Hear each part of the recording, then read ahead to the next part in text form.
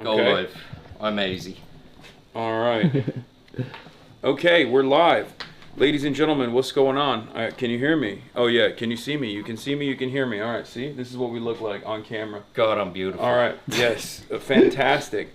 And we have a very special broadcast today for you folks. I am in the heart of Dublin, Ireland, and we just got done at Trinity College. And we have a really incredible guest here today who's going to walk us through the revolutionary tour of Ireland. Would you like to... Welcome, Hasan. And I like the way you say Dublin. That's the way it's pronounced. That's the right way to say it, right? Dublin. The capital of Ireland. Ireland has 32 counties altogether. 6 of them are still considered part of the so-called United Kingdom, but very soon we're going to have a united Ireland. 32 counties all as one. I've spent a long time working on Irish revolutionary history. When I was a young lad, I saw this document for the first time. It's the Proclamation. We just saw this at the Trinity College in the library. It was a very important document to us, okay? And it's the also, Irish wait, before we're getting ahead of ourselves. Yeah. We gotta introduce you, Lorcan Collins. Am I saying it right? Yeah, that's right. That'll do me. How would I say it? No, Lorcan is fine. Lorcan. Yeah. Lorcan Collins. 1916 walking tour. That's it. Okay. Shouts out to Dan Lambert, kneecap manager, who set this up for us. Before we get into any of the history, though, because my man said he's a yapper. Okay, and I'm very excited. We got to down these Guinnesses. Get him into you. Yeah. I asked if he wanted to drink. He said, "I'm not drinking on the job." No, and if I have one, I'm gonna have 8 or 10. That's fine. That's fine. Yeah. We're gonna do that too. So if you want to get started with us, you can. This live stream will become completely different. Don't drink on the job. So. He is such a fucking liar. He's lying. Yeah. He doesn't. I think drink. I've seen him lying in a gutter. He doesn't drink on the job. Here, you put the camera down. Let's down these. Okay. Well, we're not supposed to chug them, right? So what's split in the G? No, listen, lads. Well, can I say to you, that's splitting the G. That's a new thing. We know it's not real. No, there's nothing traditional about that. Okay. You know, that's like it's marketing. It's young. Yeah, it's marketing. Like just drink as much as you want. I usually take a gulp down to there, maybe the first. Yeah, the first gulp. People say split the G is like just too many gulps. Yeah, well, you see, like that. This so-called splitting the G would be down to there. That's too much to drink. Look at how perfectly poured this is. It's crazy. Well, what a pour. That's Alan from the International Bar, right? Yeah. So he's a long standing barman here. He must be here nearly 35 years, okay? And you know, these barmen years ago, they did apprenticeships, right? So they did a few years practicing how to pull a pint. Nowadays, you guys could walk in off the street and become a barman now, okay? All right, yeah, so Marge's already going in for it. Well, sláinte, right? Sláinte, correct, to your health. That's it, he's going for it, you're going for it. I didn't even get close. You're a baby. I could have, but he said not to, so. Yeah. Yeah. Right, no, that's delicious. That's grand. That's grand. Yeah, it's, what time is it here? It is currently 5:38, Wednesday, December 3rd here, and in Los Angeles, California, obviously it's 9:30. In the morning? It's a little bit early for you guys, much earlier than usual. And the format is obviously going to be a little bit different than usual, because at this time of the day, I go live at 11 a.m. Pacific time. And then I do the news. I do news coverage. Okay, good. From my desktop normally, but and then sometimes after that news coverage we go out. But right now, since because of the time zone, we wanted to do this before, and then I'll be doing some news coverage later. I will be a little inebriated. I can one-handed. I will be a little inebriated. So what are we doing here? What is the significance of this bar that you brought us to, which is like a private area underneath the bar, by the way? It's called the International Bar on Wicklow Street. It's been in the same family, the Donoghue family, for 6 generations, which is an incredible amount of time in a Dublin bar.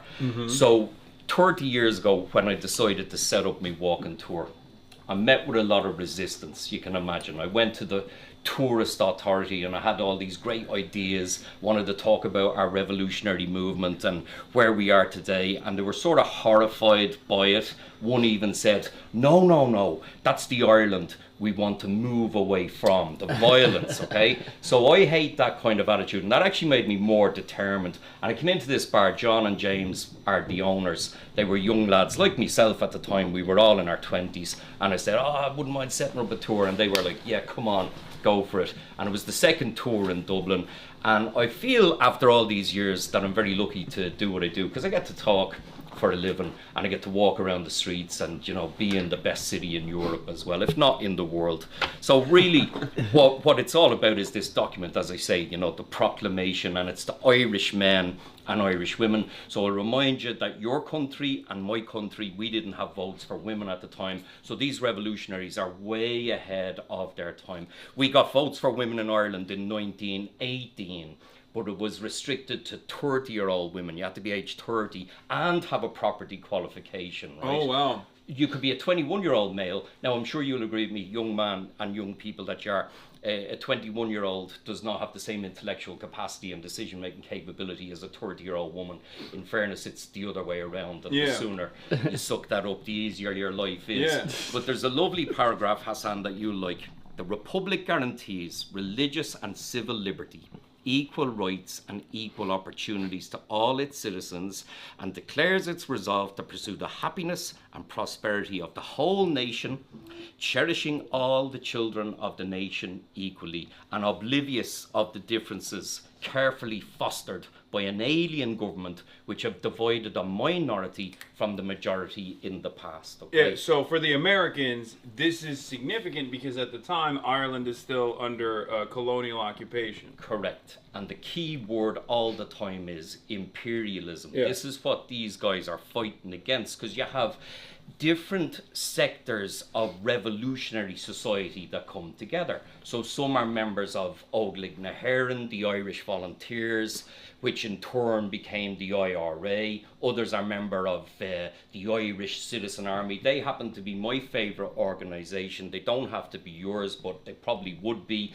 They're called Socialist Republicans. There's a lovely phrase, Socialist Republicans. Yeah, bring it on. And there's others who are members of Fianna na hÉireann or na Fianna Éireann, the Warriors, the Scouting organisation, and of course Cumann na Mán as well, the Women's Volunteers, and they all came together.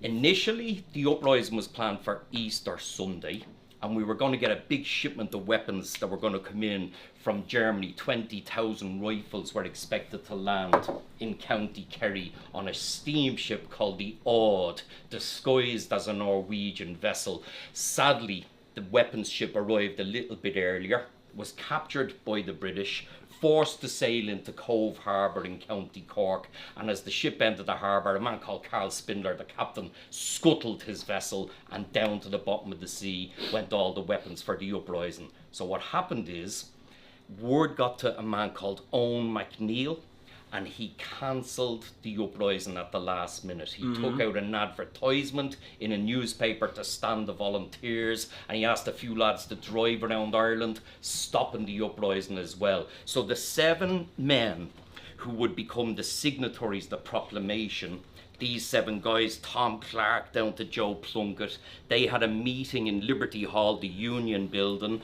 They trashed out their options on Sunday morning and said, right lads, no one's going to come out today, Sunday. Let's go ahead tomorrow instead, Easter Monday, and kick off at 12 noon. So nobody knew, is it on or is it off? Do you get me? You know, if you're planning on going somewhere, and it gets cancelled, you get pissed with the organisers, right? Say you're going to a gig, I don't know, who do you like? Who would you like to go and see? Kneecap. Kneecap, sure. Right, and if the boys cancelled the gig at the last minute, you'd get annoyed with them. But if they said, come on, we'll have the gig tomorrow night, you'd still go, and I'd still go, but a lot of people would say, I'm not going to give them a second chance. So we say about those who did turn out that Easter Monday morning, they were the best of the best. And in our language, in Irish, we say, Ní bhaile héad ann arish. Their likes would not be seen again. The best of the best. Would you like to see these bullets I brought? They're from the bottom of the sea. He's got a bunch of stuff for us. Also, when I'm looking down, I'm not being rude, I promise. I'm looking at the chat because chat is giving us feedback as they're watching. So, remember, we are going to be doing a revolutionary tour of Ireland, and he's showing us a bunch of... Wow, that is... So I have a pal, Ben, he's a diver, and he dived down to the site where the ship was sunk, and he brought up a few rounds. Now you can see that they're in a very poor state of decomposition because they've been down at the bottom of the sea for a long time. He brought these up when it was legal to do so. It's illegal to do so now. Yeah. I guess maybe it's why is it illegal to do so now? A protected structure or a protected site, something like that.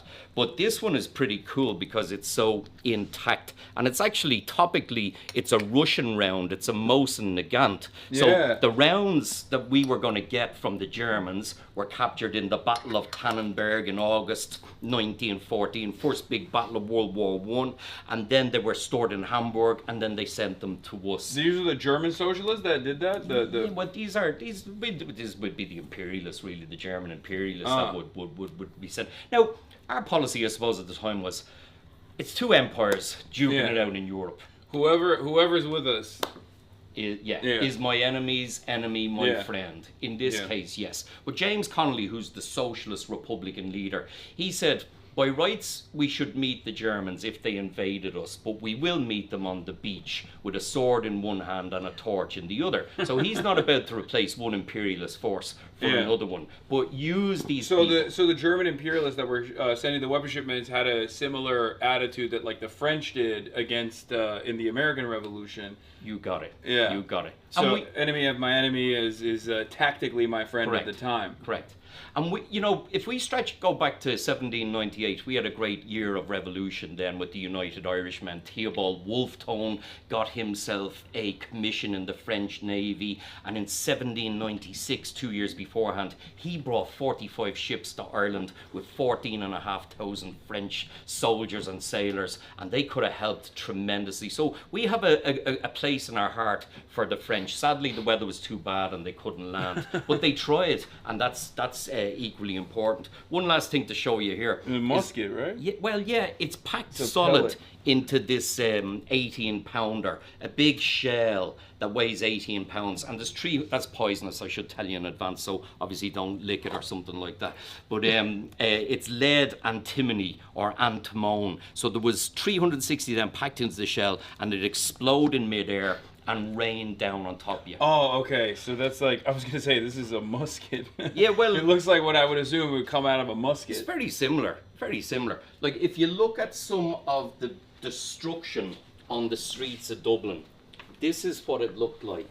Complete bombardment, and a lot of fires, of course, that raged around Dublin as well. I mean, this looks like what Gaza looks like at the moment, right? Yeah. Now, but this was restricted to a few streets. It wasn't It wasn't the way this it is was in happening, Gaza. I'm not. This I'm was not happening comparing in them. 1916. This is 1916. But what all this destruction of the city and the executions of the leaders, altogether 14 were executed in Dublin, and Roger Casement was hanged by the neck in Pentonville prison, and a man called Thomas Kent was executed down in Cork. So 16 executions, and that helped to change public opinion.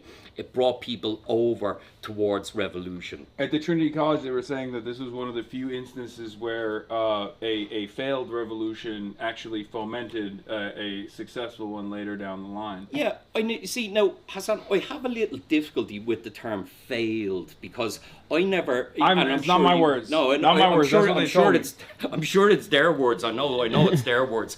And I hear other guides, and they say it a lot. They say things like Robert Emmet's failed uprising in 1803. And then you say, well, where was your uprising? What did you ever do? True. You know what it strikes me like? People who are critics. You know what I just realized? And they never make a movie. It's right here. I was going to say that to you. I was going to say that to you. Yeah, the cross-section of an 18-pounder shrapnel shell, lead antimony balls. That's right. That's from a friend of mine, Kieran McMullen, over in America, who was in the American military. I think he was in the army. So he's very good on all this, and he told me that there's a time device here that you twist before you put it into the cannon, right? And then it sends a message through the cordite to a bowl of gunpowder down here and then explodes, and the pressure sends the shrapnel and the balls in your general direction, you know. So, yeah, look, what happened in 1916 was they occupied key buildings, the General Post Office, the GPO, the Four Courts, the Judicial Centre, City Hall. I'd love to bring you up to Dublin Castle and City Hall and show you that at least. All right, that'd be perfect. Also, I can't help but notice you got this cool pin. What's going on there? All right, so this is a little thing I made myself. I call it the Gaza lily. We have a symbol called the Easter lily, which is green, white, and orange, which you wear around Easter to symbolise that you support the methods and aims of the men and women of 1916. So I did a few of these up with some friends of mine who make badges, and we sold them for medical aid for Palestine. And of course the stamen is blood red, if you will, and it's the Gazan flag Yeah, colours. it's beautiful. Well, thanks. Well, guess what? I have one for you. Oh. Yeah, how about Okay. that? That's pretty Look cool. at that. That's one there for you, pal. Well, you got some other badges on there But that, as well. What do that you was got? What another else one you I got? made. It's sort of a ribbon with the same idea. That was actually for the Laji Centre, the Laji Refugee Centre. And this is a commemorative IRA pin, actually. So you might as well have one of them. Maybe don't wear it as you're going back into America, like on your Well, lapel. you say that, but it's really interesting because Americans, on the one hand, are very... they get very upset with anti-colonial resistance movements. Yeah. However, in American tradition and American history, you even had Republicans in America, which is different than an Irish Republican, Sure. of course, that would actually have tip jars at bars, at Irish pubs in America that would then send money directly to the IRA or even weapons directly to the IRA, right? I think there was a Republican politician in America, you know better than I do.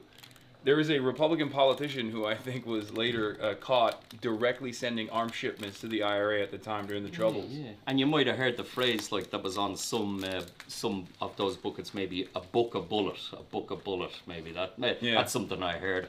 Yeah. Here, look, I'll give you a copy of one of my books as well. This is on James Connolly. I spent a long time writing that. He's a great guy. He spent a long time in the United States. He would have known Big Bill Haywood and Eugene Debs and Mother Jones, Bill Troutman, Elizabeth Gurley Flynn. He stayed there from 1903 to 1910, and he was involved in the IWW, the Wobblies, right? So he's a great fella. Now, for your listeners or your What's going viewers, on here? You got I just wanted to mark out a lovely phrase for you. Do you want me to read it, or do you want to read that'd it? be great. You do it. You got a much better voice. I like your voice, mate. No, you got a good accent and a good voice for it. Well, this is about royalty. And you know, royalty is like part of imperialism, and it's part of capitalism as well. And just because you're, you know, not the king, you can be the capitalist king as well. But I just love this phrase. He's so quotable. But anyway, it goes a people mentally poisoned by the adulation of royalty can never attain to that spirit of self-reliant democracy necessary for the attainment of social freedom. The mind accustomed to political kings can easily be reconciled to social kings. Capitalist kings of the workshop, the mill, the railway, the ships, and the docks. Monarchy is a survival of the tyranny imposed by the hand of greed and treachery upon the human race in the darkest and most ignorant days of our history. I mean, if I wrote that one line in my life, I'd be happy, right? All of his words are like that. Yeah, I'd love you to read that. My version of this is, I call it peasant brain. Yeah. Where, I mean, this is, of course, nowhere near as eloquent, but a lot of people have surf brain, as I like to say, where they think that they too will become a king one day. It's this aspirational goal that I think the capitalist system designs that makes working class people not recognize their class position, not recognize their class interests, and then consistently advocate against it. Sure. I think when you're young... We Americans have a lot of that. It's really bad. For sure. Yeah.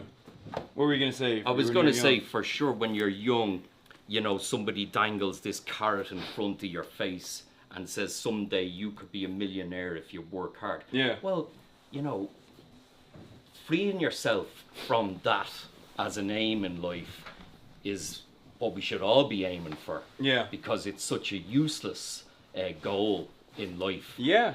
This is also another book. Maybe we give this to your partner there, your pal. That's on My partner. My well, partner. partner in My life partner. in crime. That's on the War of Independence, or the Tan War. And I'll tell you about that when we're out in the streets, because the IRA fought against the Black and Tans, who were a ferocious group. And actually, there's a good connection here with Palestine, because when these marauding people, the Tans, were brought to Ireland by Winston Churchill, they arrived here in March 1920. And when they were done here, they were sent over to Palestine to fight against the Arabs. And it's incredibly interesting. They used to pull down your house here if you were in the IRA. Like Michael Collins's house, they pulled it down, his little family home. And the same trick they did over there in Palestine, and the same thing the IDF were doing to Hamas people. Is that why they say, what is it? Come out and fight. Yeah, come out and fight me like a man. Come out, you Black and Tans. Come out and fight me like a man. It's a show them song. how you do. Tell them how. Tell them how you. Tell them how the IRA made you run like hell away from the green and lovely lanes in Killashandra. Sounds way better. See, now I'm glad I wasn't drinking, because if I was drinking, I would have started singing that song. Okay, now we got to get another. See, speaking of which, we need one more. We need to get topped off here for sure. Well, do you want to go out and have a look at the streets as well? Yeah, so and you then said, we can end you told us that we have to evacuate this area that they so graciously and so wonderfully allowed us to take advantage of for the time being, because there's going to be a band performing here, right? There's some, you see, Ireland's very open now to people from all around the world coming here, right? So we have a Brazilian band playing here. There's 10 of them or something. I don't know how they're going to fit, but this place is sick. I mean, yeah, show the rest of the. Well, this is a real bar as well. You know what I mean? There's fake bars in Temple Bar. There's two. Oh, that's the one that all the Americans in my chat were like, you gotta go to Temple. You gotta go to Temple. Every Irish person has been like, do not go to Temple. There's two good bars in Temple Bar. The Palace is a great bar, and the Halfpenny Bridge is great, but the rest of them are all run by corporations. They're massive. Like, there's one bar called the Temple Bar, and they put their goddamn Christmas decorations up on the 30th of September this year. Now, there's a special place in hell for anybody who puts their Christmas decorations up in September. Yeah, chat, in my experience, they do not play around with Christmas out here. They are in the Christmas spirit. It's crazy. It's a big thing. You'll see. And you know, because we're an immigrant nation, you know, even pre-Ungorta Moor, let's get this right. Ungorta Moor is the Great Hunger, also known as the famine. We don't like to use the term famine because that would indicate that there was no food in the country. There was a natural phenomenon was exacerbated by British government inaction, and I would use the term genocide in the last book I wrote on Mike Quill, the great Mike Quill, who founded the Transport Workers Union of America, great union. John Samuelson's the president of that great union, the man the first union to back, the first union leader to back Zohran. The first union leader now, not union, okay? But anyway, I digress. But the fact is that food was exported out of this country while people starved to death. Yeah. And in that little book I wrote on Mike Quill, I said this is a genocide. I've heard that there were indigenous populations that were sending food shipments to Ireland, and also the Ottomans as well, from what I... Not to insert the Turkish people in here. You're correct on both counts. But that's what I've heard. That's all I've heard, is that there was great respect for, there's like... I'll tell you the name of the people who sent us money. The Choctaw Nation. Yeah. They sent us $170. Now everybody says it's this amount and that amount. I know exactly how much it is. $170, right? And a few years ago, that's a lot of money for them. They'd only been on the Trail of Tears themselves. Yeah. And they were stricken they were affected by our plight, I suppose. And a few years ago, when COVID came, there was a WhatsApp came with a GoFundMe for the Hopi and Choctaw tribe, and at the time they had about 200 grand in it, and we sent them back about $6 million from Ireland. So we never forget a slight but we never forget a kindness either. And that is nice payback. And I believe, but I've never really read this, but I believe that 2 students who are Choctaw are allowed to come to Ireland to study every year on a scholarship. I've heard that. I can't absolutely say that's true. But there's also a lovely sort of a memorial down in Cork. And it's some tall feathers, maybe 20 feet tall, about your height, and they're in a circle, and it's called Kindred Spirits. Isn't that beautiful? Wow, that Kindred is beautiful. Spirits, like they're beautiful feathers, like so they are. Well, look, come on, let's go to Dublin Castle, right? All right, we're gonna get another pint though before we leave, right? You want to get a pint now? Sure, I don't mind. Yeah, come on, why not? Yeah, I told you We'll be quick about it. yeah, Yeah, well, yeah. you're quick We drinkers, gotta- all right, yeah. Mind your head here. Oh yeah. Because everyone here is about 5'2". You good? Yeah. You'll be all right with another one, will you? Ooh. Alan. Are you gonna get him on the live? No, I can. We can show him if he doesn't mind. Can we get 2 more points for the lads? They're mad for the drink. Do you want to be on the live stream? Yeah, no, it's okay. I'll. You can live stream the pub, can't they? Yes, of course. Yeah. Sorry. Don't get anyone's face. No, we won't. Don't show it. I will. Oh You yeah. can live stream the pub, but you just don't show people. Yeah, people probably get a bit annoyed No, by that. we're used to that. I try not to put. Yeah. Do you want to see this thing here? That was Nelson's pillar. If you want me to talk about that, because the IRL blew that up. Yeah. Is this live now? Yeah. All right. Well, you can see there's a stump there. A stump. In 1966, a great man called Liam Sutcliffe put a bomb up the top of Nelson's pillar and blew him up to get rid of him in time for the 50th anniversary of the uprising. And now what's there is the Millennium Spire, the big metallic structure. Did you see that in the middle of the street? It's like 120 meters tall, I don't think so. made of metal. It's got all these nicknames: the stiletto in the ghetto, the nail in the pail, the rod to God, some rude ones, I'm sorry, the stiffy by the Liffey, the erection at the intersection, the phallus at the palace. They go on and on. But one city councillor said it's like a symbol of a drug city, you know, a gigantic hypodermic needle, right? These points will be along the way any minute. We went to at the time we went to Brighton to see where they almost got Margaret Thatcher. Almost. She had to be dodging every day. They only had to get it right one time. Yeah. Almost. Well, look, I can say to you, she's probably one of the most hated figures in Ireland. And even there's a T-shirt for sale. Sinn Féin have a shop, and I've been reliably informed that the most popular T-shirt still to this day is a Margaret Thatcher, an anti-Margaret Thatcher T-shirt. Yeah. I think the phrase on the T-shirt is "I still hate Thatcher," and I'd be honest with you, she's long dead, but I still kind of hate her. And it would be over the hunger strikes, really. What do you think of Margaret Thatcher, young man? I wouldn't think a lot about her going back to the late Think of- 70s and 80s. Yeah. How she disrupted this country and the things that she did. She really ran us down. There you go. There you go. That's just a random dude. No comment. Oh, sorry. No. I was just listening. I'm glad you didn't turn to me and go, "Oh, I loved her. She was great." Yeah. Get me down. Proper hatred. Thanks, Alan. Oh, do you mind if I step around you? Yeah, come on in here. Yeah, we're also, while we're walking, I'm just gonna let you know there's gonna be people Here, that, while we're walking, there's gonna be people that come Oh yeah, up and that's try to all take right. photos Yeah, and yeah, stuff. sure, yeah, sure. Yeah, listen, that shit happens to me all the time. Yeah, of course. People coming up to me going, "Here, the dapper money you owe me." Dapper young man. We'll get around you. All right. We got the Guinness. No, I know. That's why. Oh, there's a door here. That's why I'm saying, watch out. Hello. Yeah, Thank you so much. no problem. You're genuinely such an inspiration to so many people. Like, Thank you for watching. Do you want me to take it? yes, please. I Sorry, got my you. hands are shaky. I got you. All right, ready? 3, 2, 1. Gotcha. Here you go, lads. Nice to meet you. Thank you so much. Right now, do you want me to hold the camera now? No, he's got it. I'm a professional. This man is a degenerate. Okay. This is what He's a happens. good guy. It's the good and the bad of operating a socialist business where we have a cooperative. So it's equal say, equal pay. But then also He's a degenerate. He's ride or die.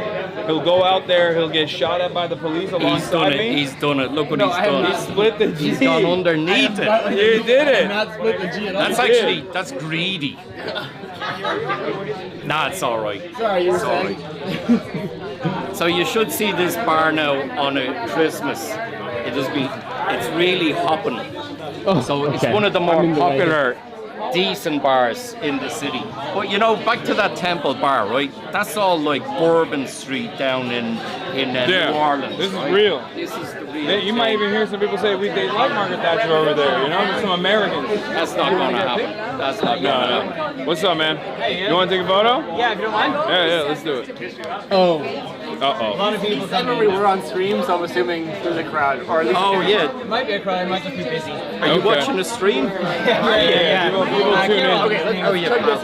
Nice to meet you, man. Where are you from? All right. Belfast. Are you? Yeah. Whereabouts? North Belfast. North Belfast, Yeah, right. just up from Martowing, you know where the I fucking... do know. Okay, don't flex. Don't flex. No, It's in poor taste. Come on, there's a line. Oh my God, we got a line. All right, quick.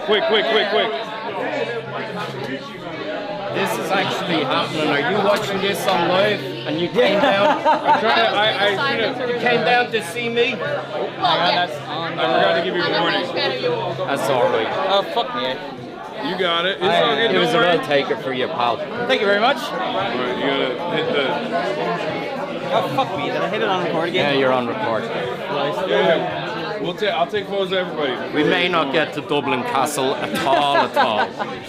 Thank you very much. Right, you ready?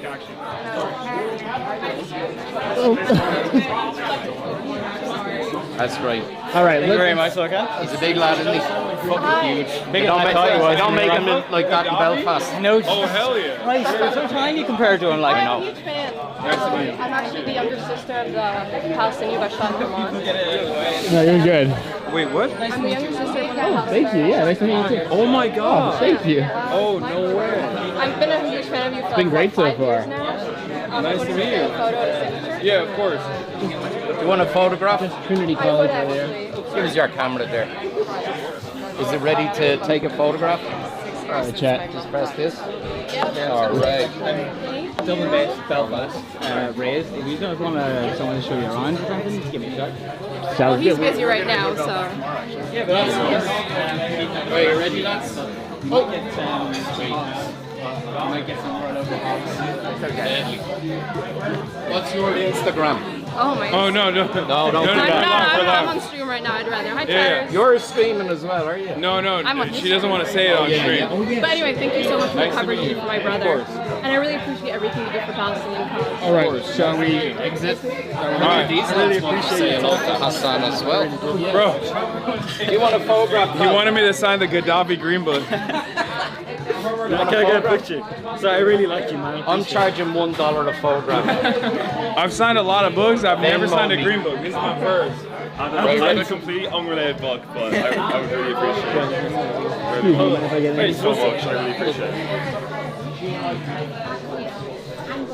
I appreciate it. Oh, thank you. All right. Picture. Right, lads, you ready? We all get pictures here. Squeeze in.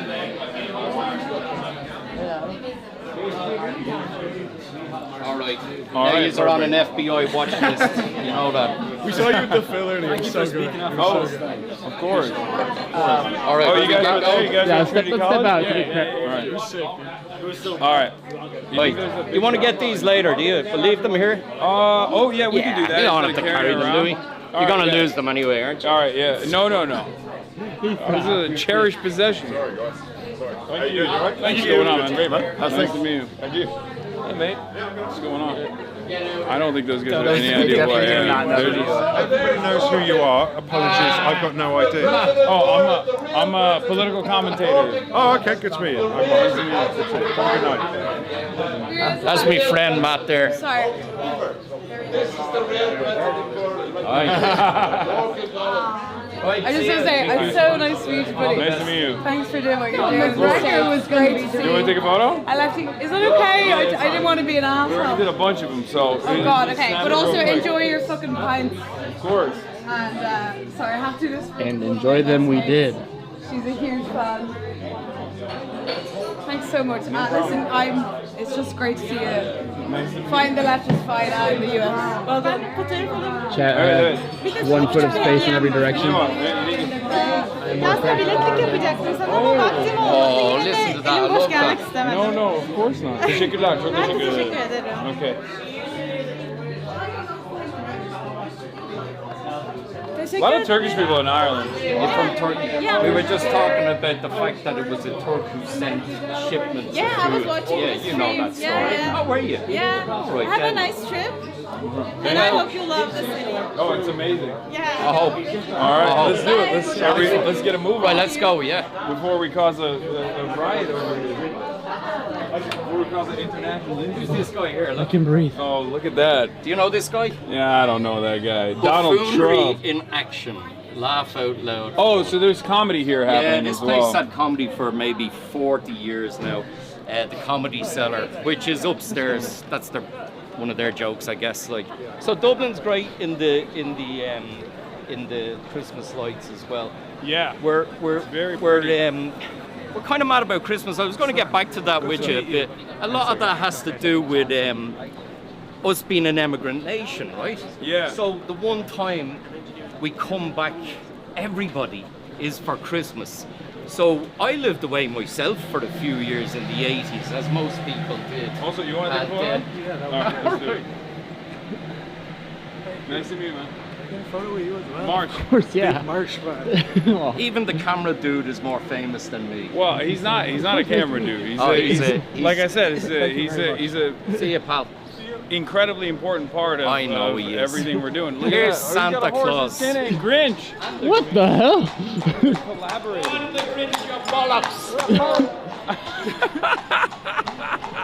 He is a bollocks, the Grinch, isn't he? Yeah. So yeah, people would always kind of look forward to that Christmas buzz coming back together, and I suppose for Americans, Thanksgiving is a big thing. But of course, we don't do Thanksgiving because we didn't murder a load of natives so that you could eat turkeys. We just celebrate Halloween instead. Yeah. And of course, Halloween is an Irish festival. Wait, is it originally? Very much so. Very much Okay. so. Now we had. Turnips. Do you know turnips? Like Yeah, here yeah. a turnip would be a big turnip, right? And we would carve that, and that's a jack-o'-lantern. Oh, so instead Because- of pumpkins, you do turnips. Yeah, because the turnips in America were very small, so instead they chose to use pumpkins. But now the pumpkin, in the past 25, maybe 30 years, has started to come to Ireland. So I promise you, the real jack-o'-lantern comes from this nation.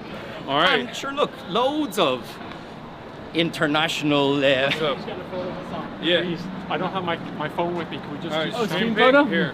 Yeah. Free Kaya. Free Kaya. Nice to meet you, man. Jesus, I'll tell you what, the power of social media. Nuts. I'm a bit blown away that people are coming out to say hello to you. Well, it's great, like it's deadly, you know, it's brilliant. Part of the world that happens. Yeah. Just, and you're perfectly safe here as well, by the way. Oh, yeah. You know, nobody has guns here, so it's great. I love that know. part of Ireland. Me too. It's It's even the cops don't have guns, you know. We have a talk about them getting tasers at the moment. Wow. About them, right? So it's pretty cool.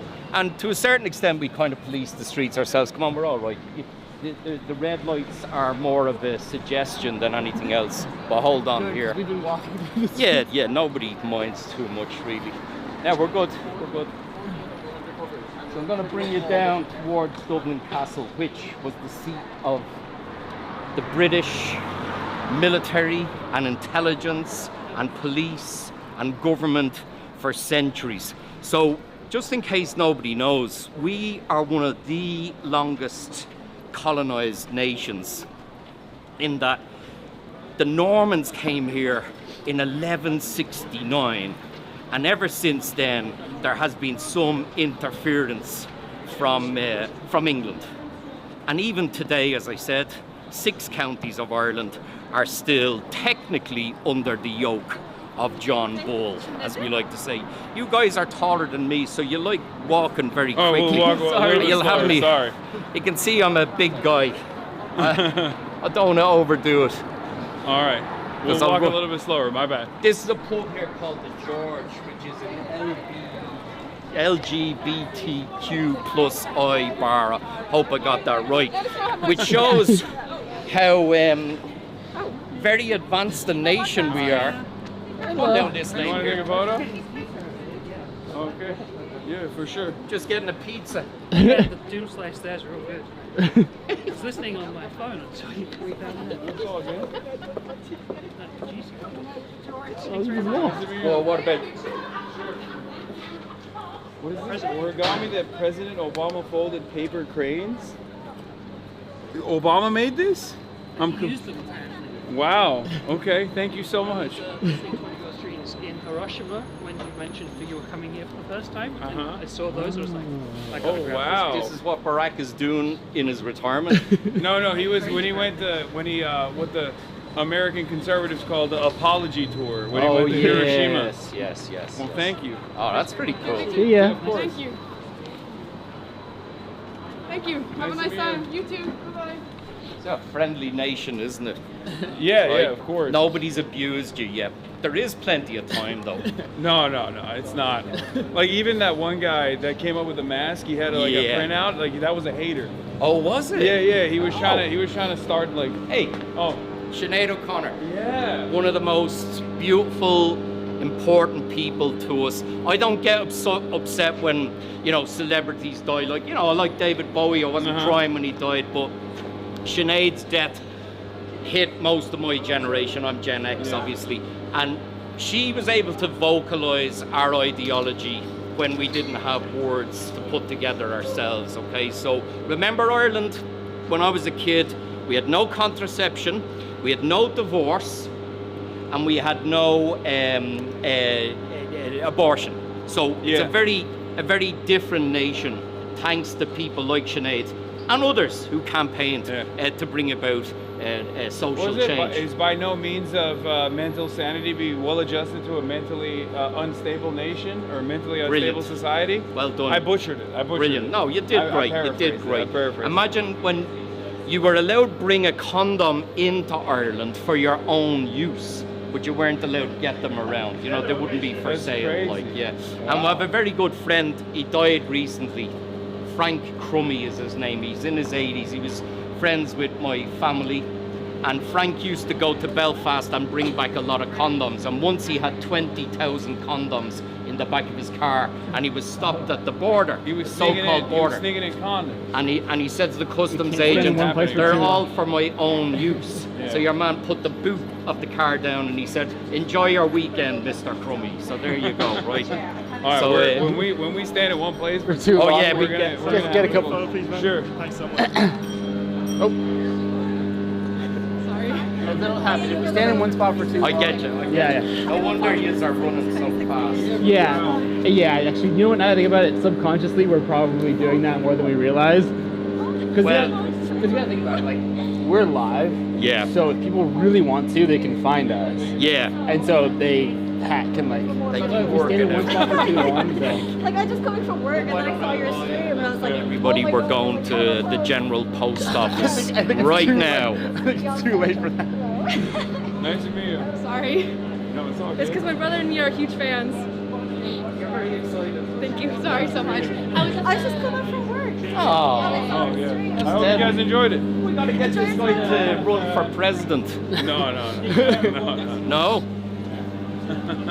Come on. Never.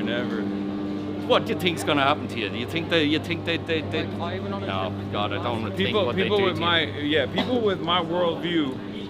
Yeah. I'd rather keep the politicians in check than have to do that. I'm not very good at that, I'm Yeah, very that's good fair at, to say.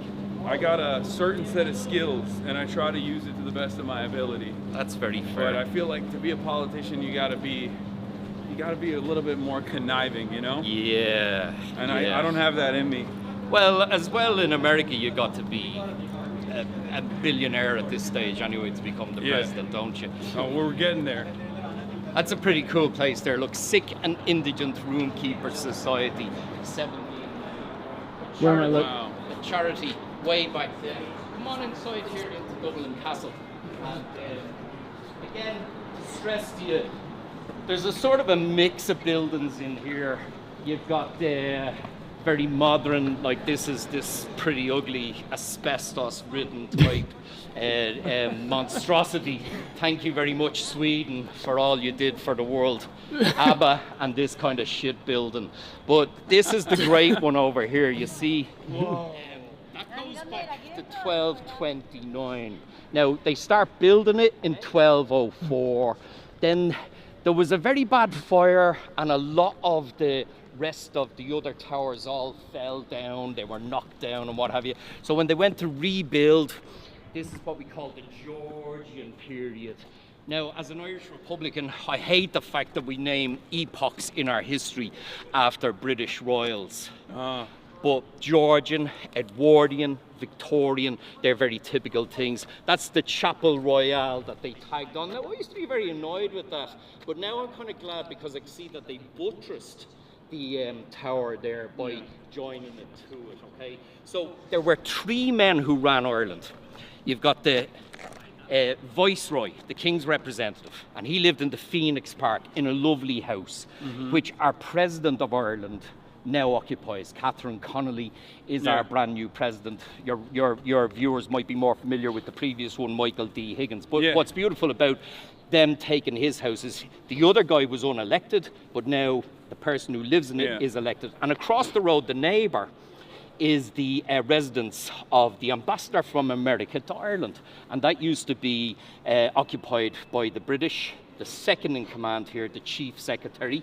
And then there was a third guy, the undersecretary, who also lived in the lodge in the Phoenix Park. So the Phoenix Park was very important in that respect, that the great representatives for Britain living here all lived out there, okay? Now, they wrote to each other because they were separated because of the war during 1916. They were, the chief secretary was over in England, but in their correspondence, there's lots of mentions of Sinn Féin. Sinn Féin. So they say things like, the Sinn Féiners are up to something. So Dublin Castle was quite aware that some sort of trouble was coming about in 1916. They just weren't exactly sure what was going to happen, but they did have an idea that trouble was brewing. Do you get me? So Sinn Féin, before it was an established political party, was a movement. It was an anti-colonial, anti-imperialist movement. Do you know what? In 1905, when it was founded first, it was just a very small political party who wanted a Buy Irish campaign.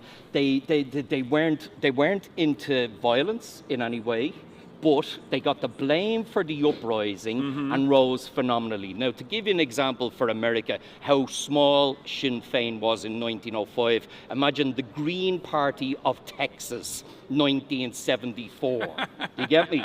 And then imagine they became the #1 political party within 2.5 years. In December 1918, in the post-war election in Britain and in Ireland, there were 105 seats available for Ireland for Westminster, and Sinn Féin got 73 seats out of 105. And of course, they didn't go to Westminster. They abstained. They said, we won't go over there. Why should we go over to London when we're Irish Republicans? And they founded their own political institution, Dáil Éireann, which means Irish Assembly.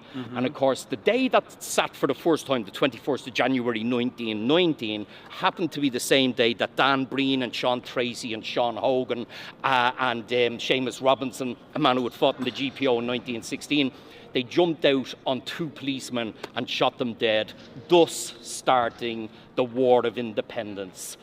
Proper, if you will. Actually, you could look up Dan Breen on YouTube and you'll see an interview with him. I think it's Cathal O'Shannon interviews him, and he says, Dan, do you have any regrets about shooting the 2 policemen? And he says, shot enough policemen? Yeah, this is what he said. He said, regrets? I have regrets. I regret the fact that 6 policemen didn't turn up. I wanted to shoot 6 of them. I thought we needed to start a war and we needed to shoot someone. And we chose the police as the armed wing of English imperialism in Ireland. So we did, yeah. Wow. Now I'm getting jumpy when someone comes behind us. Oh, now. yeah. Are you looking for Hasan? What's up, man? Yeah, it's fine. Someone take a photo? How did you know we were here? I was watching this video. There it is. No, you're good. You feel We're bad. at every moment. Sure I will, yeah. It was sure a good I will. speech. It was. I was learning about my own history. Thank you. Deadly. There's a heap there. Thank you. All right. Okay. Enjoy your stay in Ireland. Yeah, it's amazing. Hi, nice to meet you. You're my window into American politics. So it's really amazing. Oh, well, to I'm meet you. sorry. I'm sorry about No, that. it's a good thing. It's a good thing. That's a lovely phrase. Say it again. You're his.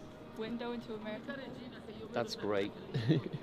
Thanks Love so it. much. Nice to meet you. Where are you studying? Minute. Minute, Yeah, fair play. yeah. Knew you were studying all right. I just got off work. I'm good. Keep up the good work. Thanks, man. Nice to meet you guys. Thank you for watching. You got one? Nice to meet you. I'm Hi. Nice to meet you. Sorry. How are you? Oh, okay. Can I get a photo, please? Sure. Yeah, here. Thank you. It's all positive. Cool. Are you a student? No, I work. Where do you working? I don't want to say. Don't want to say. Yeah. Probably for the best. Yeah, we don't. Happy Remember, days. Nice to meet you. Yeah, we Send don't. us some money. This is also a scene from a movie called Michael Collins, right? Now, Michael Collins is kind of a sort of a popcorn introduction to Irish Revolution, okay? Because that movie has Julia Roberts in it, and most movies that have Julia Roberts in it, with the exception of Erin Brockovich, tend to be, you know, a little bit. Yeah. Because you're providing them with data. Except for Pretty Woman, because that's my favorite movie. Okay, I love I gotta the get a shot of this. the beautiful message to sex workers. You know, hang in there, baby. Someday you're going to meet a rich, handsome millionaire, and that's true, of course. You're missing gold here. I'm missing. No, I'm telling you. No. They Because can when still he hear moves that. away, because it's a shotgun No, mic, they can so still when, hear it. When he moves away, it's just like you can barely hear it. But, So look, you'd recognise this movie because there was this so-called, and I don't like this phrase, handover when the British give Dublin Castle back to the Irish in 1920. why don't you like the phrase? Because they actually brought Mick Collins in here and some of the cabinet, showed them around for 20 minutes, and then the lads walked back out. This is January 1922, and then they don't really hand it over for months after, right, till really August, okay? Now, They were just holding on to it for a little bit longer. and also, there was no handover of Ireland when 6 counties were still held onto, you know? Yeah. So the split in our nation comes in 1920. When the British introduced new legislation called the Government of Ireland Act, and they invent this fake geographical region, which they call Northern Ireland. I don't know what that is. We just know it as the north of 6 Ireland. counties, or the north, yeah, Yeah, exactly. the north of Ireland. I like it, and we don't like. But you know, language is funny because it insidiously sort of sneaks into the vocabulary of people, Yeah. and it comes out all the time because there's newspapers here that use the phrase all the time, and the TV stations that use the phrase all the time. But most of us who have half a brain always recognise it as the 6 counties. Yeah, we'll be in the north of Ireland tomorrow in Belfast. Well, great. Yeah. Well, I'll talk to you about some people to talk to as well, okay? Maybe off Let me off get a shot of camera. this real quick. There's a statue up here of Justice, and you can see she has her back to the people of Dublin.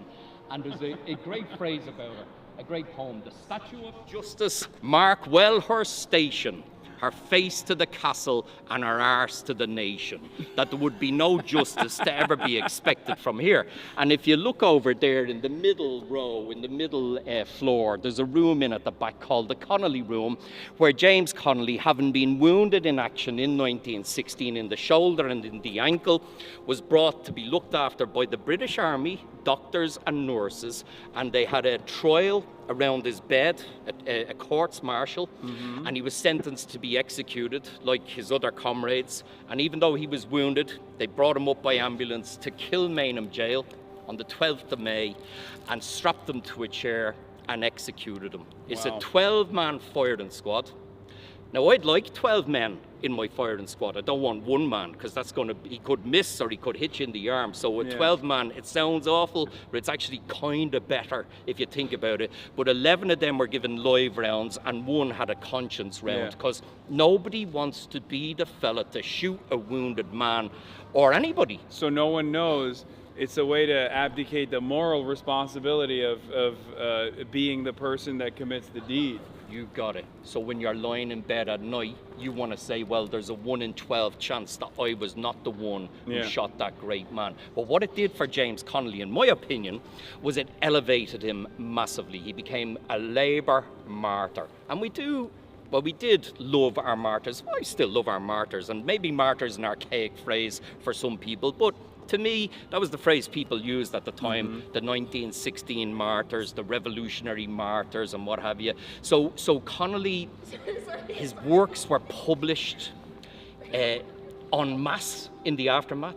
Photographs of him and others were circulated in postcard format, and he became, with Patrick Henry Pearse, the symbol of the revolutionary struggle from then on. You know, Patrick Henry Pearse is named after Patrick Henry, the Virginian, you know, who uttered that immortal phrase, give me liberty or give me death. But Patrick Henry had slaves. Now here's where we're going to lose all your Virginian supporters. No, they're woke.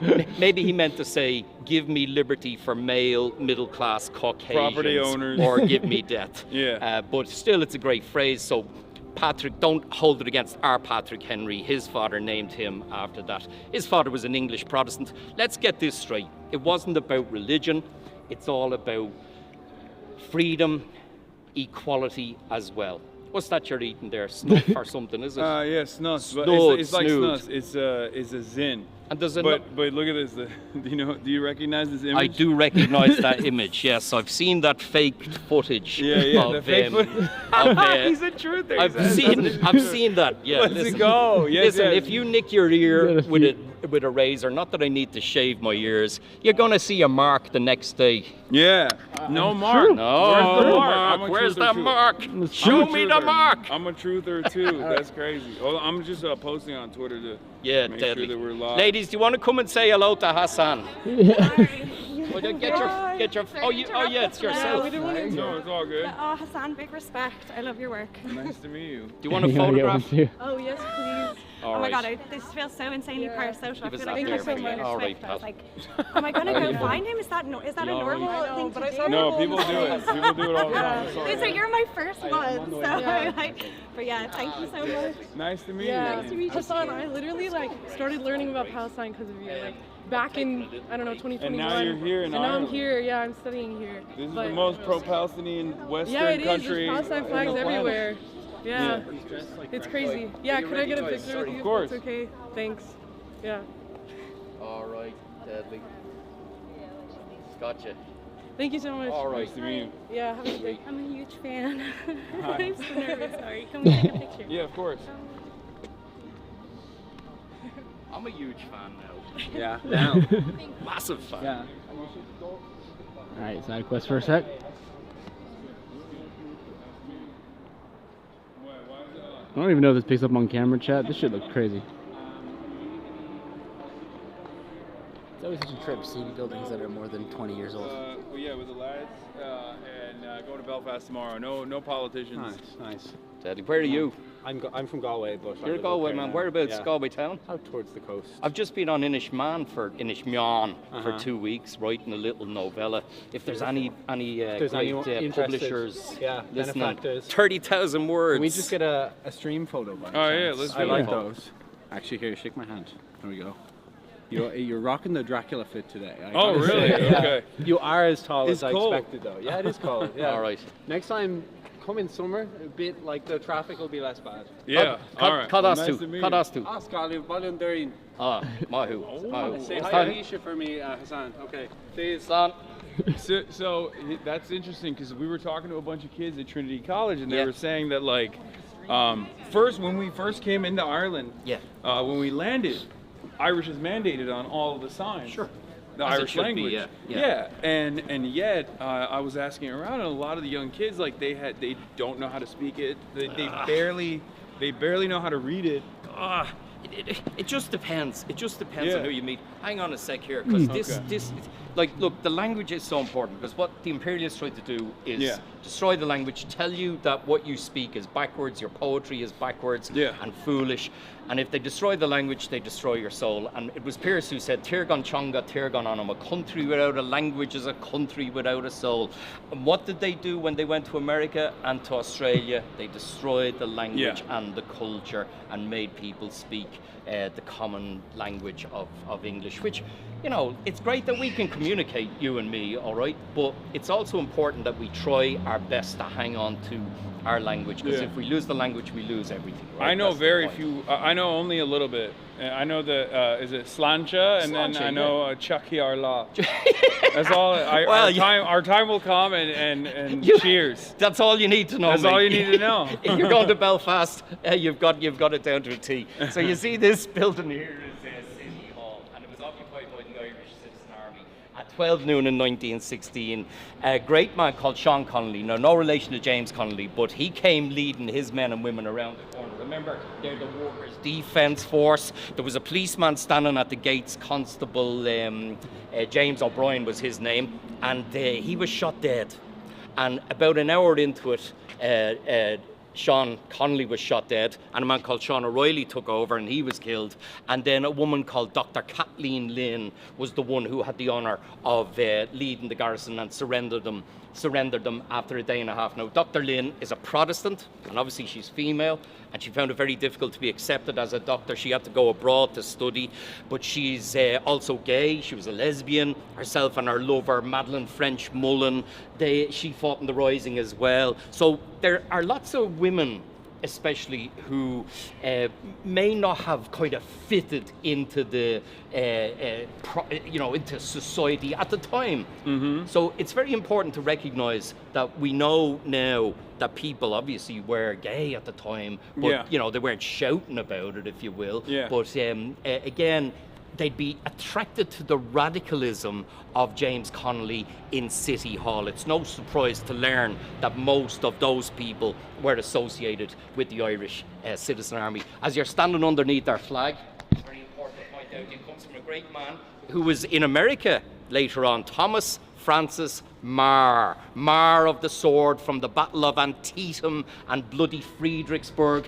And on St. Patrick's Day, 1848, he hoisted that flag up outside the Confederate Club in Waterford.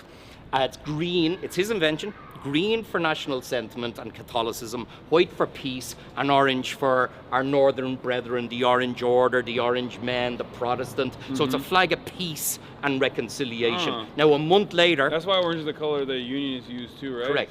Correct. Because of William of Orange from the Battle of the Boyne. But a month after that, he was over in revolutionary Paris, the Second Republic. And the French women sewed him up the flag of green, white, and orange, and he brought it back and he presented it to the mayor of Dublin. Wasn't it a French woman for the American flag too, or initially? Well, most republics' flags are based on the French colours, the tricolour. But now we're going to get bogged down in a discussion about whether or not America is a republic, and it's a very difficult decision, because you have to start talking about different things then, don't you? A confederation of states or whatever. But most other republics, a lot of people think that Gandhi chose the colours for the Indian flag over our flag. That's not true. Gandhi's flag is saffron and the land, orange, and the land is green. However, it's a nice story, but God help anybody from India who comes here, because they'd be cornered in a bar by people telling them that Gandhi loved Ireland so much, he chose our colours. Like, Gandhi's a great bloke, don't get me wrong. There's plenty wrong with him as well, though. I mean, sleeping with your nieces is a little bit fucking dodgy, if you ask me, even if he is just trying to test himself. But, that's wrong. Let's get that across to people. It is wrong. But other things about him were quite good, weren't they? I want to know what you would be like if you had a couple pints in you at this point. This is crazy. No, it's for you. All right, you guys want to take photos? Speaking of interruptions, I was going to say, pouring in the bar, I was just saying to these folks here, we maybe just take a quick one to not take up too much of your time. No, it's all good. Thank you very much. No, it's fine. You can do it. You can do singles. It's all good. It's okay. No problem. Keep rolling. All right. So my friend Elaine is watching back. Here, will I take a photograph for you? That'd be great. Oh, if you don't mind. Hasan, she's after drawing a lovely card. Wow, this is way better than us. How do I read 1,000 welcomes? Yeah, How Kate do I read Falcha, it? yeah. Show chat. Kate Falcha. Kate Falta. And the inside's written Irish It's and also English. you cut this out. Yeah, Did you make I this drew. yourself? Yeah. No, I look should at have been that. studying, but Oh yeah! Wow, this class. is sick. Oh, This is shebang. beautiful. Thank you so much. You're welcome. All right, who are we doing? Okay, let's do All right, ready? Don't want to be mean around, but what did you bring for me? I'm sorry. My love and appreciation. Oh, thanks. I'll take them. These look great. Yeah. Thank you. No, I'm getting no. Thank you I very know much. you were out. Oh, I'm about Donald Fallon. Thank you so Oh, much. are you? Say, Yeah, yeah. yeah. I think I met you once with Donald, maybe. didn't we? Wouldn't be impossible now. Yeah. You look like a Donald Fallon. Thank you so much. I look like a Donald Thank Fallon you. type, do Let's I? give Donald Fallon, who has a great podcast Really called does. Three Tremendous. Castles Burning. That's a Castles great Burning. podcast. Not I have a yet. podcast It's as gonna well be good. Go to called Sian's Revolutionary Street Food. It's Ireland podcast. Revolutionary Ireland. I see you two are great listeners, avid listeners. Of course. Yeah. Thank It's you. number one on the Spotify On your rap. Spotify today. Wrapped. Wrapped today, yeah. All right. Who was your number one band on your Spotify Wrapped? Oh, Nika. Nika. Of course. Dead. Enjoy I think the they tour came in tomorrow. number 2 with me, actually. Oh, okay, good. And Yeah. CMAT as well. CMAT was number 2. Oh, yeah. Shout out CMAT, we deadly. love her. Yeah, she's great. Do you know who CMAT is? Have you Oh, heard Oh, of you her? need to know CMAT. Yeah, she's huge here and she has millions of people on Spotify, but she's great. Irish people are some of the best musicians in the world. Yeah. And it's part of colonialism because there's an expression of artistic endeavour comes out. It's no surprise that Joyce is from Ireland, the greatest writer in the world. And that was a vote. You guys weren't around in the millennium in 2000. Well, you're probably around, but you know, you didn't. There was a vote, Yeah. and We Joyce. didn't participate. You didn't vote. Joyce was named the greatest writer of 1,000 years. Okay, we've got Beckett, Samuel Beckett. We have Seamus Heaney, Yeats, and modern writers as well. So it's to me, it's a fallout from colonialism. Do you want to come around the corner? Because I'd love to show you a All right, place let's do where it. 3 men were tortured and murdered by the British. That's a crazy switch off. Yeah. Yeah. Joyce is the greatest writer. Well- also, let's go check out the place where 3 men were tortured brutally. Welcome to my ridiculous brain. So right. come on down this way here. See these cobbles? They're set stones. We call them cobblestones, but the proper term is set stones. And the old streets of Dublin all would have had this sort of rickety style. Lethal on a bicycle or a motorbike in the rain, but very, very beautiful, much more beautiful than Tar Macadam. I'm glad to say the Hard Rock Cafe seems to have closed down in Dublin, and that's the kind of thing that gets me excited when we reject something like that to the extent that they move off somewhere else. We have a campaign against Starbucks and McDonald's as well going on. Pretty BDS. successful. You want to see some women's names here? Come here. This plaque went up on the 90th anniversary of the Rising, and it lists all the names of everybody in City Hall. But look at the names: Kathleen Barrett, Bridget Davis, Dr. Lynn. It should say doctor there. It's a pity it doesn't. An American said to me, why don't you carve in MD? That's a good idea after her name. Bessie Lynch. Helena Maloney used to go around the town and she'd meet other women and she'd have a chat with them for a few minutes, and then the next thing is she's linking them, bringing them down to meet James Connolly in Liberty Hall. These 2 sisters, Annie and Emily Norgrove, were 19 and 21 years of age, which sounds very young until you come to Molly O'Reilly, who was 15 years of age when she was fighting down here in 1916. Wow. And that's young Jenny Shanahan. I think she was 21 years of age. Incredible altogether. These are some reinforcements sent from the GPO to City Hall. And look at this name, George Norgrove. That's their dad. And he came along here. Now, what do you think your dad's going to say to you if you're a young lady? He's going to say, honey, I'm very proud of you, go on home. But he just gave them a cheery, how are you girls, and fought alongside them, because he's a socialist Republican, so he believes they have every right to fight for their freedom, as well as any young man had as well. Isn't that kind of cool, isn't it? Yeah. Who else is there? Let's see. There's a young man here. Where is he going? I see Arthur King, Samuel King, and George King. Now, there were two of them brothers, I think, and one was a cousin, and they were all together in Richmond Barracks. They were lined up, and an officer shouted out, "Line up! Give your names to the commanding officer, your surname followed by your Christian name." So the first one of them says King Arthur, and then the next one goes King George, and the other one goes King Samuel. So there was a bit of murder until it was sorted out because they thought they were taking the mickey. But listen, a lot of these guys gave false names when they were arrested, and then they were sent to prisons in England and Scotland and Wales. And there's one specific prisoner of war camp in northwest Wales where 1,800 men were interned.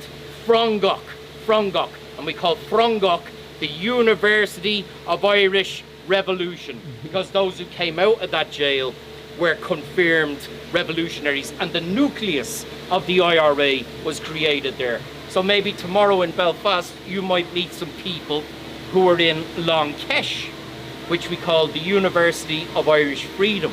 That's from the 1970s and 80s and 90s as well, okay? Yeah. Anyway, come on around here. I hate these noisy street sweeping machines. I'm old enough to remember when there was a man with a cart and a brush and he swept the streets whistling a soft tune, and now someone came along and said I can make that more imposing and noisy and efficient as well. Yeah. Look, guys. Which way am I going? This way? On through here, yeah. Excuse me. So if we just go down here a little bit, we'll come down to a plaque. For a moment there, I thought that crowd were for you, Hasan. I thought you were going to be mobbed. So Bloody Sunday happened on the 21st of November 1920, but we have more than one Bloody Sunday. We've really got 4 Bloody Sundays in Irish history. I'll run through them with you. We won't go right down because there's some people who live here and I don't want to disturb them. But there's a plaque to 3 men, Dick McKee, Padder Clancy and Conor Clune. Now McKee and Clancy were top IRA volunteers. They were the brigadier and the vice brigadier. You're standing a foot above me there already. It'd be better if I stood here. Now we look like kind of normal. I look normal. But they were arrested by the auxiliary division. They're like the Black and Tans, but they're worse. They were officers from World War I who came to Ireland. They got a tremendous pay, 3 or 4 times the wages of a normal policeman, but they abused these men here on that morning. Now, Clancy and McKee were IRA, but Conor Clune wasn't in the IRA, even though it says on the plaque that he was. He was posthumously awarded membership of the IRA. But the same day, the IRA shot 19 British spies and agents around Dublin, 14 of whom died. But they're agents, they're spies, you know, whatever. They're playing war, okay? Yeah. Then the Black and Tans and the auxiliaries drove up to Croke Park football stadium, burst in there and shot wildly into the crowd of people who were watching a football match between Tipperary and Dublin at the time. Then they came back here and they murdered the 3 men. And they released a statement, something like 3 IRA suspects were shot whilst trying to escape. So that's why we call that day Bloody Sunday, because altogether 14 and 14, 28 plus 3 is 31. But another Bloody Sunday more recently is the 30th of January 1972, when the Parachute Regiment of the British Army murdered 13, and 1 man died later, as a matter of fact, so 14 on the streets of Derry. So that's another Bloody Sunday. That's the one that Bono, who's a bit of an asshole, let's face it, he sings about that song. In fact, he was interviewed recently on the 50th anniversary of Bloody Sunday, and he said he didn't write that song about Bloody Sunday. And then all the people were going, Bono, you clearly did. I can't believe the news today. I should close my eyes and make it go away. And he said, oh yeah, I forgot. I did write about it. Okay, so yeah. Anyway. I don't know what happened to that guy. Who, Bono? Yeah. Well, he's just a lula. I've always had smoke for Bono ever since iPhones had to forcibly make you listen to U2. Yeah. His latest statements on Israel were definitely the death blow, I think. Yeah, well, look. What's going on? Yeah, it's fine. Cheers. Do you want me to take it off the tree? That'd be lovely if you wouldn't mind. Cheers. So I'm a big fan of Manchester United. Nice to meet you guys. What did you buy in next? I got a new suit, Christmas party. A new suit? Yeah, yeah. What colour? Black. Ah, sweet. Always get fun, black. guys. Nice to meet you. How are you, pal? Can we get a picture? Yeah. Want me to take it for you guys? You want to go in? Yes, please. Thank you. I knew there was a reason why I was here. Thank you. Deadly. All right. Thank you so much. See you guys. Deadly. Have a good one. All right. Mooch on. How do you feel about this constant thing, which is like fun, but it happens. It's normal. You just The get way I used to see it is, look, I'm just one guy. So without my community, without my fans, I would be, I'd just be screaming into the void. Well, be able to grab a selfie. So sorry to intrude. I'm a huge fan. Especially because, like, without, I am totally understanding of it because. Hey, thanks so much, man. I've been a fan for 8 years. Whoa! Nice to meet you. So, when I come to places like Dublin, it's like there's no guarantee that I'm going to come back. You don't know, so it's like, so you want to get it all in. Yeah, you want to come and you want to take a photo, and I totally get it. Let me show this to you, especially for your younger viewers. This is a thing called a mailbox or post box. So before Snapchat, you had to write your message and you put it in here. You never put your hand all the way in there because you don't know, you could be pulled in there by a clown or something like that. But all of these were red in Ireland in 1916. And when we got the Free State in 1922, they were painted green. We always joked that the only thing the Free State government did as regards change was to buy 200 tons of green paint and veneer over the red post boxes and stand back and go, now we have a nation. But how I know for sure that that was red, because it has ER, Edward Rex, Edward 7th, VII. Sometimes you'll see GR, Georgius Rex, and the worst of all, VOR, Victoria Regina. Let me repeat that in case people think I said the wrong thing. Regina. And she's the famine queen, as Maud Gonne called her, because she presided over on Gorta Moor, the Great Hunger. She did donate £500. Big deal. Big deal, right? That's nothing to her. That's like, I don't know, who's rich? Elon Musk. Is he rich? Is he a rich guy? Pretty rich. He's pretty rich. That's like him giving, 20 grand or something like that. Yeah. Okay, so big deal, right? Let's bring you down. I'd love to show you a little street here called Eustace Street, where we have a plaque, a memorial. Is there also a place where you can pee? Oh yeah, I gotta piss so bad. Yeah, I've been holding it in. Those 2 pints are coming out of me fast. We'll go and find you somewhere to pee. We go into Pater Carney's. Nice to meet you. You made me aware. Thanks very much. Oh, okay. Cheers. Bye. We went to Pater Carney's. They'll be. Come on, we're all right. They'll be all right with you nipping in there.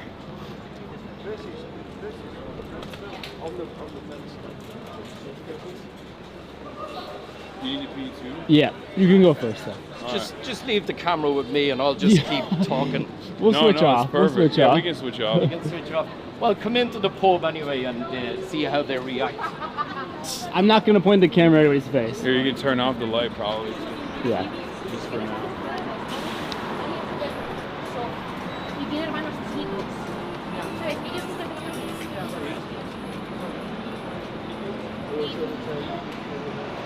It's a good pub here, named after the man who wrote our national anthem, the Soldier Song in English, subsequently translated, so it was. Pointing the camera down, chat, as to not disrupt anybody. They say we need to buy, we'll get another Guinness. If you want to get one, that's fine. Alright, we'll get it. You want to get another one? Marsh, you want another Guinness? I'll take it. Where we at? Or do you want to come back?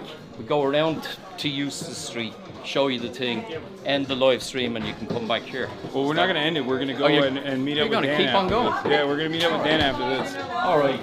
All right, you go first. Yeah. Who are you meeting up with again? Sorry. What's up? Do you want to go to the toilet first, and I'll get your points, right? No, we'll get it. It's fine. Where's the gent? All right, you hold. Right. Will I hold the camera? No. He goes first. Who are you going to meet? We're gonna go with Dan Kneecaps Man. Oh yeah, right, Yes. right, yeah. And then we're going to go see his wife perform. I believe she's a musician. Very good, And very I good. forget exactly where she's performing, but Is it the Sugar Club? I'm not sure. You might know better than I do. No, I don't. Oh, okay. But he's a great fella. Yeah. Yeah. Yeah.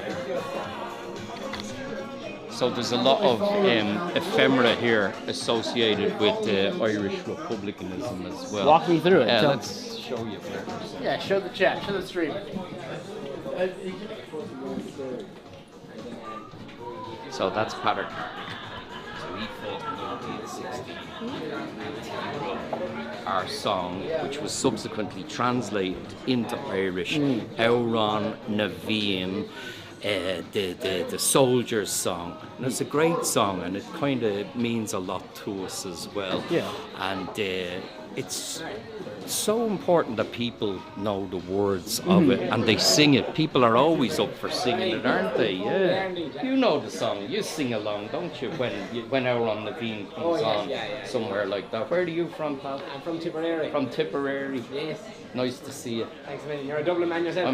I'm a dub. Yeah. Where are you from in Tipperary? I'm from Castle. From Cashel. Fair play. We were talking about Dan Breen and Sean Tracy yes, Dan Breen. and Sean Hogan as well. The hurling cup in Munster. Yeah. The hurling cup in Tipperary is still named Dan Breen. Still named after him. Yeah, fair play. Great fella. I thought there was more. There is more here. Sorry, I'm just going to show you. I seem to be somewhat confused about how much there was in my mind when I was here last. There was loads, but anyway, it's good enough that there's a photo of him there. Here's Hasan now, if you want to go and relieve yourself. Yeah. Here, will I hold that and give it to Sweet Book of Connolly. Oh, hell yeah. Thank you. Sorry, I'm a wee bit nervous, but... I'll take a picture. That's a great book you brought along there, Labour in Irish History. Probably his seminal work, wouldn't that be fair to say?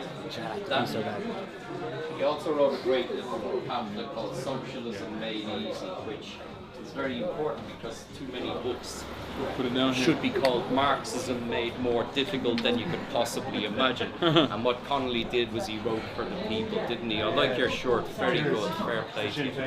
That's very good. Oh, wow. Yeah, sure. He's like the Mao of Ireland. Yeah, he's a great fella. You want one, right? I won't bother you guys for too much longer, but it's nice to meet yourself. And Nice nice to to meet see you. you. Thank you. All the best. All right. All the best. Let's go grab two right. Guinnesses and well, then... yeah, look, do you want to talk to your people and I'll go and get No, a no, drink? no, I got it. You want me to talk to you? the Talk to people? them while I go get it. You want it? No, I'm all right. I'm all right. Just don't know what to say now. I'm going to clam up, haven't I? No, it's Hasan is doing a live broadcast with me. It's live now. You know, this is like when you're having one of those nightmares in life and somebody says to you, here you go. It's like that fella who came for the job in Channel 4. Do you remember? He wanted to be a cleaner and they brought him on to do the news or something like that, which is pretty good. I don't know, the internet. Instagram, I'd say. Something like that. So, I might as well tell you, my website's called 1916rising.com. That's 1916rising.com. And here, check out my Instagram as well, which is called 1916 Walking Tour. And I have a shop online, but it's closed at the moment, but I think I'll open it tonight. It's called LORCANCollins.com, LORCANCOLLINS. Let's see, I have 83 new followers on the Instagram. Well, thanks very much. I'm delighted with that, so I am. So anytime you come to Dublin, I'll give you a walking tour. I'll walk you around the streets and tell you a few stories about our revolutionary history, which is so important to us, isn't it? There's Hasan there. I said nothing while you were gone. Oh, all right. Well, except the guys to promote that are myself. the guys that are sitting over there apparently are fans too. But they were just like, no. Who is it? We were just the guy sitting over there. We were just randomly. They were at this bar already. Oh, is it? But the boys here on the left. No. The Dudes group here. here. Oh, But I don't know. he poured it. He poured the Guinness, and it was all head, right? All right. And I was about to pick it up. He goes, no, it's not ready yet. Yeah. You gotta pour the first bit and leave, say, this much space, and then let that settle, and then top it back up then like that, right? What's the gig you're going to tonight? Do you know? Yeah. Thanks, pal. Thank you. Do you know the name? I don't want to say the location that we're going to, okay, don't. but I think I was wrong about what I said earlier on. It wasn't there where I said. Oh, okay. Yeah. Right. I'm sure. Is that razor that you have hanging around? It's not sharp, is No, it? it's not. It's kind of worrying me a little bit. No, it's not. Well, wait a little bit until it goes completely black, because I don't know why. It's just the rule. It's kind of got to settle a little bit more, it's so fine. it does. Yeah. The way it makes it taste better. Right, it does. I was just saying I have 83 new followers on my Instagram, and I'm so delighted. You've doubled my Instagram. Okay, that's not enough. We got to get more. We'll get them. And what else are you on? YouTube? We're on every social media platform. Yeah, even Twitter. Oh, Zoran met with. Unfortunately. Before it was the cesspool of racism and fascism. Exactly. Right. Good for you. Well, I'm kind of sorry I left as well, because I did have a few on there. You know, I had a reasonable number, but I just kind of got a bit tired of it. No, I feel you. It's so bad. It used to be a pretty solid social media. It's so bad. Yeah. It's not worth it. I just stay there because I'm stubborn. Yeah. You're and hanging I duke in there. it out. Hoping somebody will buy it. Well, even if, it's not even that. It's just, it's a fascist cesspool for sure. At the moment, but for sure. It's not even about hoping someone who buys it out. It's just someone's gotta stay in there and keep yelling at these people. You know, tell them they're wrong. Yeah, I suppose otherwise you just hand it over, don't you? Do you want to sit down for a little bit there? Do you? Sure, a couple more here. Yeah, of course. Oh yeah, sure. All right. No, you're good.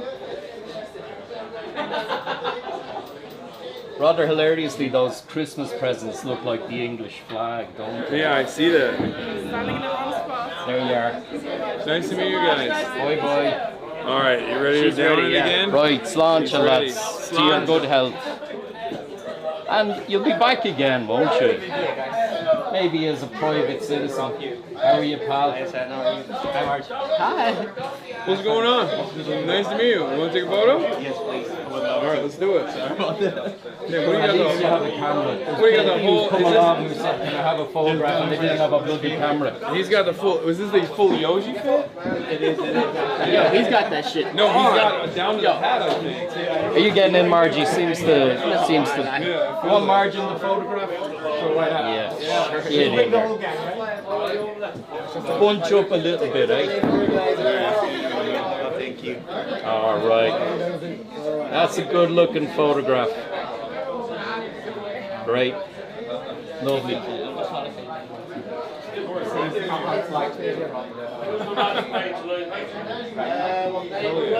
Nice to meet you.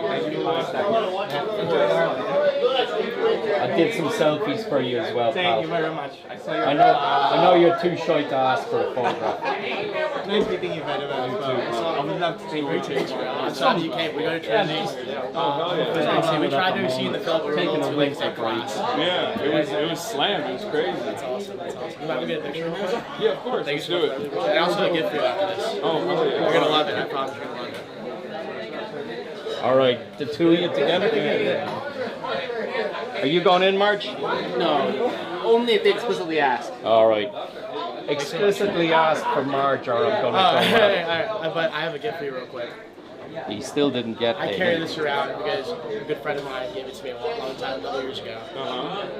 What is that? It's a woke mob card. And I proudly walk around with it. I want to give it to you.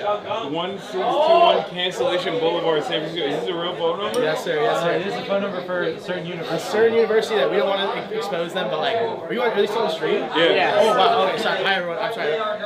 A certain university I don't want to expose, but it's pretty fun. I hope you appreciate it. Thank you. But yeah, it's great to meet you. I appreciate you. Thanks for coming out. Love Dublin. It's awesome. We're gonna grab a drink. Is that? Yeah, go ahead. Yeah. Awesome. Thanks.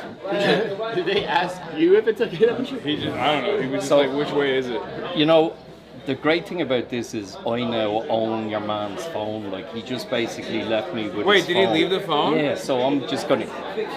I need to crazy. ask you what the moral situation is. Should I return it to him, or will we go for it? What's up with you, dude? Hey, dude, I'm sorry. Is that my phone? No, this is mine. Oh man, please, please! I just lost it. No, I'm kidding. I appreciate it. Thank you so much. You want to take a photo? I'm doing the point of the stream. It's kind of a screenshot. You can jump in as well. Yeah. Let's do it later. Here. I think that's long enough on stream now for me. That's tricky already. But thanks a million. That's a good one. Nice to meet you. Wow. Everyone's so nice. Wow. No, Ireland. Yeah, I'm delighted everybody is nice. And I mean, the majority of people in this town are bang on. They're deadly. They're cool. And the nation, you know, I'm so Dublin-centric, I'm sorry, Yeah. but... well, the thing is, like, we know this is... Thank you, sorry. We got... oh, there it is. There's the proclamation. So you know you're in a good bar when the proclamation is up. Yeah, exactly. That's good to know. And also if you go into somebody's house and the proclamation is in their hallway, it's the kind of a good house. I always feel more relaxed in somebody's house when that's hanging there. So that little proclamation I gave you, you got to put that into an A5. I'm going to put it up. Thing, stick it in your, just above your bed, eh? Yeah, I'm going to put it in the entrance. So presumably you have marks and angles above your bed, though. I have right? a bunch of stuff, yeah. But yeah. I should tell you, and my wife will kill me for this, but we have a massive, massive portrait of James Connolly above our bed. And I must be the only Irishman who gets away with that in the bedroom. Why don't you come over tonight and we'll do a live stream from my bedroom. Might be, we got some other stuff. Yeah, you're busy. You're busy, eh? Yeah. Okay. All right. Are people still tuned in? Also, oh yeah. We have to go to the other place too. So let's finish on. Let's finish with me. I'll show you this plaque to Frederick Douglass and just tell you that because that's a pretty important. Yeah, no, absolutely. I'm very proud of that plaque as well. I think it's a cool thing. I never saw two lads to drink so quickly. In all fairness, these are great. Yeah. What were you going to say? Well, we're on a tight schedule, you know. Yeah. How do I get the books back? Oh, I'll drop when I'll take you to my hotel. It's near. Yeah, it's by where we were at. We'll work out some. Yeah. I have your number. See, I didn't forget. Yeah. I'm still on it. Are you coming back to Dublin? Or sure, we'll swing by the bar. It's only close anyway. The International. Right. Yeah. If we can. Oh, is it close to the next location that we're going? Where to? are you going? Oh, you don't want to say. Well, yet. I mean, we're going to the hut. Okay. Yeah. All right. It's good. See you, lads. Are you two married? Your brother and sister. Well, definitely don't get married. That shit goes down in Tipperary, all right, but not in Dublin. Thanks, guys. See you, lads. That was close. Luckily, I didn't say anything stupid.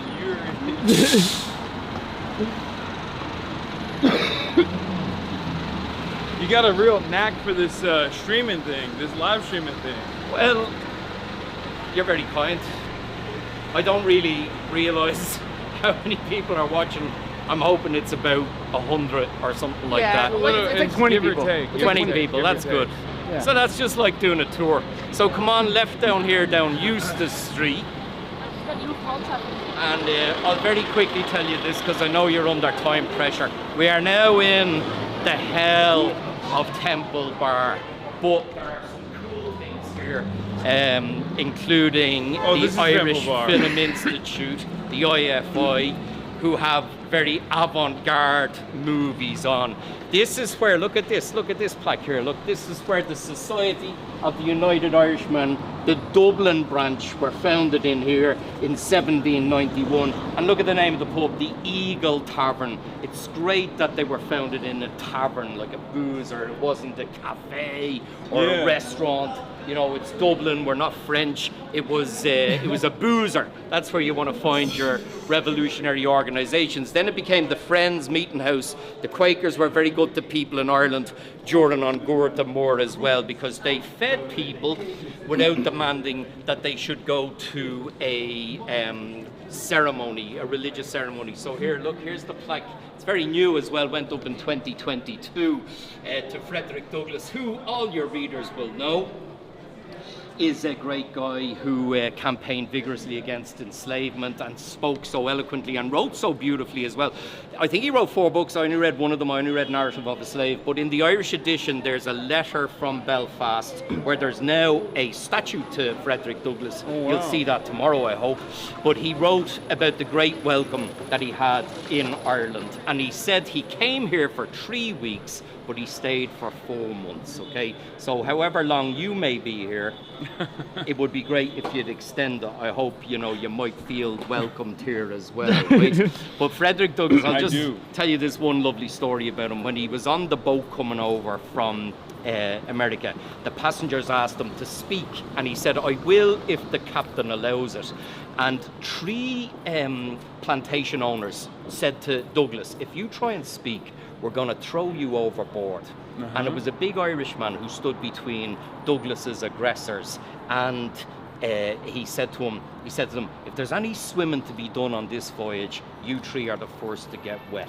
So isn't that beautiful that Irishman stood between him and maybe saved him? But he had a great welcome altogether. He said, I felt for the first time in my life in Ireland that I was truly a free man. Not once did anybody say to me, you cannot come into this establishment because of the colour of your skin, which is very cool, all right? So look, I should shut up now, eh? No. You've been doing an amazing job. Yeah, but you got to go somewhere else. In now, my experience, with my limited experience at least, like I joke about this because I saw the Obama, the gas station dedicated to Obama, but like Irish people are very they're very white, but they're very white on the outside, but inside they resemble a lot of qualities of people from the global south in many respects. I like that. You for 5 years. Oh. You've been standing there for 5 years? Oh my God. You want to take a photo? My phone is like that, so. Want to do a screen photo? Screen photo. No, it's screened. I'm sick right now, but. Oh. Have a great time. Okay. What's wrong with you? Is it your ears? Oh. Okay, it's just a little joke. I'm sorry. Okay. All right. Bye. Sorry. I don't know. Look. Look. No, you're a riot. You're great. I did whatever it was. I hope it wasn't catching anyway, because so let's hope it was for years, because that's it. That's what we're gonna get picked up in originally. Serious thing, yeah. One of those. A Land Rover. No, but the Garda one that the Kneecap Boys have. Oh yeah, the Range Rover. Yeah. We definitely have to take a cab there. Oh, it's far? Yeah, it's a bit far. It's a 10-minute ride. Yeah. How long is the 35 walk? minutes. Yeah, you won't walk. Well, you won't walk. Okay. Well, here, look. Let's go get your books, will we? And Okay. then we'll show you where to hail a cab or jump it. Or you call a car, and it'll come to you at the International Bar and pick you up there. Isn't that a good idea? Sure. Knowing you two, you probably have another pint. Maybe. Man, you should be sponsored at this stage by the Guinness Corporation. You're right. Yeah, let them know. Or Diageo, as they call themselves now, because they got bought out. Yeah, they got bought out by some scum organization with heaps of money. So what's the new beer then? Wait, it's still Guinness. It's still I'm saying instead of Guinness, what should we be drinking? Yeah, what's the? I don't know any other drink. Whiskey. That's crazy. Whiskey So like the original, I mean, Guinness is like it's got a long tradition, right? Yeah. Look, there are drinks. Well, but wasn't like- Guinness originally? They were.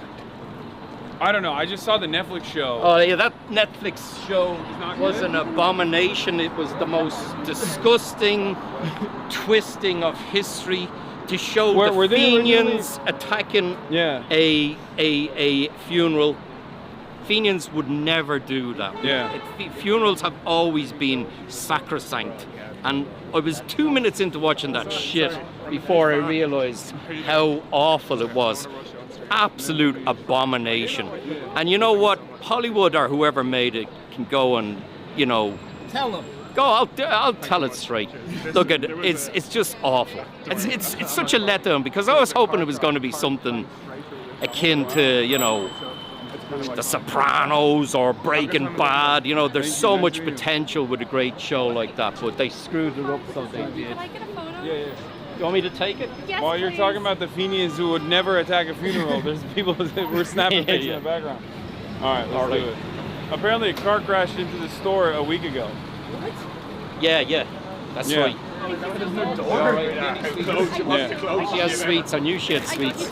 Oh! It's like traditionally Irish. Show them what that is. You're right. Oh, cheese and onion. Listen, that is great, but so is King. We gotta Let's rip be it. fair here. No, Tato is better. Tato I'm King. gonna pull it right in Some front other of good you. stuff. Kyo's are good. O'Donnell's are good. Let's give them all. But that is the number one. Yeah, cheese and onion.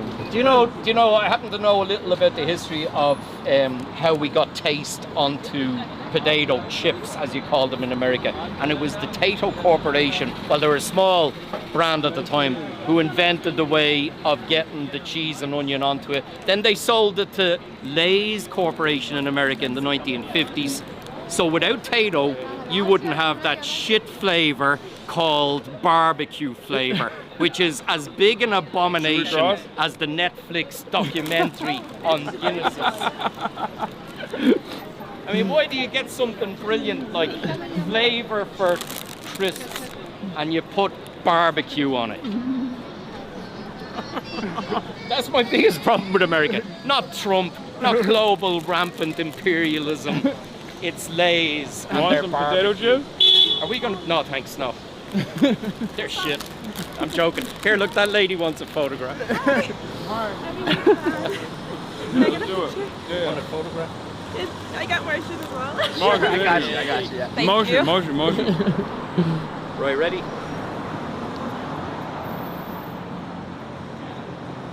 And look what's behind you there. Look, full of cars. All right. Nice to meet you. Nice to meet you. Bye bye. Are you American? No. Why do you say awesome?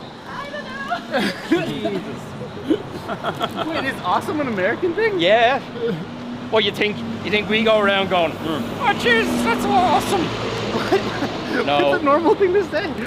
This is a very famous sign. I love it. I think it's got a protection order on it now. Why go bald? And it used to flash on and off. One minute he has no hair, and the next minute he has hair as well. Famous in The Butcher Boy, a great book and a great movie as well, as a matter of fact. They're very good with points, by the way, the Tato. And look at this. Yeah, it is. Huge Delicious. proclamation, you see? Yeah. See how important it is to us? There's a little mistake in the original proclamation. There's an upside down E. Oh yeah, right there. Where? Very well spotted. And I like it because, you know, Persian bookmakers used to put a mistake in on purpose because only Allah can do something in perfection. So they would point out where the mistake was. Do you get it? And like this, I think that the upside down E is for a little humility. Even though it's a mistake, they spotted it, they left it in. It took so long to get it ready for the printer's block anyway. They hadn't time to go and do it all again either, so they didn't. You want to get a picture with Hasan? You want to get a picture? I'm sorry, do you mind? Can I ask you to take a picture? Yeah, it's what I've been I'm so doing. sorry, I didn't want to interrupt. I'm holding the camera. No, I'm saying like here. Take I'm good. some. I'm good. All right, ready? I'm just these are the photos I'm taking with Tato. Did you bring a gift? No. You got my bag? No. He's joking. Cigarettes, money. I can It's a Wednesday. All right. Thank you so much. Nice to meet you. Come on, let's go. It's a Wednesday and people are just on the street. Well, people are already they're in the Christmas spirit of things. And a lot of people are already starting this. Oh, excuse me, sorry. Is this a tradition in America, the 12 pubs at Christmas? Did you ever hear of that? The 12 pubs at Christmas? Where you wear a stupid Christmas jumper and you and your mates go to 12 pubs. But rarely do pubs let them in. They don't really want that kind of business. And also, by the time you're at your 8th pub, you've all separated into little groups, and you know the worst drinker amongst you is lying in a gutter dying. A pub crawl. Yeah, it's a pub crawl, but it's called the 12 pubs of Christmas, like the 12 I think days they do of it. They do Christmas. different versions of it where they dress up. All right. I think they do it for Halloween and they do it for Christmas too. I think, but it's not the same as 12 pubs. Yeah, well, it's a big thing, and it kind of happens around about now as well. So yeah, it is a Wednesday. Is it a Wednesday or a Tuesday today? Tuesday or No, Wednesday? it's a Wednesday. Wednesday. So people are already in the Christmas buzz, I suppose, getting stuck in. So you like Tato crisps? I do. There's a place. It goes great with Guinness. There's a place called Tato Park, which is like not a Disney place, you know, like roller coasters and stuff like that, right? And it's where they make the Tato. So it's one of the most famous parks there. So it is like there. How are you, pal? Wow, they got a whole Disneyland. What do you call a park like that? Fun park. Theme right, park? Theme park. Theme yeah. park. Yeah, so like Duff. It's like Mark, Duff. hold for a second. Let me see. Duff Land or whatever. Oh, yeah. I think we're still good. 91%. No, is it still charging? No. Oh, okay. Straight. I gotta swap it real quick. 1 sec, sir. All right. He's replacing my battery. He's making sure that we're still good. You're good.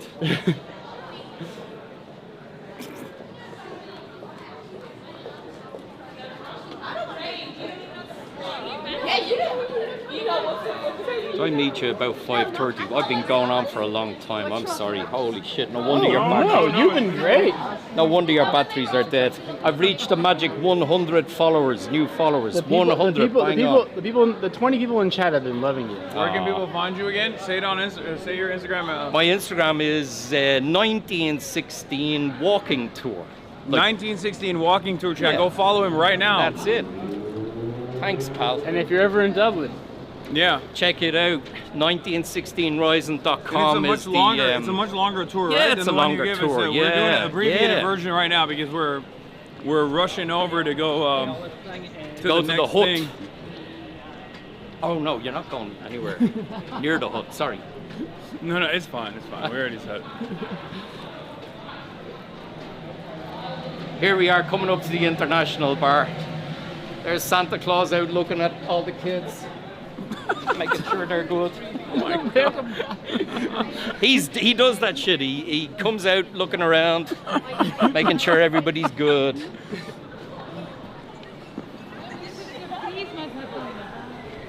Right, we're back to the International Bar. You grab your the books and then we call the cab, right? Hello. Right. Okay, I'm gonna point the camera myself to not film any of the patrons. Do you want to pee again? I'm good right now. I can wait. And that guy's the man. Yeah, it's awesome. This is why I said, like, when I met the Kneecap Boys, I was like, automatic. You rarely ever meet someone automatically and you're like, oh, they get it. Irish people, they get it. They get it. From the start. Their starting position is getting it. Many Americans, unfortunately, they don't get it. You gotta work them into it. All right. Oh, on the floor, give me the cash. Here we are, the Irish Republicans in Dublin City Centre. I don't know this. You got the New York, you got the hat that says New York on it? Hey, come here. New York, look, I'm wearing the New York colours today. Actually, in honour of dead Zelensky, because he just got killed by the Irish government. Don't say that. So, don't say that. In case that happens. Anyway. La. Anyway. Right. Oh, come here, I'm going to give you a thing. You know the Dubliners, the first ever time they met here was in this pub. the international bar. My father introduced Luke Kelly and Ronnie Drew together in this bar. And Ronnie turned around and goes, I don't play with phobies. And Luke was, my dad said, you have to listen to this bleeding dude. I'm not. John Malloy, wasn't it? Yes. Yes. John Malloy, actor Dublin. Yes. Yeah. Matt's And father. you've got to realise, my grandmother was born next door. My grandfather the door after that, 1881, 1883. My family lived on the streets since 1790. He's fucking ancient. 50 years of age. I You're am. more than 50. I am. I'm 50. Well, I'm 56. How do you look like fucking 80? Oh, I look like better than Lorcan. Look at this. I wouldn't have said a day over like 40.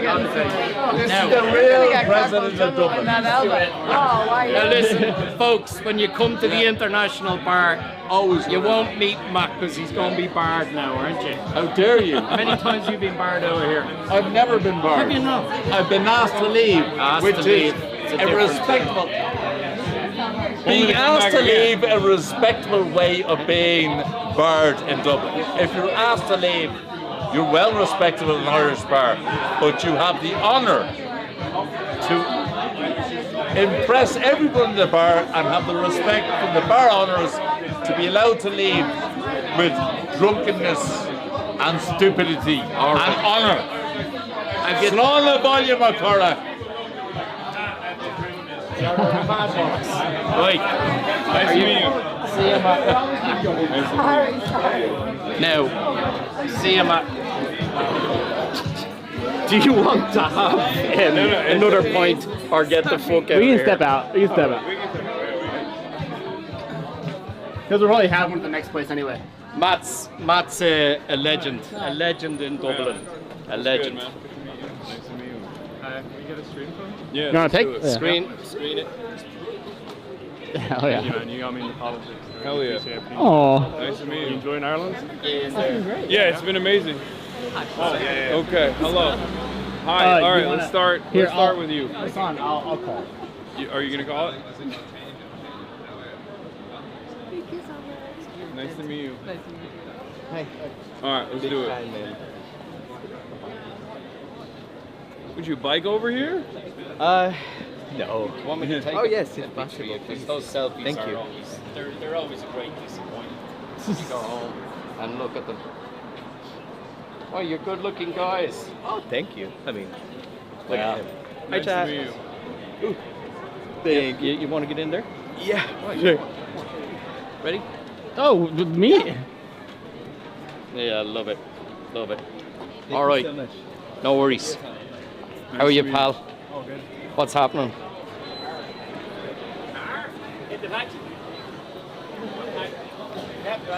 Deadly. Nice to meet you, man. What's up, man? Yeah. I'm just chilling, man. I'm visiting Dublin. I'm learning about the revolutionary history of the Irish. Oh my God. Chilling, man. Chilling. About how the Irish gained independence. For this part of the 1 nation. minute. Yeah. For this 26 Not full yet, counties. but Not it'll full happen. yet. It'll But that be- United Hey, Ireland is coming Chucky down the Arla, line. right? You got it. All right, perfect. Nice to meet you. Good to meet you. Thank you for watching. There you go. What's Aw. Enjoy Dublin. Oh, what I'm happens. enjoying it. Nice to meet you. Oh no, my forearms are strong. We're going to Belfast tomorrow and then leaving Strong's on nuts. Friday. Okay. Because we got a See ya, pal. award ceremony to I'll hold this through Saturday, protest. Streamer Awards. Oh, Do you want me to take a picture? Oh, no, I'm grand. You're grand, are you? You must be working for the You don't government. want to take a photo? No, just chatting to Oh. All right, Aw. nice to meet you, man. Nice to meet you too, bro. Yeah. Welcome to Dublin. How are you, Welcome pal? to Ireland. Thank you for watching. Did you run here? Ah, I Jesus. spotted you earlier on. Monkey D. Luffy, nice. Yes. All right, you want to take a photo? Cool, yeah. Did if you I ring could a please. cab? Yeah, let's do it. Yeah, I do. I'm Deadly. Lorcan. 1 minute. Nice Yeah, to meet how you are you, as well. pal? Hi. How's it going? And you too. I love your Thank you. moustache. I tried to Thank grow a you. moustache there recently, but I looked like a fucking nonce, you know. Yeah, it's tough to pull It off. really is. Oh, wow, that's cool. Good advertising for Butler's Chocolate Cafe as well. All right. Great, thank you. How are you, Mrs.? All right. Yeah, that's Hasan. Oh, such fun. See you, Nice to And meet we you. met you at a Bernie rally with my daughter. We just love you. You met me at a Bernie rally? Yeah, my daughter did. Oh, your daughter did. We love you. What are you doing here? I'm just visiting Ireland, learning about Ireland's struggle towards independence. Yeah, and you know that how pro-Palestinian you are. Oh yeah, no, I know. Yeah, it was great. We've been get a chatting. picture of you. What book My did you buy daughter. in Hodges? I bought. Somebody I'm going through the New York Times. I'm going to go back on Proust. Believe it or not, I'm going to start. Hang on, hold on. This is ridiculously intellectual. Sam, I'd love to get you a book. Fair play. Have you read? I got so many. Shameless Look. All he needs in life is those two books. Yeah, he wrote this Tan one. War and James Connolly. Learn everything about the whole world. And a bit of Proust. You ready? You must be teaching, are you? Well, my daughter, we actually live in Los Angeles. Yeah. So yeah. Hang on. So I can't wait to send this to my daughter. Just look wait. at that. Thank you for your work. Thank you course. so much for your That's work. us. That's really cool. That's us right there. All right, There last you go. one. Last one. Thank you. Bye. All right. That's our. You're brilliant. Our car is here. We gotta go quick. Look at this badge this dude has. Tom Clark. Oh, it's not. No, that's a Guinness. Just a Guinness. Shit, thing. I'm seeing And a things. communist star. Thank you. That's our car. See you you, were man. amazing. You've been alright. Yeah, You were amazing. spectacular. Thank You're you great. so much Thanks for everything. having me. You know, it's brilliant, right? Shout it out Such for a the pleasure. Shout out. one more time. I Your hope to Instagram. see. The Instagram is 1916 walking tour. Don't do the Twitter.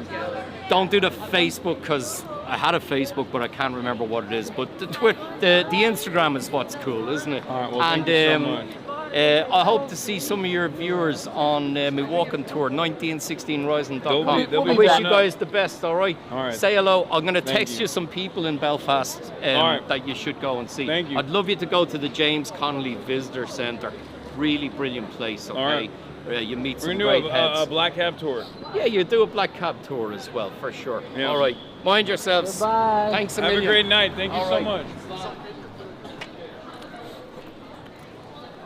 Chat. Everybody give love to Larkin. That guy was awesome as fuck. Not gonna lie. From Mauricio. Yes. I had the big guy here with me too. Sure. All right. Last one. Have a good one.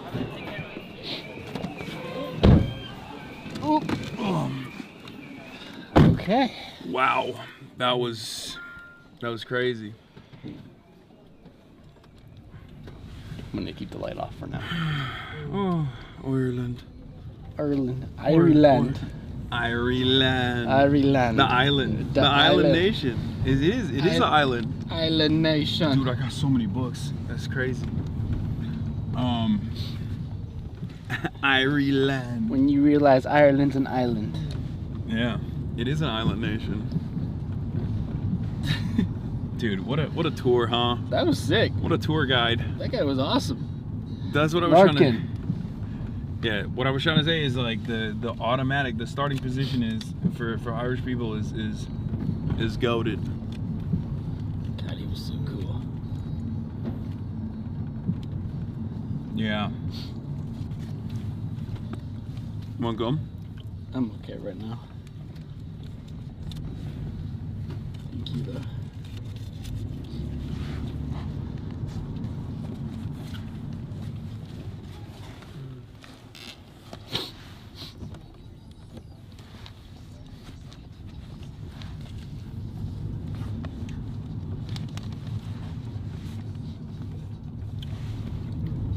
The Irish Guerrilla Campaign.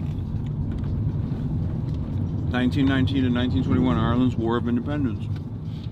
By LORCAN Collins. Wrote a whole ass book. I think he wrote multiple.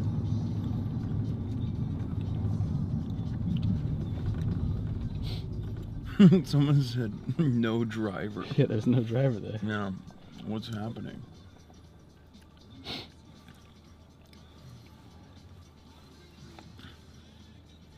It's another British holdover. Driving on the wrong side of the road. Ooh. Chat, did you guys have a good time with that?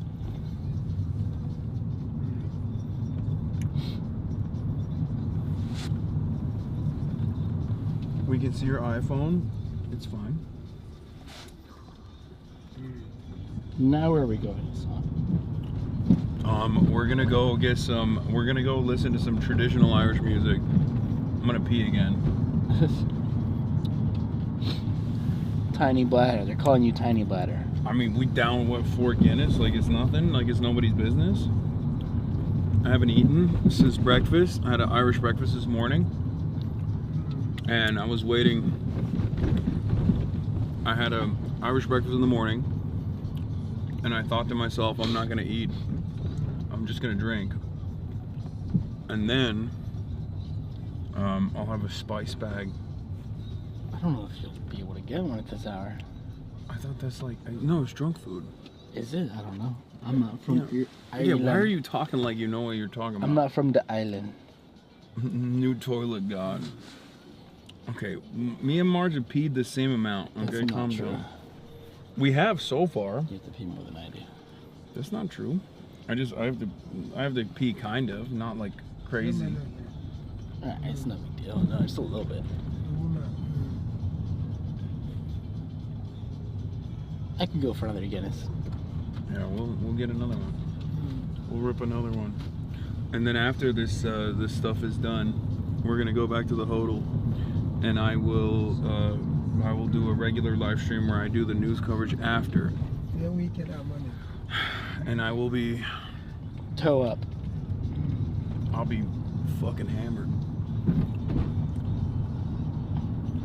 Why did Marchie pull a Jamaican accent there? The island? Because it's an island nation. It's an island nation. Yeah, Ireland. I'm an island gal. What you mean? Yeah, you are. If you're Irish, you're an island gal. You're an island boy or you're an island gal. Peak content incoming. Buzz the news stream. Oh my God, there's still a motherfucker in the chat going, and then dispatch. Garda. Classic. Island gal.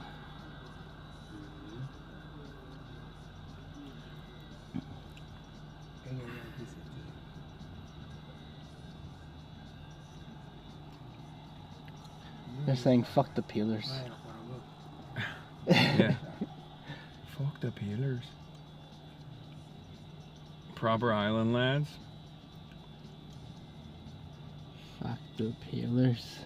You switched up on Blonde Blazer so fast. Where's she at? That's crazy. Boosted to 7K followers on IG. He's up 3K followers at least today. Good. That's crazy. I love that. Did you go to Grogan's Castle Bar? No. Have you tried a spice bag yet? No. Working on it. But we will. Kneecap when? In Belfast. Tomorrow. Tomorrow? Next street. Tomorrow? Also, you gotta remember, the boys are touring all the time. Like, they're literally coming back. I think they're coming back tomorrow. And we're still linking up with them. Why are you FaceTiming? What is happening? My friend FaceTimed me. I was like, I'm live right now. That's crazy. He doesn't know I'm on the island nation. You zooted, bro? What's going on? What do you mean? That was behind the lens. Nobody saw anything. You're a little hammered? A little hammy poo? That's one of my boys. He knows. He knows better. He said, oh my fuck, I just missed you. You should do a tour led by former IRL members in Belfast. Who's to say that we won't be doing that tomorrow? It's an interesting suggestion, Chatter. Perhaps that... Maybe there's an early stream tomorrow too. Perhaps that might be in the works already, and it'll be a much earlier stream tomorrow actually, because tomorrow we're going to do a Black Cab tour, and we have an incredibly special event for you guys. It's going to be at 2 p.m. Belfast time, so that is going to be like 6 a.m. or even earlier than that. LA time. So wake up early. So wake up early for that one, and the reason why we can't do it later is because unfortunately Belfast is a little bit trickier to do that kind of live streaming in at nighttime, or at least the places that we're going to be going to, and therefore we won't be doing it at nighttime. We can only do it in the daytime. So It's probably gonna be 6 a.m. or something like that. What's 2 p.m.? Around like 6 or 7 a.m.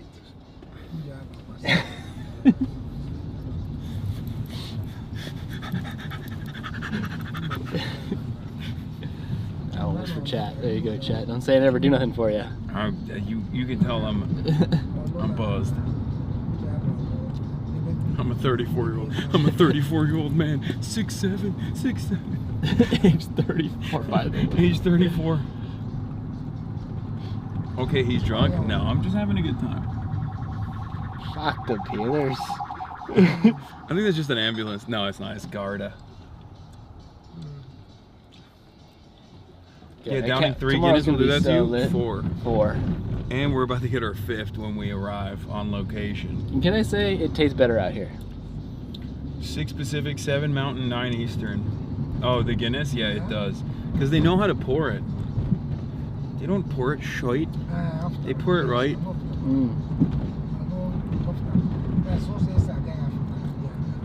Motherfuckers always policing a man having a good time in the chat. It's true. I'm saying. That's right, dude. You need to fucking chill.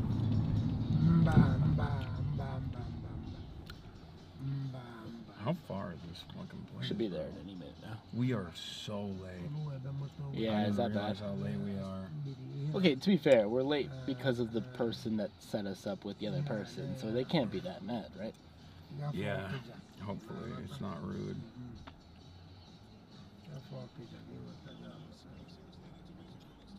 Finally, is UK viewers eating good? Is the city still shut down? Happened to us too when the Pope visited and we had to lug our bags across the city to catch a train. No. No, it's fine now. Dude, I can't wait to get the fucking crazy Zins out here. They told us at Trinity College the students were all Zin heads too. They were Zinners, they were Zinfidels. And they told me that they have Zins out here, like Zin branding. But it's like up to 15 milligrams. Dude pulls out a fucking nicotine patch, or nicotine pouch. And he's like, this is a level 3. And it was 10 milligrams. I couldn't believe it.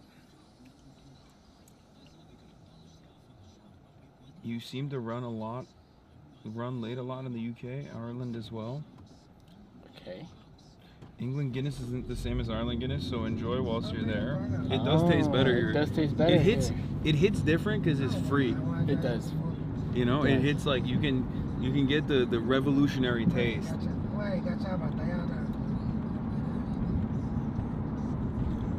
This is the house for spice bags, my friends. Xi'an, right?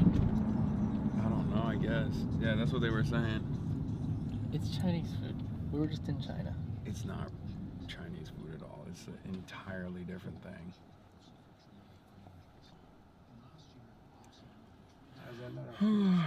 Let's see. Let's see how far we are from this fucking place. You put the right address, I hope, right? Probably.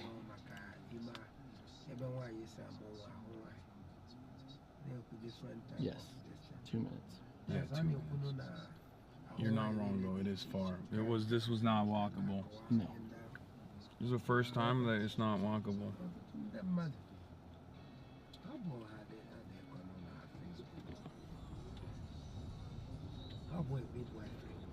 She's just educated.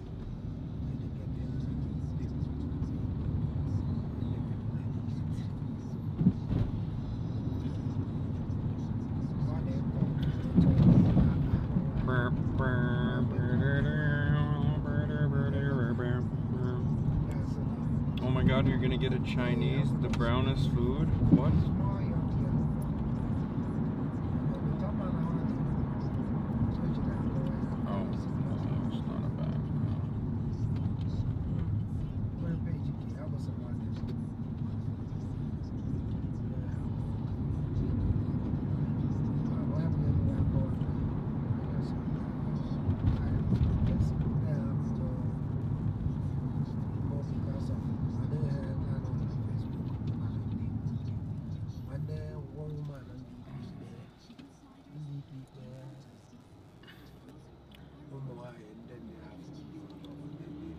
They have zins without pouches too. Don't try chatter. Zins without pouches. That's crazy.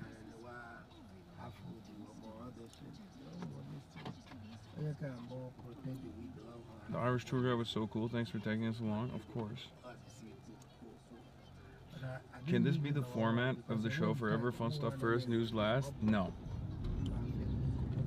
That's how they say it over there. Going to get a Chinese or going to get an Indian doesn't sound right to our American ears. Going to get a Chinese? That doesn't sound right. I don't like that. Did the cab driver voted for Zoran? Yeah, I don't think he did, man.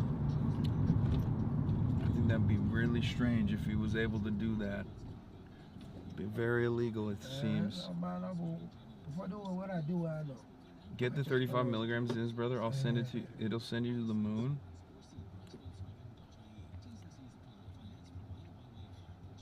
Where are we going now? We're going to another bar.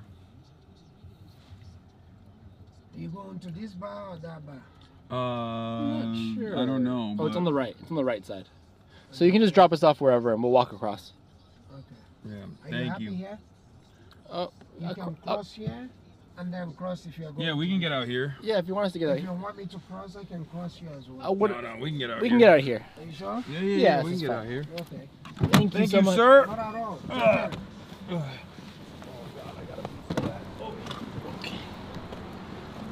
Need help? You got it? I got it. What the? I gotta grab a bag. What do you mean? Oh.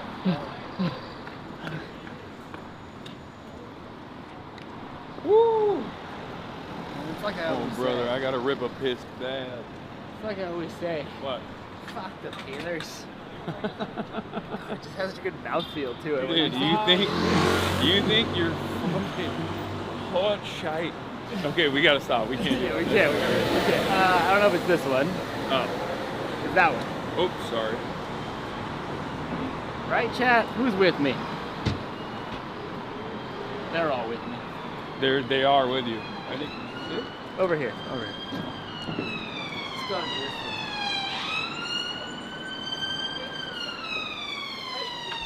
Oh, thank you. Oh, it is. I wonder if this is. Are you sure this is the right place? Welcome to Dublin. Hello. I just saw you there. I was following the stream and I just mentioned where you were going. I live literally a stone's throw. Oh, So I nice just to meet you. wanted We're live right now. Yeah, You want to take a photo? No, it's fine. This is the No, right it's spot, fine? right? Yeah. Yeah, I'll let you do it. Oh, right? no, you're right. It's the one on the corner. Oh, it is the one on the corner. Yeah. Okay.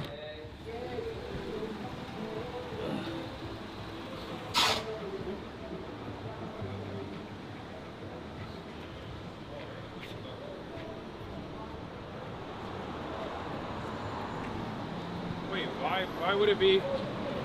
But he told us a different name. No, it's the please use their door. Excuse me. But a Scotty boy come here. Is this it? I mean, it says the one on the corner, which is.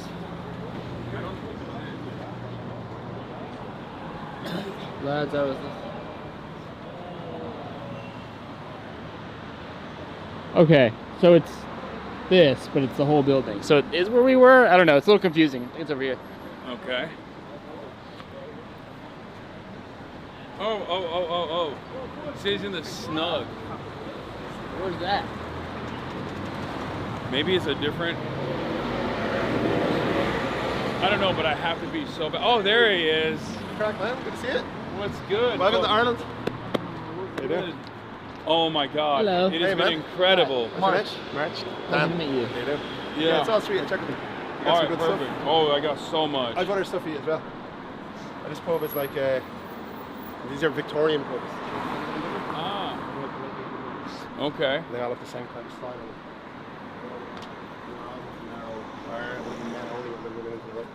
Oh wow. That's crazy. Well, I have to pee real bad. I'll show you where it is.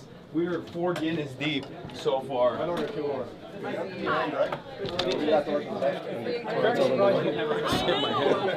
realize. Yeah, good, how are you? Yeah. Excuse me, sorry. I contemplated just This is a crazy. Yeah. Oh, it's a weird one. It's actually snug. Oh yeah. Yeah. Oh, this is insane. Okay. But the toilet's in that corner. Where can I put this stuff down? No one else steal them here. Neat dresses essential. No tracksuits permitted. I like that. All right. Okay, where's the better? Into the left corner. You want a pint, yeah? Oh, yeah, 2 for me. Yes, I'd love one too. How's it been so far? It's been fantastic. Thank you for setting us up with. Cool. I've got some stuff for you tomorrow. I need to. He was so cool. Yeah, he's great. Yeah. He's great. He Chat, knows his stuff. community loved them. We're still live, by the way. Last week. Yeah. But the community loved them. It was so good. It was so fun. Yeah. Thank you for that. Where did he took you out for about 2 hours? Yeah, he took us all over. It showed us a bunch of awesome stuff. He was just. Honestly, I don't even think he realizes this, but great on-camera personality. You can tell he was being himself too. He was not playing it up for the camera, but it was great. Chat loved it. It was awesome. Where's the best place for me to stand? I don't want to get in anybody's way. I'd say just here. Let me just ask. Is it okay if this is March? He's just going to film a tiny bit from here. Is that all right? Thank you so much. I don't want to. Actually, I have a friend from All right, Chad, I'm going to try to give you a good angle. It's kind of tight in here, though. I'm going to try to give you guys a good angle and prop you guys up. They're going to play music, so I'm going to try to turn the mic down so it doesn't blast your ears, but I'm also going to be watching chat, so like, if it gets a little hairy in terms of the sound, let me know, and I'll either adjust or just save you guys, but I'll be watching chat. But I'll set you guys up right here, just so you guys know where I'm setting you up. There is an inch of space. I'm not a chopped cameraman. I'm just working with what I got, okay?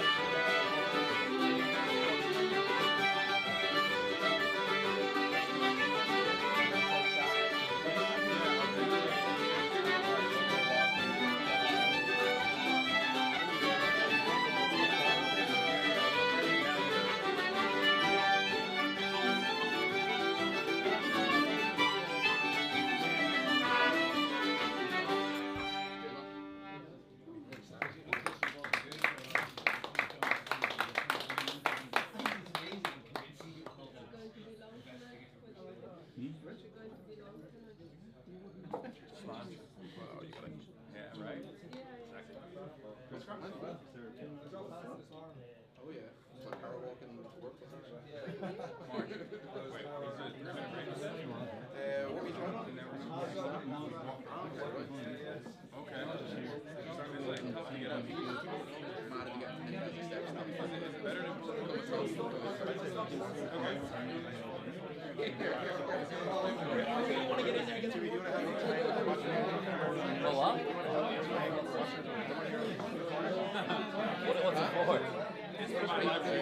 Oh, it's a trad session. Where they play tunes and drink pints. This right here, this instrument that he's playing right here, it takes 12 years to train. There's only like a bunch of 100 plus people that know how to play it. Right? Did I get it right? You say 21 years. 21. It wasn't even 12. It's 21 years. Practicing. What was it? 7 years. Learning 7 years. What's it called again? Illenpipe. Illenpipe. That's the most insane thing. I've never seen something like that before. Sorry, I don't want to be in your way. I'm just like trying to. Oh yeah. What's What? What more do you know about the Illenpipes? They're like the inside version of the bagpipes, but there's more harmonic options because there's regulators on them, so you can do chords.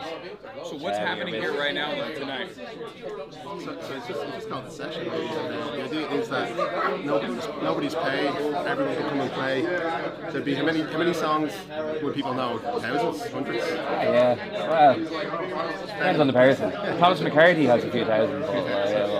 Most people would only have a few. Some people know thousands of songs, and then it's all ages. There's probably 6 different instruments. Sometimes to sing, and you might have to sing. You sing? No. No? No, not even a little bit. Really? Breno can sing. Do you sing? Not only can I not sing, but also I don't know any songs either. I have no recall. Really? Chat. Dan is the manager for Kneecap and a bunch of other very famous bands and music acts. Oh, it's just Kneecap. Well, oh yeah, but okay, he's just Kneecap. But just Kneecap. He's the manager for Kneecap, but also, for me at least, probably one of the most interesting people I've ever met in my life. We met at Coachella, and he's the man. You work for the UN, right? I used to. I used to work at the UN in New York. Yeah, you used to work at the UN in New York. I don't know how much you explain about your background and your public life, so I don't know. And he also managed the football team. Yeah, and they did an exhibition match for a team from a Palestinian team, famously. And then I think there was a documentary about it or a movie about it. Yeah, it was the first time Palestine ever played in Europe. It was May 2025. So UEFA played, Israel played UEFA competition. They play in Europe all the time. Nobody had ever invited Palestine to play, so we invited them, and it was a club team against a national team. And it was pretty sad that like 2025 is the first time Palestine ever played in Europe. And we had a game like 10 seconds through the pub here, and Palestine won 2-1. And we raised like $250,000 for charities of Palestine. The Irish president came. It was a beautiful day of just using sport as a positive thing. What else do you do? He's a very well-traveled guy. He's the man. Kneecap keeps me pretty busy at the moment. Yeah. With the football and Kneecap, and try and travel around a bit. That's gotten harder the last year. I know. They got severely restricted in where they can go. It seems. I knew as soon as the Coachella stuff was like blowing up, I knew that they were gonna cut the American tour. Unfortunately.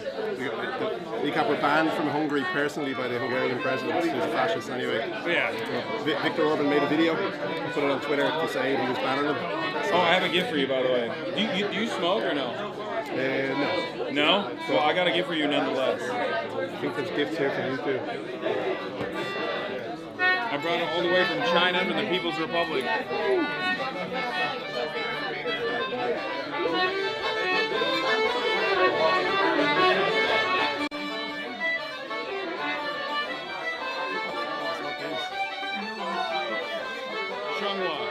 I'll take up smoking just for this.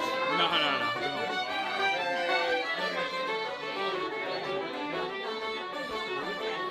For me?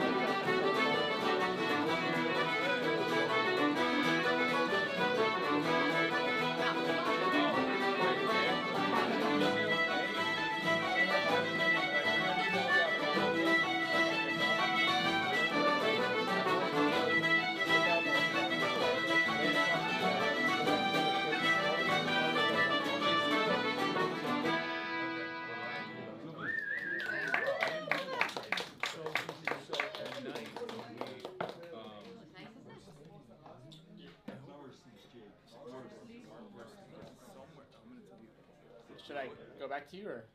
Yeah, you can pull up. You're open with it? No. Someone coming back. Well, don't say it. Don't Yeah. say it. Yeah, I know. Don't say it on camera. Okay, but it's fine, right? Like we're okay. Yeah, you're the So,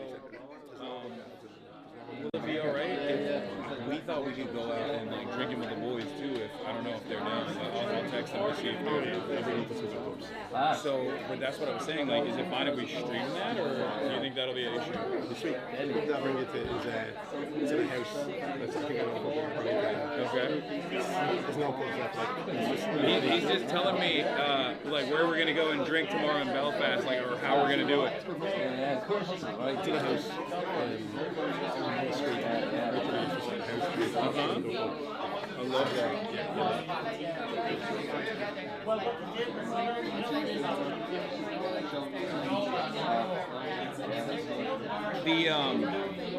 The instrument Dan was telling me that they're playing in the middle that looks like an accordion is called a what, concertina?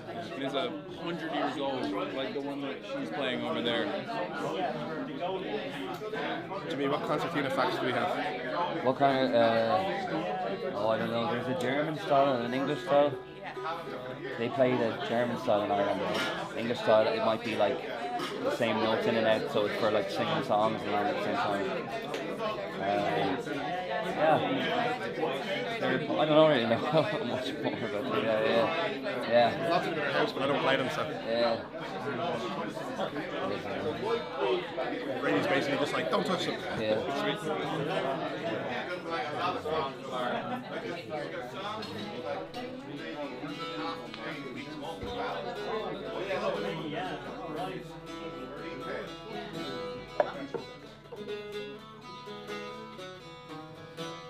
I'm gonna set you guys up again, check. That's oopy.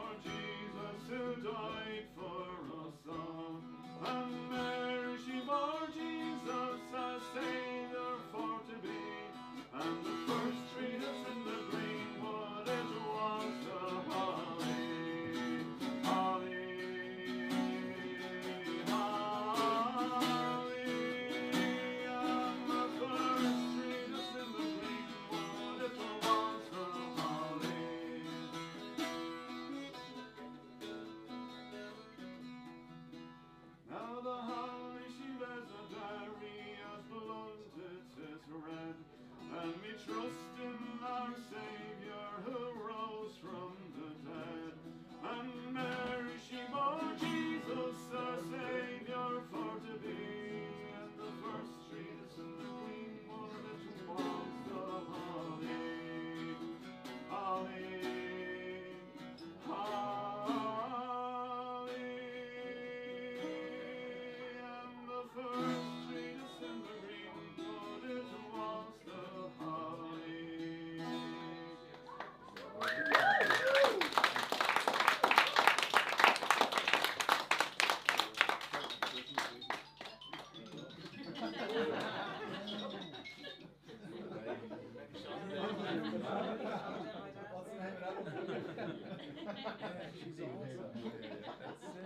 I love her. Oh,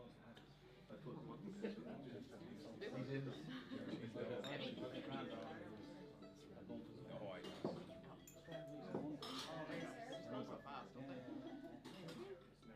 He loves people. He loves people. China was.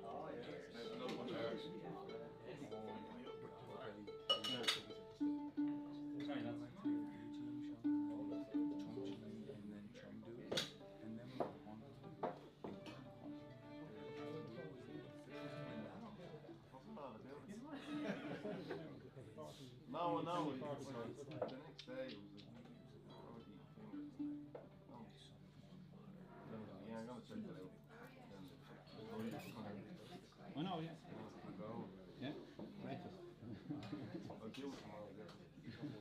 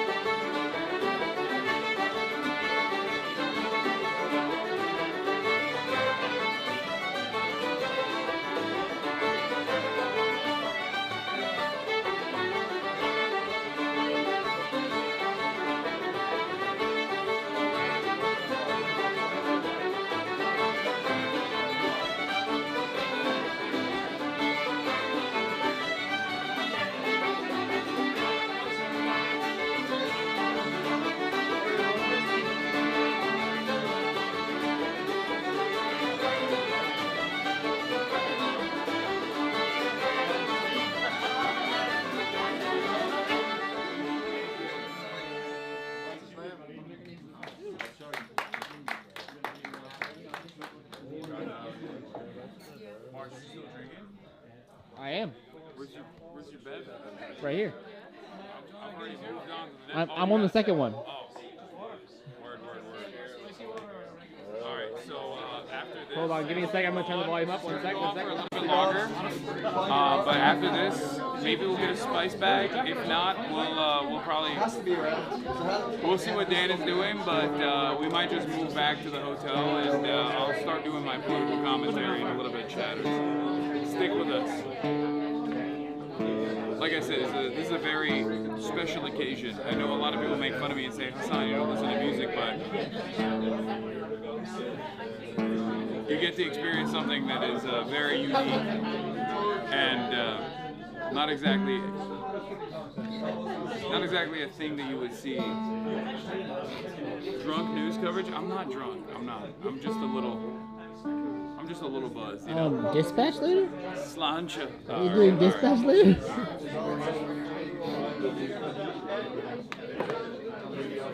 Don't even get me started. But yeah, we're trying to figure out where we're gonna go tomorrow in Belfast with the boys.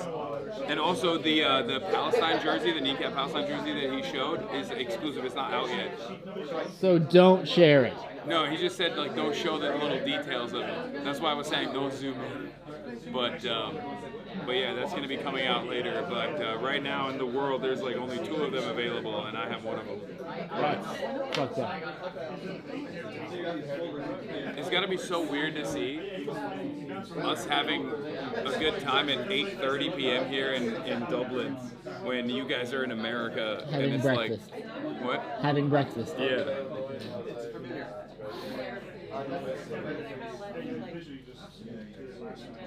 Reach out to People Before Profit, the largest Ireland socialist party. I know they've reached out. I talked to a bunch of the members at Trinity College as well earlier today. Yeah, we didn't even get to talk about that. Trinity College was fucking amazing. And there will be a vlog. Yeah, and we filmed all of it, and we're gonna do a vlog of our experience so far. I've been vlogging like crazy, so we're gonna have an exclusive HasanAbi in Ireland vlog out as well. Anyway. This is so sick how like their jam session is just in a pub. Yeah. Yeah, everyone here is a musician in like a different band or whatever as well. And they know hundreds of songs, and they just chill. And slam Guinness and fucking and rip sometimes tunes. sing and yeah, sometimes play songs. It's fucking amazing. Awesome. Yeah. There's a baby in the bar, by the way. I don't want to. I want to show the baby because it's so cute, but I don't want to film the baby. Yeah, the baby's sleeping. There's a sleeping baby, and it's the cutest baby in the world, but I don't want to put the camera on the baby. Yeah, the baby was sleeping and also bobbing its head. It's crazy.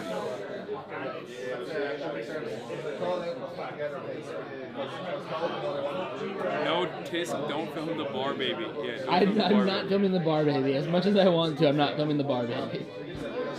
That's the coolest baby of all time. Genuinely the coolest baby. Baby's been going to bars since the baby was 1. Not many babies can say that. Oh, baby just woke up. I don't want to film it. Yeah, no. Yeah, we're not gonna. Trust me. Not only do I not film people in general, but I definitely don't film kids. It's better. we live down the road. The only way to come is my mom.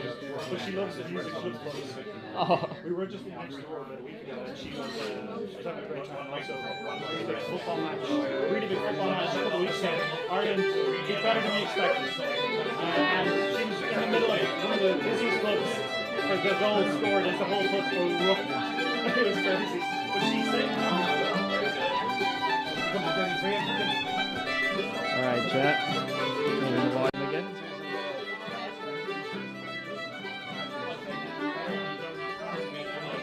Assuming the position again. And there we go. And there it is.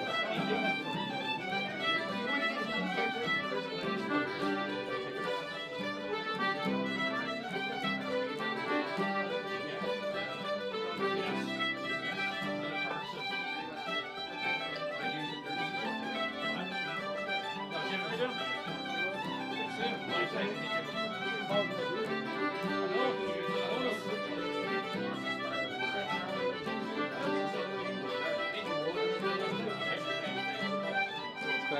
are you?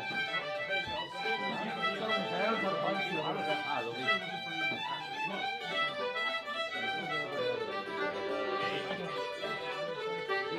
I didn't really notice it for them.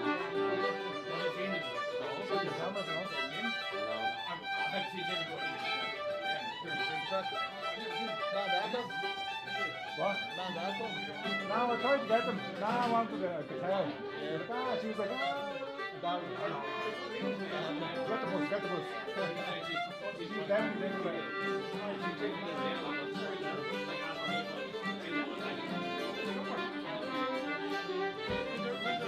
It's a fucking brand, fancy brand.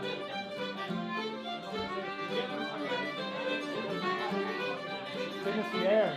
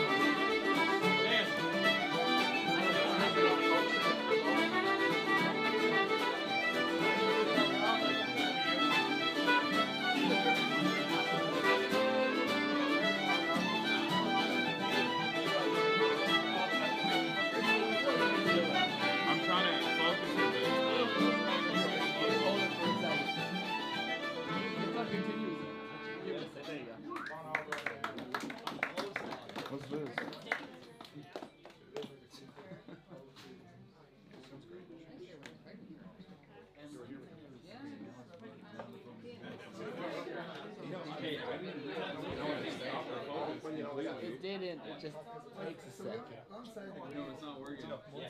Give it a second. I got you. Boom. I got surveyed. Alright, I gotta go pee. Alright. No asbestos. In chat, it's like I always say, fuck the peelers.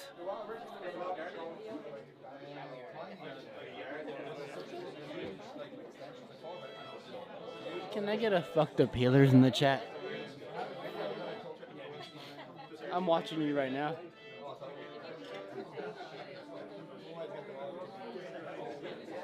Let me get a goddamn fuck the peelers. That's what I like to see. That's what I like to see, chat. Let's go.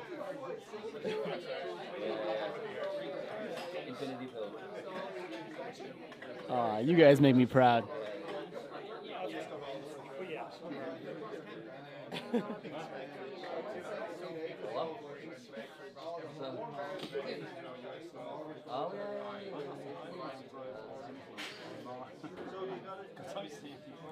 I don't know how you guys feel, but the vibes in here are immaculate.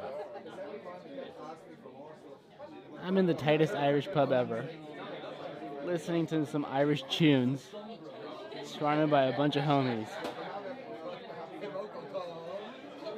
5 Guinness deep, and it tastes better out here.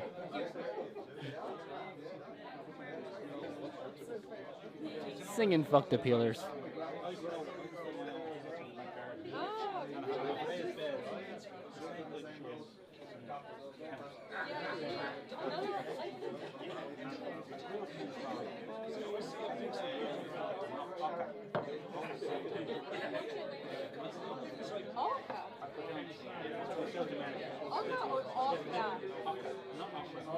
Also, side note, look what I got from Kneecap's manager.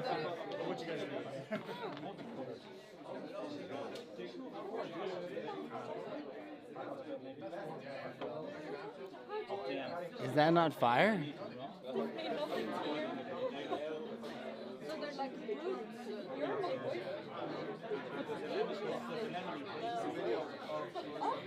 I cannot wait to go to Belfast tomorrow and hang with the boys.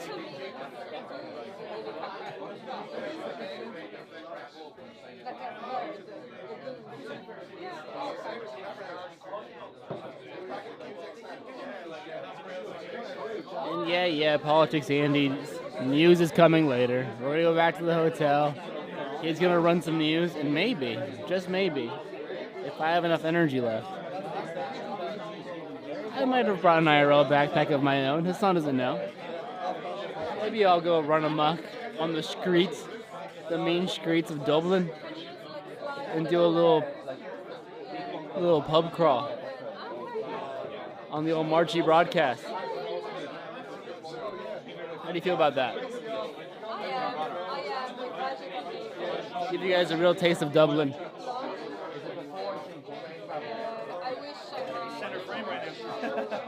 Yeah, he's pissing. Somebody has to watch the stream. He's pissing.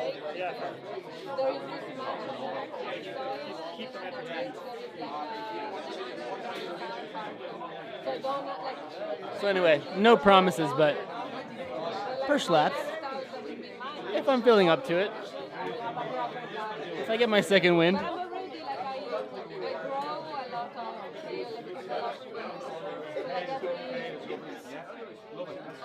Dude wants to monologue Nebraska chatter, I'll kill you. Mods, execute that guy. He's in the back. What do you want from me? You want to just stare at the fucking bar? You want background noise? 4K Irish bar pub, POV? Alright, I got you.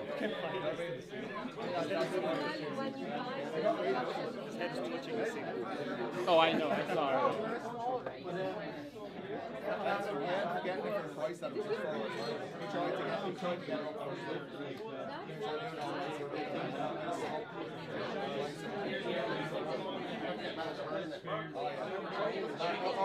Hey, Rory.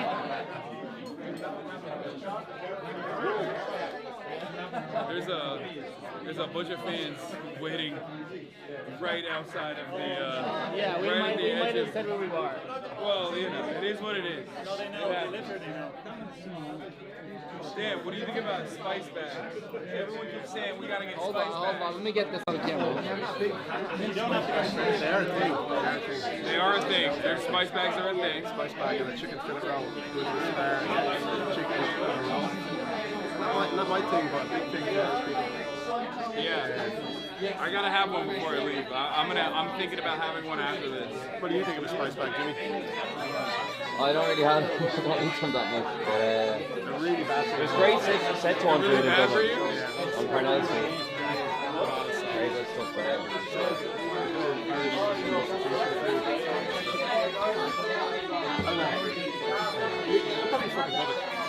Probably.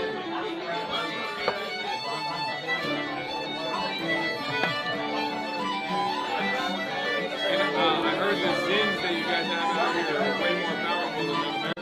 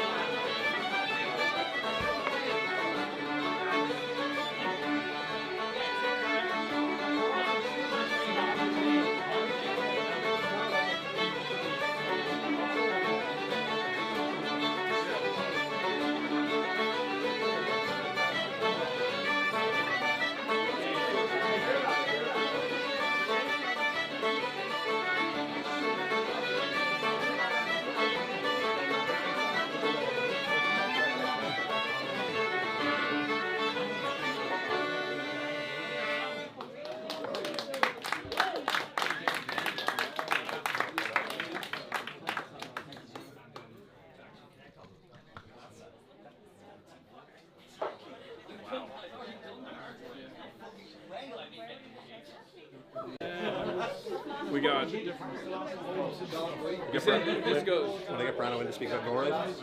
Yeah, no, that'd be great. Yeah, it goes to about 9. Yeah, so this goes until 9, and then afterwards we'll probably head over to get a spice bag, even though Dan doesn't approve of the spice bags. He says it's too much sodium.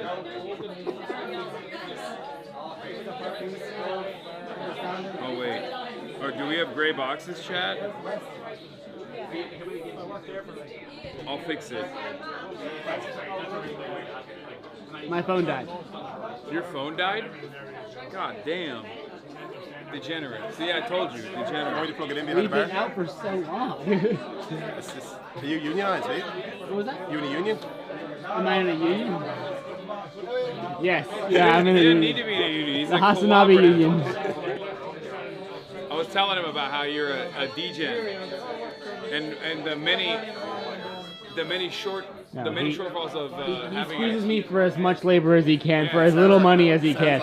Yeah. I'm making a minimum wage, $7 an hour. I beat his ass. He when he beats doesn't- me. Yeah. I beat him all the time. I get nothing. No benefits. No holidays off. I get nothing. I'm gonna leave a tip, right? I said there's no one else that would get shot at. Yeah. There's just And for getting shot at, my pay is no hazard pay. no hazard pay. I'm scraping by. I'm scraping by. Free Chinese cigarettes? Nope, not even that. Not even that. Oh yeah, okay. This motherfucker went to Japan after I got back from China. He's still. We've been traveling so much this month though. It's been crazy. We went to New York for Zoran, and then DC. And then we went back to LA for a little bit, and then flew to China, went to 5 cities in China, then came here. So it's like, I don't even know what time zone I'm in anymore. Surely this beats China, yeah? Yeah. This is, Okay, Ireland is sick though. Ireland is fucking sick. I mean, I've talked about this before, but like, it's rare. At least with my worldview, with my politics, it's very rare to meet people where you're like automatically you're like on the same page, where you don't need to explain yourself at all. But Irish people are like that. At least the ones I've met. Soon you're gonna be wearing balaclava and trying to go to the border. Yeah, I'm gonna make sure the counties are united. Okay, that's what we're going to Belfast. All for. roads have led here. Yeah. Yeah. But it is true. I was saying, like, Irish people are like they're white on the outside, but spiritually in their heart they're very they have the same tendencies as like people from the global south. Oh yeah, People from developing nations. We're the only country in Western Europe that was a victim of colonization, forced genocide, and food. Yeah. It's like every other Western European nation has inflicted suffering on the global south. Yeah. And we have those. But you can see it. You can see it when you talk to the people here. It's crazy. Except for people who want to LARP as though they're British. Yeah. Even when we travel, There's a little bit of that, but I got landed in Iran a couple of years ago. Kurdistan, or people identify with us as even though we're in the Western system that we're really fighting against at the same time. Yeah. It's sick. Someone said, let me ask you a question. What went wrong with Conor McGregor? Nobody puts Conor McGregor. This is did you see the new Republican thing? Like there was a video. Oh my god, that was so embarrassing. Nobody likes Conor McGregor. It's really important. Take it personal. Yeah, he didn't win shit. He was trying to go for president. Nobody fucks with Conor McGregor. I gotta pee. I'm setting it up again. All right.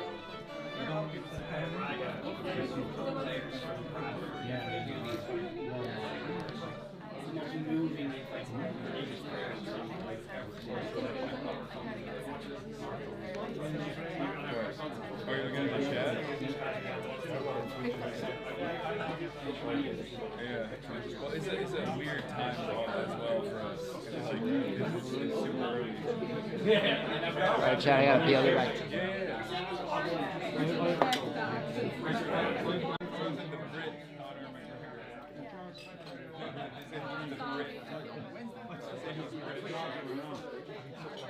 between the pipes more these days.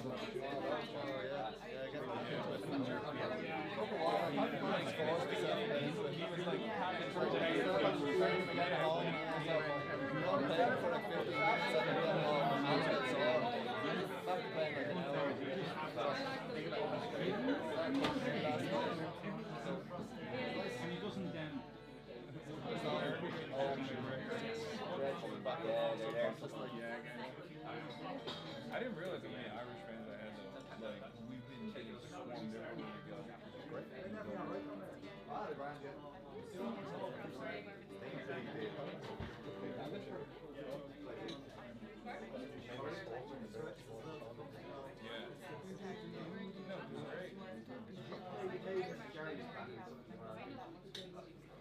Yeah, and you should have a good time with Misha. Oh no, I know. I'm very excited to see World Class. Even my dad was like, my dad was like, oh, take that.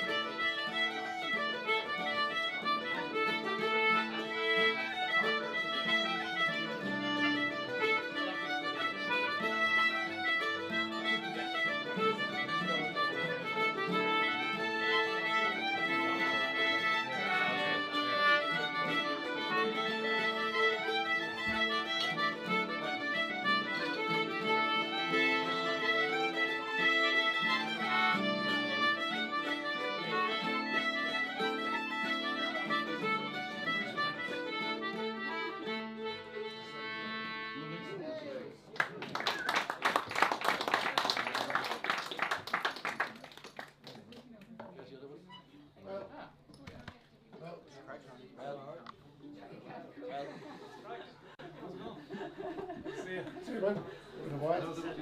Saw your big drummer there. Oh yeah. Hello. Admiring it. Hello. Hasan. You're not going to tell people about that. Actually, it's well. Hasan. Right. You're just back. You're live.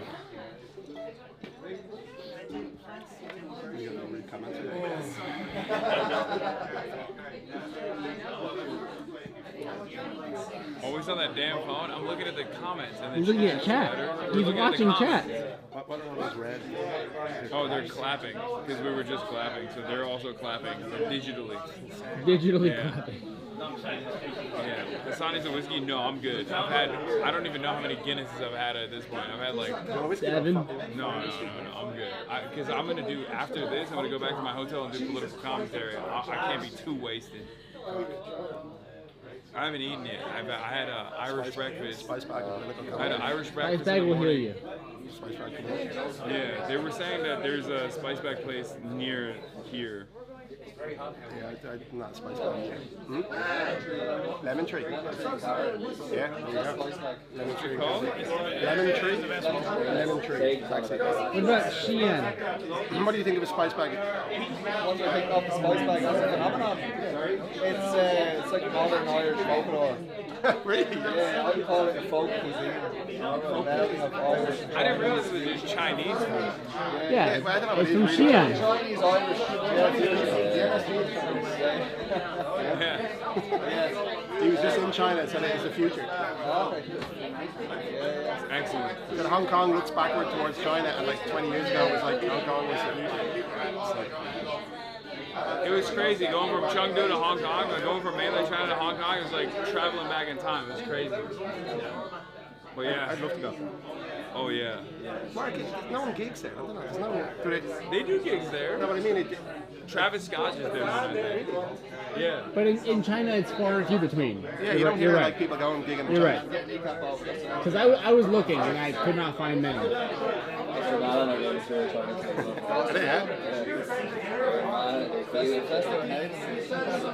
Christy Moore's doing 7 nights for the Chinese New Year. They're also very friendly. Like the Chinese people are so friendly. Chengdu. Oh, fantastic. Most people have English. Yeah. Well, I mean, depends on where you go. If you go to Beijing or Shanghai, a lot of people speak English. You go to Iran and everyone speaks English. It's amazing. They have good English. Yeah. They're really super smart. A lot of people in China speak English as well, but if you go off of like tier 1 cities, like where a lot of Westerners are, then there's definitely less people that speak English. But everyone is like somewhat competent. I do want to give you a battery warning though. Oh shit. Okay. We aren't like in dire situation, but okay. Yeah, we gotta move soon. You can't have the spice bag on the live stream. Yeah. Go back to the hotel, do some political commentary. I thought you had a handy job. This is work. It's the best job in the world. If you love what you do, it's the best job.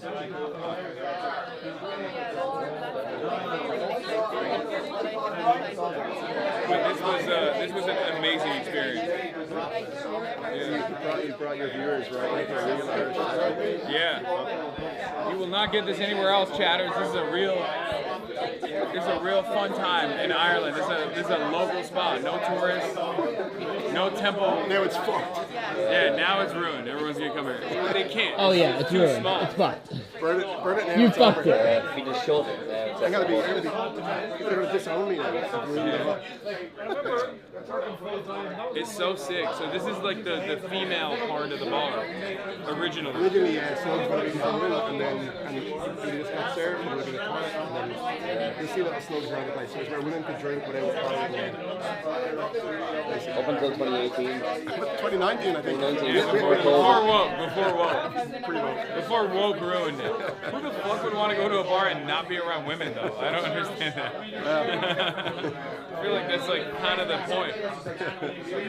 A big part of it, at least for me. Where does the word come from? Snug? I'm not no idea. See on the door. Yeah. I thought it was because it's a snug fit. They always have a hatch, so you don't have to walk around. You can just. Yeah. They serve, the same bar serves both of the bars. Yeah. Yeah. It's sick. So this bar is like late 1800s, like 1870s. That's crazy. Wait, what's the name of the place? Lemon Tree. Right? He swears by Lemon Tree. What's the name of the place again? Lemon? The Lemon Tree. This better be good. I'm trusting you.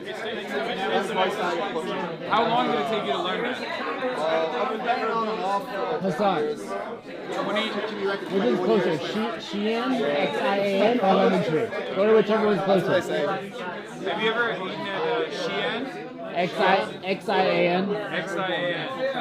like the province in China. Have you? Yeah, Lemon Tree is better. Okay. It's better. 100%. It's over. All right, we're gonna go to Lemon That was what was recommended to me. Ham sauce. Double it on. I would say satay sauce for this one. Go for the curry. I think satay. It's not actually it's like chipper curry.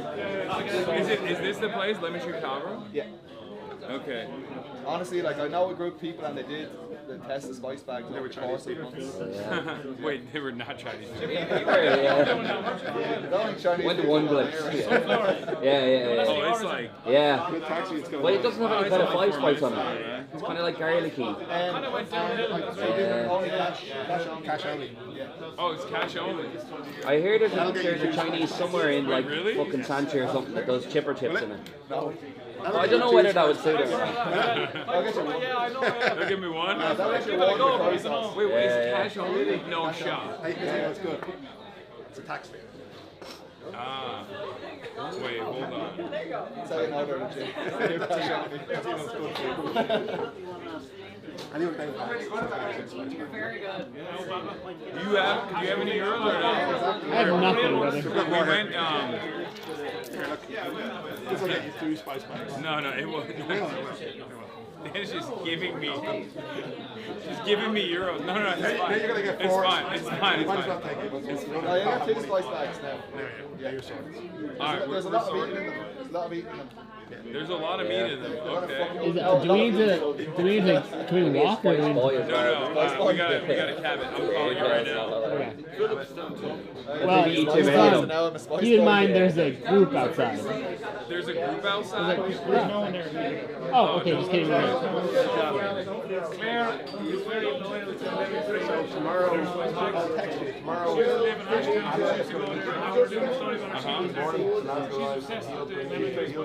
Can't wait to tell us this fella's getting this work. Just to go to the he travels to West Bank. He goes to church in the West Bank. And he's Hell yeah. Perfect. I'm stoked. I'm taking the Irish language. Okay. I'm stoked. I'm very excited to see it. Belfast. Only seen it in movies so far, so. Okay, Guinness. Thanks. I'm sorry? We're leaving right now. What did he say? He just was asking when are we streaming till? Oh, okay. That's amazing. Alright. You're not coming to Belfast tomorrow. Was it live? Alright. Yeah. So this is the last. I might take a flight. Alright. Straight to the airport. We'll be back. We'll be back in Dublin. Yeah, I'll drop you to the airport and leave after. Shall we? It's great to meet you. I'll see you on Friday. Have a great time tomorrow. Thank you so much. Thank you for everything. This was amazing. All right, Jet, and we're off. I got you. I appreciate it. Thank you. Hasan. Let's get a photo. Oh yeah, let's do it. Nice to meet you. Ready? 3, 2, 1. Thank you very much. All right. Here you go. Yes. Excuse me. Sorry. Excuse me. Oh yeah, Chad, here we go. Also, Chad, my phone's dead, so I have no way of reading you. So I can only imagine what you're saying. However, real chatters know I have a symbiotic relationship with chat, so I know exactly what you're saying all the time. Damn. Hi, chat. Is it okay if we take a picture? Yeah, no, it's fine. Oh, this is crazy. Can you hold this for a second? You got a beanie, right? I do have a beanie, but I'm not cold. Sorry, I've been a fan for a really long time. Nice to meet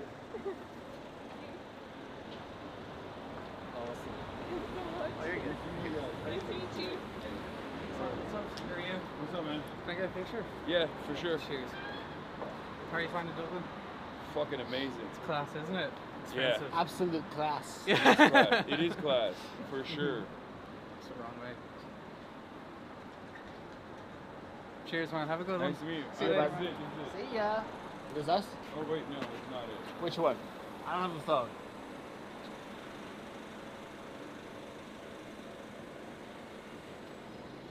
Where is it? I don't have a phone, so I'm gonna need you to lock in for once in your goddamn life. Lock in. No, I don't know where. Oh, I called it the wrong spot. Not locked in. This way, this way. And I want you guys to remember this. Every time he ever gives me shit for anything, save this clip. For every 1,000 times I get him to the right location.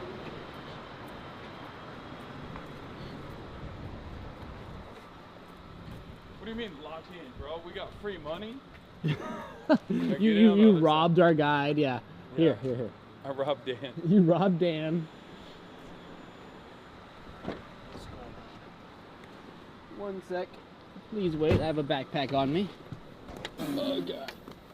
Okay, don't. Shut up. You're fucking drunk. I'm hammered, dude. I've had 7 kids. Yeah, you're drunk, dude. I'm white girl wasted. That's crazy. And it's like I always say. Is 9:12. Oh, you gotta put... Seatbelt? Yes. Oh, the door. Gotcha. That's crazy. And Yeah. seatbelt, I gotcha. No, that's crazy, Marsh. This is embarrassing. Here, put the light on. Yes. Put the fucking light on. It's actually not bad. That's, With the street lights, you're good. Okay, fine. you're cramping my That's style that's out too, here. dude. People are. People know me are. as a local. You're ruining it. People are People were 100% thinking on I my was- side about this. People were thinking I was a local until you ruined it. Did you guys enjoy that, chat? That was amazing. Yo, you like that, chat? Yeah, you like that? You did the thing. You did the meme. Oh, fuck. What? I forgot the books. Well, no, I put most of them in here, but two of Where'd the the books I did books forget. go? Hold on, I'm gonna text Dan. Tell Dan to grab the books. And it's like I always say, Hasan. Fuck the peelers. You don't like that? Chat's on my side about that one.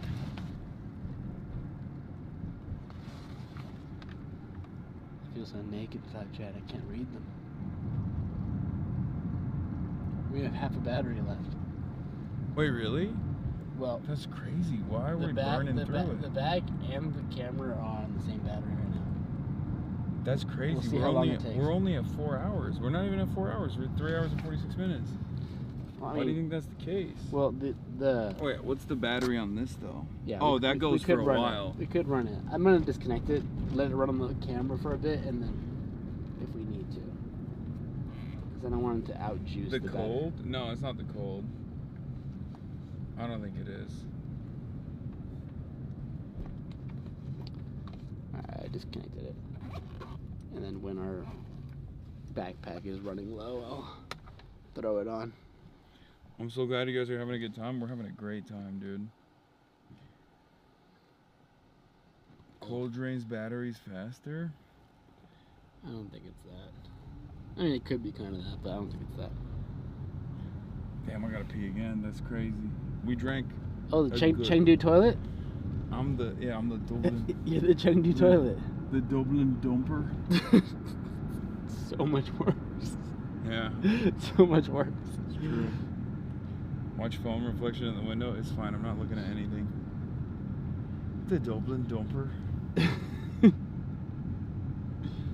That's crazy. You guys, we have like a fucking 8 a.m. train or some shit, right? Wait, we do? We have a morning train, yeah. I don't give a shit. I'll be fine. Oh, I know we'll be fine. I'm just letting you know. It's 2 minutes out. I think this thing is going to... I was going to say, this is going to dramatically alter... Your perception of Dublin, the spice bag? No, I think it's going to dramatically alter our bowels, but then I realized, like, they don't do spice out here, so... They don't do spice out here? Also, we were 6 Guinness deep. I think we're fucked either way. Yeah, it's true. Yeah, I'm not gonna lie, I don't feel too great currently. Because we had to cut the Guinness off. And when you cut it off, it gets bad. Which is why you need to keep drinking. Also, stouts are heavy, yeah. Yeah, good luck with the political coverage. I'm gonna... Go to bed? No, I'm gonna hit the streets of Dublin. Really? Really. You're gonna go to the spots that the Trinity College kids are I'm telling gonna you. hit the mean streets of Dublin. He's gonna go, oh, Turkish barber, Mr. Turkish barber. Let's go. Is that where they put the fire in your ears? Yeah, they finger and then put the cock on your shoulder. Yeah, they finger blast your ears. Fear and heads know that one. Yeah. Yeah, I think I might hit the mean streets of Dublin. What a nice neighborhood. Chat, is this a nice neighborhood? It looks nice. That was sick. There was a bar baby. Yeah. HasanAbi head, right? Yeah. Yeah. The mom had a keffiyeh around her neck. Yeah, that's how you know. This fake train fan is driving. Brother. Okay. It's fucking 9 p.m. We don't know any of the public transit routes. What do you want me to do? We're not from here. Like, that's crazy. Walk, Yeah, pussy. yeah, we have been, by the way. We've been walking pretty much everywhere. This is we've taken a cab twice and Chad is complaining since we've been in Ireland. You're getting Nebraska chattered. Yeah, it's crazy. You're Austin right now. You're Austin. You're Austin getting Nebraska chattered. Yeah. Shout out Nebraska one time. No, you can't be on it. You have 4 hours of news coverage to do. No, that's fine. That's easy. That spice bag will wake me up.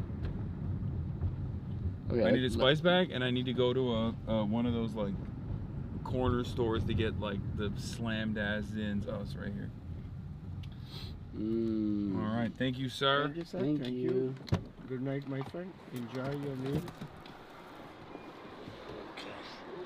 Here we go.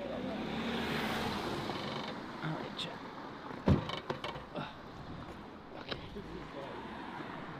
This is some real... Yeah, we're in the hood. No one, I mean, it's not the hood, but this is not... Let's just say, I don't think this is a place where non-locals are aware of or familiar with or go to. This doesn't look very Chinese to me. I'll be honest. This is not giving Chinese. It's time to learn Chinese, brother. Wait, are they open? Walk in with the... Shit, lover. Oh, where is that? Hello. We have never had a spice bag, and we heard that this is it. This is the place to get it from. Okay. You got highly recommended.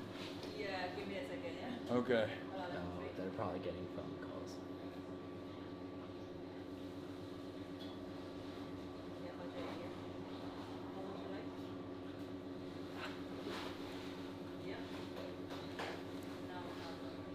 Pull a menu.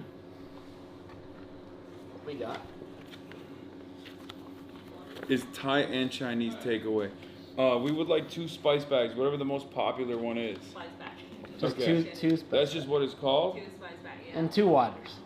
And 2 water. Wait, we don't know if we have enough money for that, because it's cash only. Okay, how much money is do you... 2 spice bags? Okay, So our friend 18. gave us euros so we could pay for this, so I don't even know. She does not care, bro. I don't even know if Just we let have us know enough. how much Okay, you let's have. see. I don't even know how much we have. Let's see. This is pathetic. 10, This is 20, this is rough. 25. Oh, we're good. I Oh, we're think- chilling. Okay. Yeah, we're good. We're good. 25 covers the enough? 2. Yeah, we're good. We're good. Spice bag is just 18 Yeah, and then 2 waters is like a couple of And bucks. 2 waters. In China, it's like insane. 23, 25. Give her 23.40? Give her 25. March. Don't give her any change. She doesn't want the change. No, I want to not take the change. I don't want to have the change. Stop giving her the coins, man. 2. Just take the fucking cash. 2, 3. Okay, this is pathetic. 4, 5, 6. So that's €6. Okay, 23 you said? Yeah. I'm trying to get rid of the smaller currency. Okay, 23 and then a 23.40 you said? Okay. She wanted this interaction to be so over that she cut the 40 cents. Yeah, we got a discount. Let's go. She was like, please just go away. Vegetable inside, yeah? Yes. Vegetable? Yes. Yes. Okay, I love vegetables.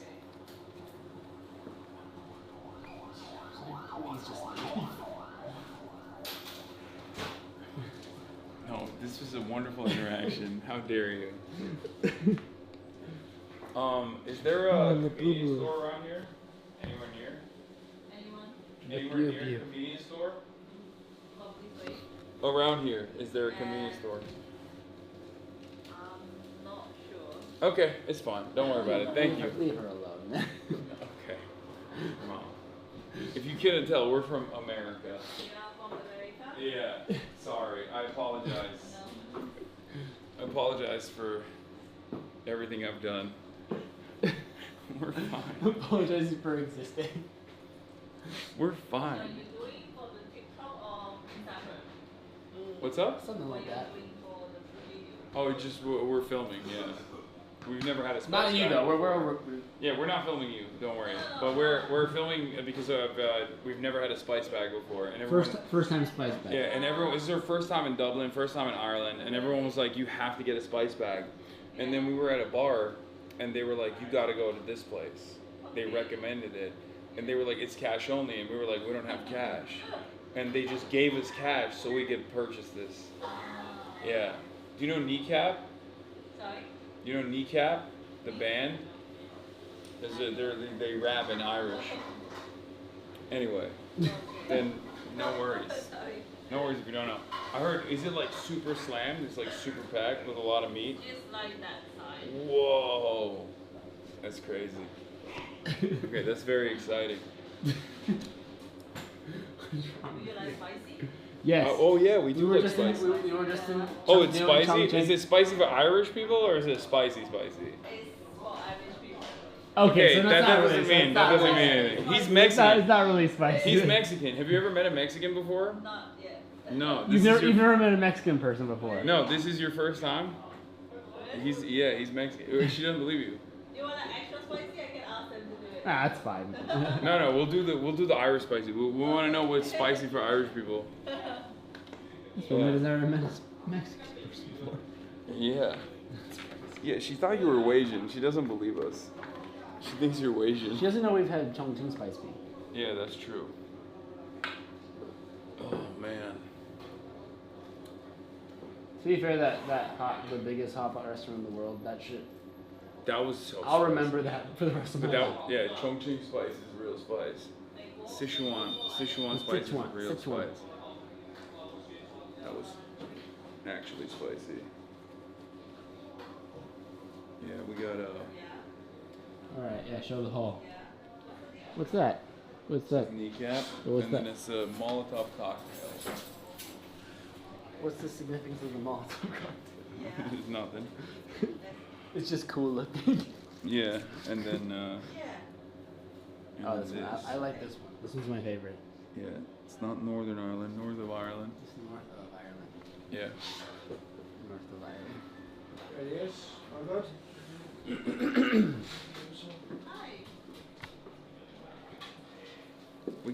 I got a big haul, dude.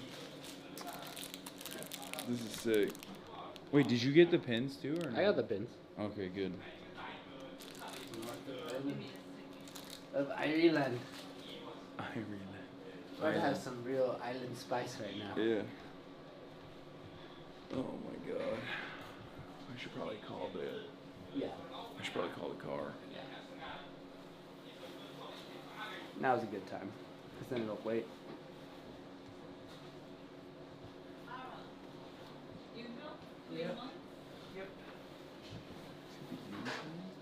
Ireland. This is a real local. This is a real local spot. It's the Dublinican Republic. Do you hear this guy, Chad? He's out of fucking control. Put 6 beers in him and he's just going crazy, Mo. St. Baddy's Day. I'm an island boy.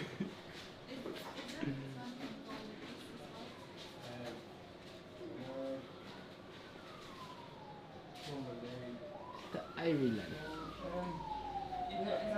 Should I call it already? I don't think I should. Yeah, do it now. Do it now. Do it now. I don't know how long it's gonna take for Time them it to make perfectly. it. Do it. Worst Alright. case, we can cancel it. Do it. Okay, well I called it.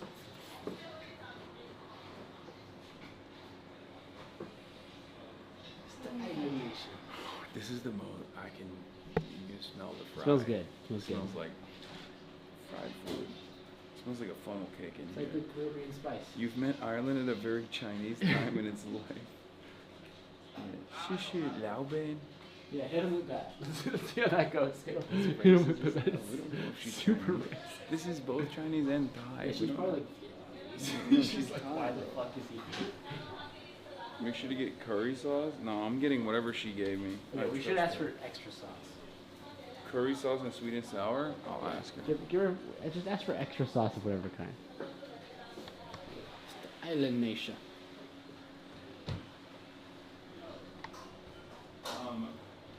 They keep telling us to also get curry sauce and sweet and sour.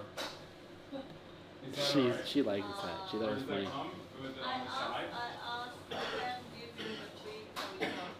Oh, okay. Thank you so much. He's harassing the workers right now. He's harassing the I employees. put the rest of the currency in the tip jar. Oh, that's very sweet of you. No one saw it on camera, so you can just be making yeah. it up. Yeah, I just made it up. It's not even real. I didn't do that. I'm just trying to get credit for 4 euros of tip.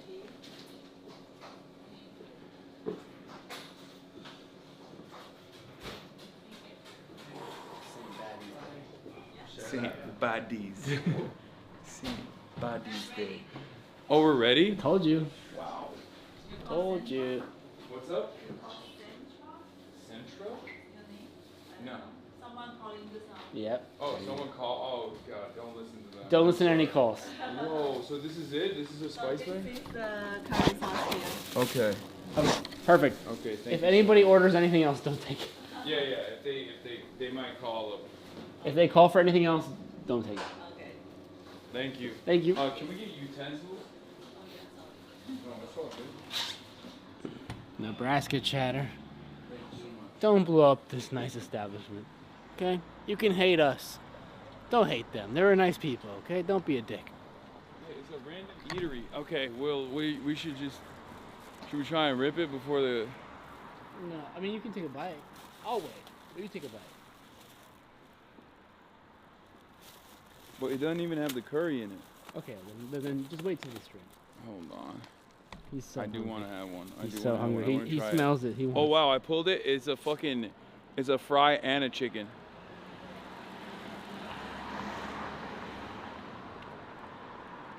Tread lightly. There's a lot of different flavors at play here. Pretty good. I'll take it pretty good. It's strange. Here, try one. It tastes like the island nation. Yeah. It does. It do be tasting like that. Wow, okay, good. It's actually spicier than I thought it would be. It's the most spice I've had. Yeah.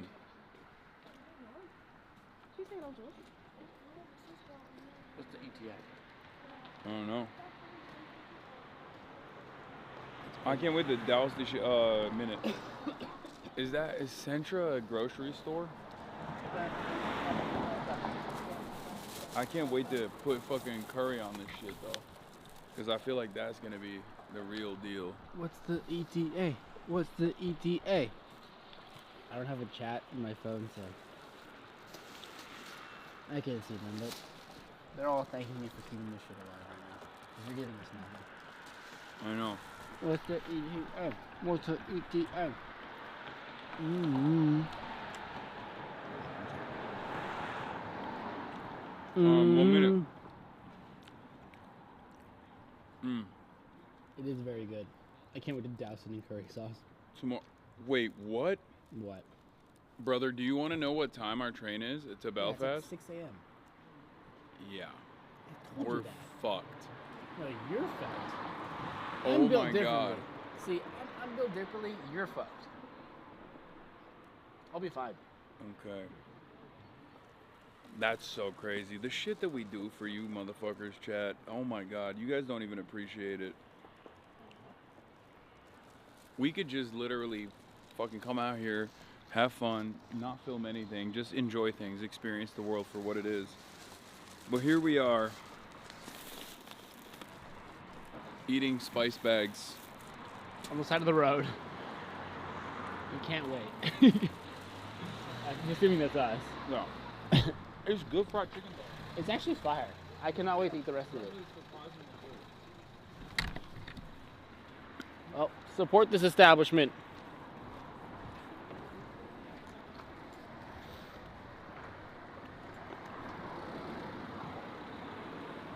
I'm almost getting hit by cars, chat.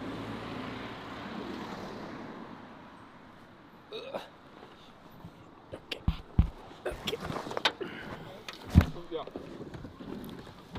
Oh my God. I'm sorry, was your mouth too full of chicken? Bro, close the door. There's so much going on over here. Every time I get into one I have 16 things on me. You're embarrassing me.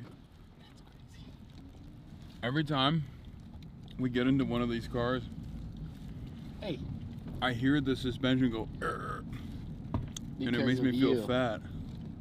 And you say as you lick your fingers. Yeah. Oh, it's still open? It's still open? The door's open? Or is it my door? Okay. Oh, it's closed. Okay, so it wasn't my door. Okay, good. Good to know. Hey. Hey. This is so wet. Hey. My beanie is so wet. Hey. What? Everything gonna be irate. Everything gonna be irie. Everything gonna be irate. Oh my God. Guys, chat, don't cancel March. He's Mexican.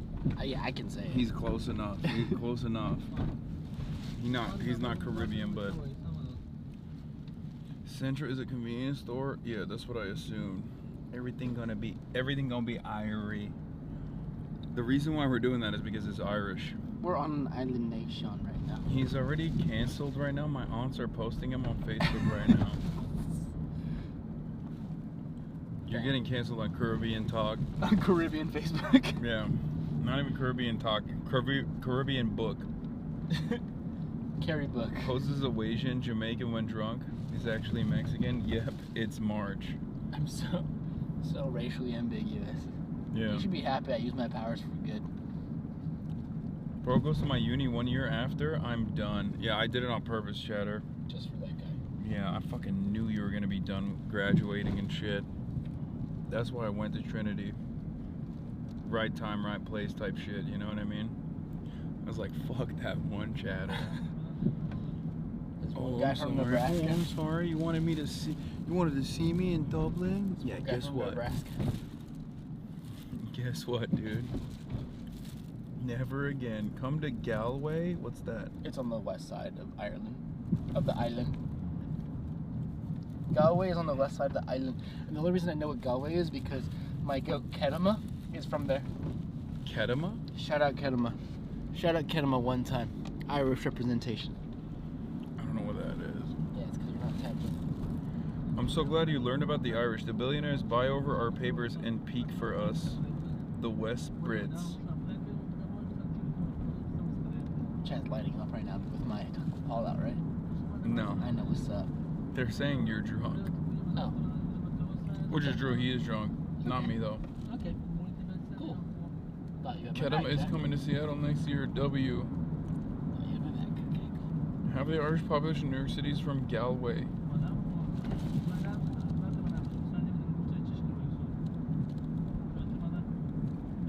Hasan's a West Brit? Yeah, you are. I don't know what that means. Do you know what that means? Say what that means. You don't even have a Seems phone. derogatory, so that's you. Well, you don't know that. Pronounce it Galway. Also, never Galway. forget that we're the second biggest trade partner of Israel. Wait, what? Wait. Hold on. West Brit is derogatory. Yeah. North of West Brit. Can I just say? What's the crack? If tonight was any precursor, I cannot wait for tomorrow when we go north of the north of Ireland. Yeah. I think it's gonna be sick. Do you remember your books? Yeah, look, I got it covered. Don't worry.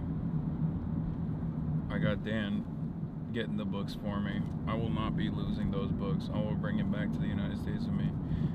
West Brit is like a fake Irish person that leans into being more British than Irish, usually richer and from South Dublin. Oh, so it's like an Irish person who's ashamed of being Irish. I definitely can see that as a real archetype out Sounds here. like the worst kind of person. There are, dude, being Irish is so cool. It's like the Latino who like tries to be in the in group. Yeah. But like I said, being Irish is so fucking cool. Yeah, Why would exactly. you want to be anything else? Doesn't Yeah. make sense. There are like 80 million American it's a people. conservative Latino. There are 80 million Americans who fake being Irish all the time. Oh shit.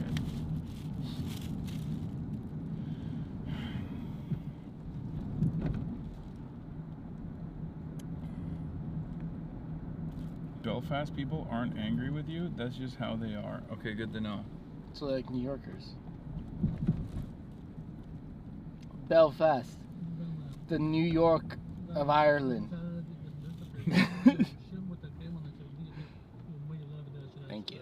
Thank you. The only thing worse than being Irish is not being Irish. Mm. My dad says I'm Irish and we're 6% Irish. Yeah, exactly.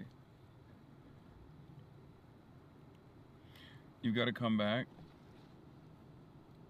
Yeah, I will. We're in Dublin. We love our island nations, okay? Dublin is the New York Yeah. of Ireland. Ireland. Ireland. We're an island nation. Is he drunk? No, but I am buzzed. And we're gonna have Good a luck spice. sobering up. You're gonna fall asleep. No. I'm gonna have a spice I'm gonna bag. hit the pubs. I'm not gonna lie. Spice bag? I'm genuinely. Have a fucking What time is it? spice bag. It's only 9:30. I'm hitting the pubs. Yeah. Which pub are you hitting? I'm gonna go to that street that those students told us about earlier, Uh-huh. and I'm gonna hit the pubs. I might even go live. You don't know. I don't want to take your viewership, so. Yeah, thank you. I got you. But I might go run amok. I'm only in Dublin one time. People have been begging.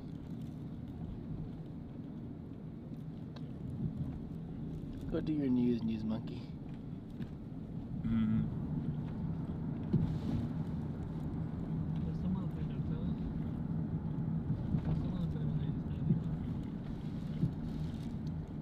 We're gonna give a shout out for LORCAN.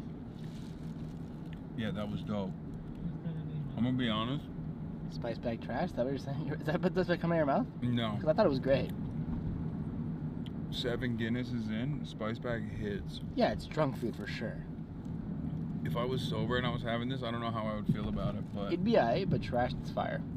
yeah.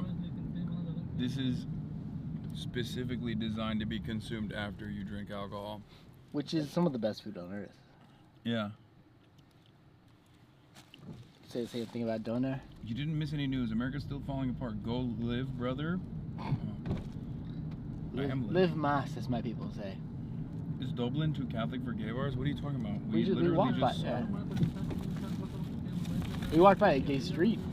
Irish people are auto woke. Yeah. That is cool. I do like that. I just ate an onion. Are you eating out of both bags? No. Just the right You're one. fucking my bag, aren't you? No, just the right one. Why are you fucking my bag up, bro? I'm not. Oh, we got 10 more minutes at least. Yeah, it's far. We're fucking far away from home, dude. 6 a.m. Fuck. It's like 6 a.m. or 7 a.m. I gotta pack the bag. Oh, you gotta pack the bag up with me in the morning. Yeah. Yeah. I'm gonna wake up earlier. I will stumble into your bedroom. We got early check-in though for the other place. Good. You can also move the train right back if you ask.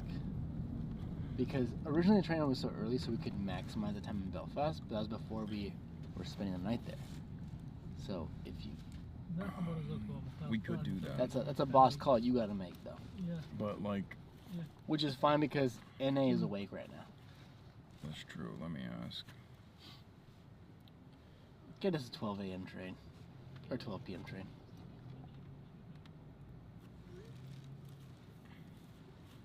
I would do it. My phone's dead. You already know.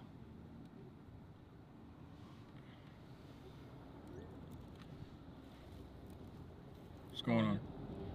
I'm good, yeah.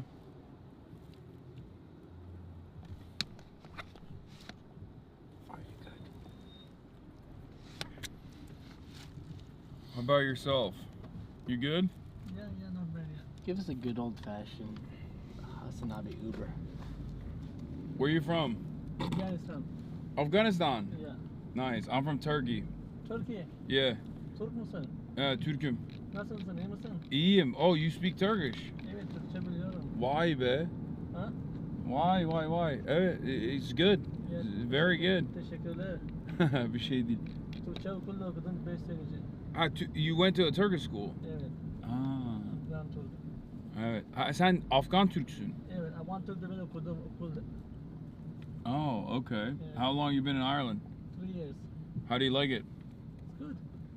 Yeah, better than Afghanistan? Well, Afghanistan is my home country. Yeah, I won't that's forget, true. Yeah, nobody can forget the home country. No, of course. I feel that. This country will never think of me like Irish, and I can never forget my own country. Yeah. How do you like Ireland though? It's good. We're just visiting for the first time. Okay. You're from Istanbul or like? No, I'm from LA. I mean, I'm Turkish. I grew up in Istanbul and Ankara, but I came to America when I was 18, and I've been in LA for the past like 12 years now. Okay. Yeah. But we are visiting from America, and we like it. We like it, Dublin a lot. Yeah. It's good peoples. But Istanbul is like more amazing than Ireland. Istanbul's more amazing than Ireland? Yeah. Would you agree, Hasan? Life is very good there. Like, Probably. I mean, it's a beautiful city. A lot of culture, a lot of history. And I grew up there, so it's hard for me not to. I'm a little biased, you know? Yeah. But they don't got spice bags in Istanbul. What do you think about the spice bags? Here in Ireland? Yeah. Spice bags mean like... They do like, I mean, we got them right here in here. It's got like chicken. Yeah, okay. Chicken, French fries, peppers and onions. I think there is Istanbul. What? I think you can find spice bags in Istanbul, or not? They don't have spice bags in Istanbul. You want me to give you a chicken? You ever had one of these? No. Don't do that. Are you sure? Yes, Stop trying to feed our driver, man. Wait, why not? My man's driving. It's 9:30. Maybe he's hungry. He might want to. Not a crazy hour. It's a very reasonable hour. Oh, you're going. Oh, you just got out now? Yeah, the home on the Not that crazy of an hour. All right, so you don't want a spice bag. All right, it's all Thank good. you so much. No problem. Where's your friend from? He's also from? He's also No, no. He's Mexican. I'm Latino. Yeah. I'm from Mexico, or I'm from California. Yeah, he's also from LA, but he's Mexican. Okay. Not a lot of Mexicans out here. Have you met a Mexican man before? That sounds I have bad. met him, yeah. Oh, I take a lot of passengers from Mexico, from Brazil. Oh, okay. Yeah, you ain't special, bitch. Okay. Oh, have you met a Mexican before? I said it, and then I stopped myself from saying it sounded really. Yeah, it's Dublin. We're not in fucking Chengdu anymore. In China, you were unique. Yeah, I felt People special. were like, "Wow, a Mexican? I've never seen one before. It's like a shiny Pokemon." In Dublin, they're like, "You're washed." Little like, bro, we they don't sell care. burritos in every corner. They're selling real, authentico. Just like Tio used to make? Yeah, exactly. Burrito Just like my Tio used to make. Burrito authentico in every corner. cooked. The Latinos made it to the island. Yeah, this is Ireland. Bro, you're blasted? No, we're just having fun. Shut the fuck up, Chad. Stop getting Nebraska chat. Loads of Mexicans and Brazilians in Ireland. Huh. Cap. No. Cap. Can I get a cap? Someone said, Cappuccino no, on that Mexican one? food in Ireland is so bad and confusing.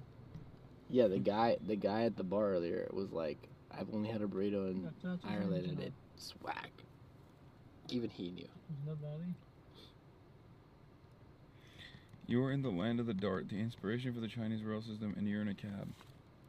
Oh my It's because I fucking hate public transit. Nebraska I hate public transit. I was a fake and a phony and a liar the whole time, even though tomorrow we're taking a train to Belfast. Oh, don't tell about that. Yeah. They don't deserve to know about that. No.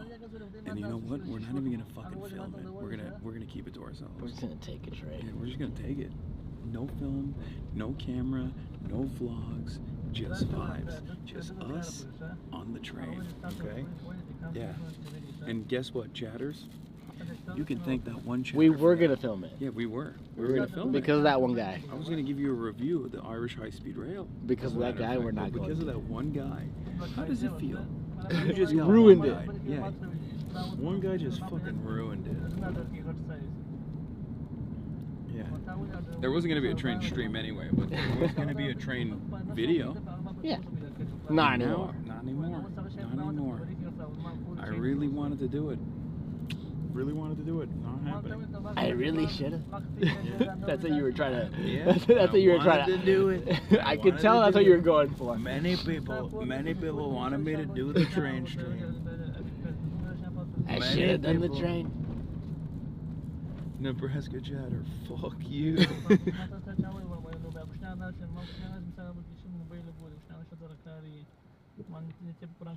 The only way to travel Ireland is by manual hatchback.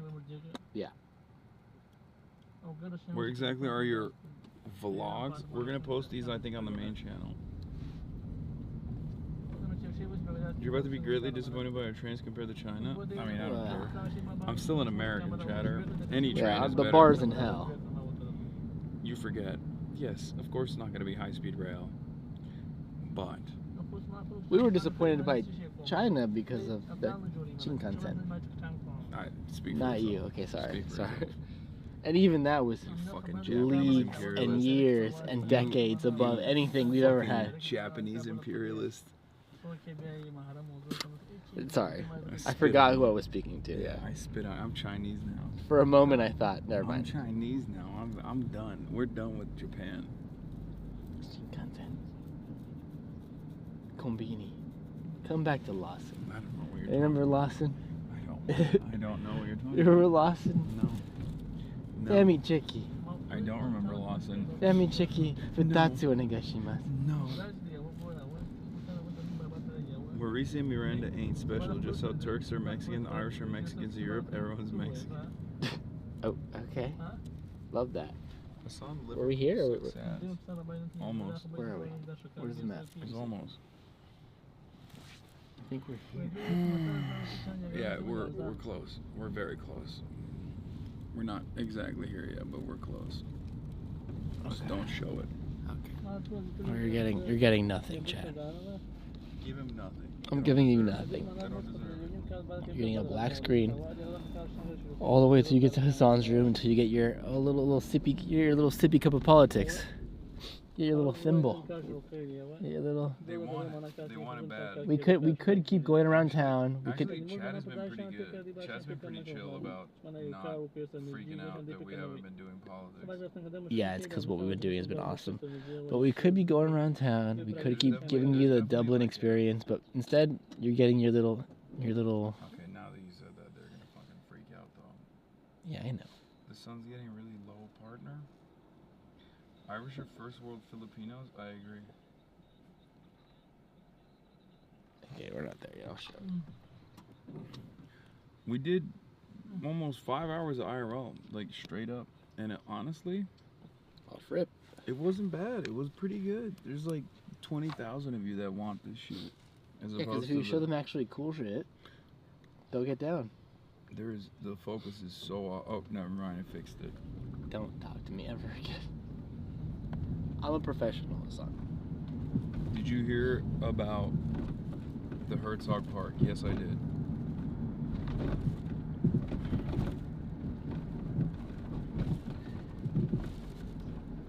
Never blasted off too? No, I did blast off. I blasted off midstream, but I never promoted it. Okay, now I'm giving you nothing. Actually, let's see. Let's see if people actually liked it and interacted. Alright, we're here. Get it on your side. Alright, chat, you're getting chest cam until we get back to the hotel. Thank you, sir. Have a great night. Oh, good night. Thank you so much. Okay. Grab your shit. I got it. I'm going on your side. Feet don't fit the door. Yeah. Yeah. Thank you so much. You hear that? You hear the car suspension going through? I do. I didn't want to say anything because I didn't want to embarrass you, but yeah. Isn't that crazy?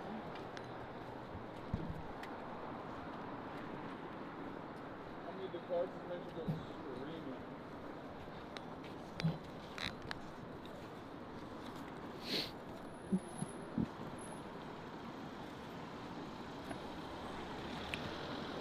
Okay. We're gonna get into another video chat.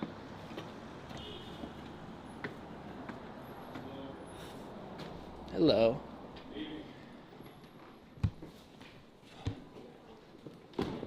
Oh my God. Relax, brother.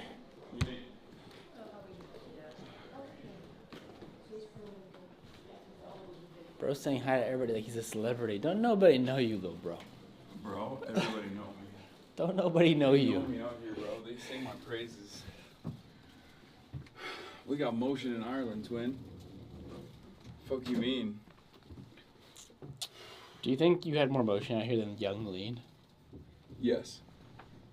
That's crazy. That was a confident yes. Yes.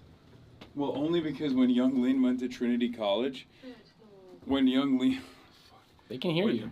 When Young Lean went to Trinity College, he wasn't as poppin', apparently. So you're saying today he might have more motion? Today, probably. Actually, I don't know. Is he still underground? Kinda? No. No, Young Lean's huge. Like, it's like SD Kid. People say he's underground, but he's so fucking poppin'. Everyone's talking about Louis V. Sandals, you know? So is he actually underground? I'm gonna hit the pubs. I'm gonna go live in like an hour and hit the pubs. No. Yeah, you don't even fucking... My phone's dead. I can't reach chat either. You're old as shit, bro. You're old as fucking dirt. Jesus Christ. They're still live. They can hear you. You're fucking old. You're old. You're washed. Monk. You're on. Just kill myself. It's fine. Fucking.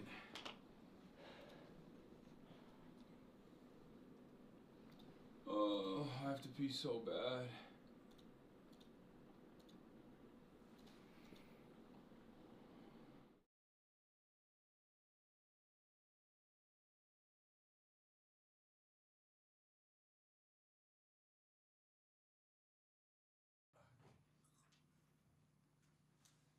It's on laptop cam right now. Chat, I have to go pee real quick. Hold on, I'll be back. While I break down, I'll stand in front of While March breaks down. I'll stand in front of the camera so that they can have something to stim them visually. Yeah. Louis V. Sandals.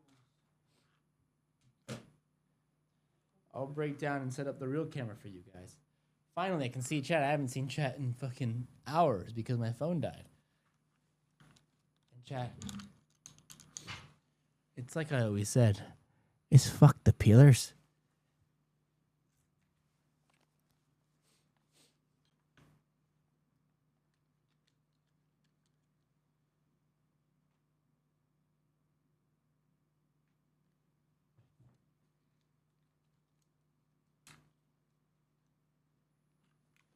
That's what I like to fucking see.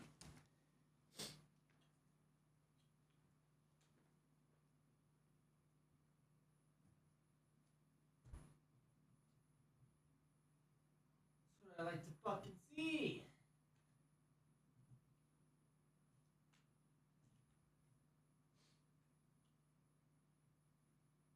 plugging you back in, chat. I'm plugging you in. Okay?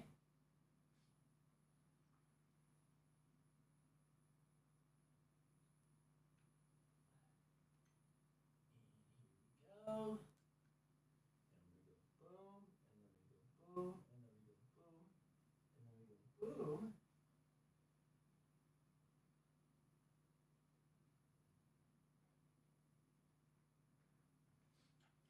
Go. And then you go boom, hold on. Don't come. Wait, why? And there it is. And there it is. Let's get you on the right desktop here. And there it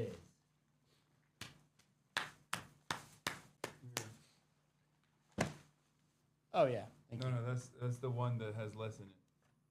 Because I've been eating it. Wow, you're so good. Here. You didn't take all the curry sauce for yourself. Wait, no, I'm gonna give it to you in a. You're gonna take all the curry sauce. I'm gonna give it to you. Hold on. I'm gonna give it to you in How a. about you just pour it over this? No, I'm gonna pour it over a glass and just put it in a glass. No, it's fine. I don't want it. You don't want curry? No, I do. I'm just gonna pour it over with the fork. I need a fork that's in there, by the way. You just dumped it in there? That's how you're supposed to do it. That's crazy. You fucking. There's nothing in there. Oh, no, there's a fork in here somewhere. Wait, what the fuck? Is the one in your room? No, there is, yeah. I don't have any forks in my room. Is there only one? No, there's two. Okay. All right, we got a spice bag. And it's like I said, Chad, is fuck the peelers. So dumb. I'll see you tomorrow.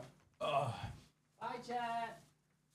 Ooh, god damn, that was crazy. That was a crazy ride, huh? Oof. Why is Hasan's camera guy so fine? What's his name? His name is March. Will you be IRLing tomorrow in Dublin? No, I'll be IRLing tomorrow in Belfast. Tomorrow we're marching on to Belfast, gents. Pete Hexit asked news coverage. Why? Because you're saying I'm drunk? Is that what it is? Are you going to Streamer Awards? Yes. I am. Please change your shirt. Stain potential is high. It'll be fine.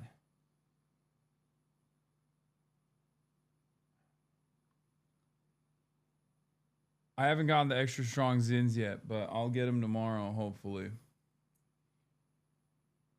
Oh, Themasius, you got the playlist? Let's go. Let's take a look. I just saw Tim Pool post about the one guy who came up with the Kaya photo.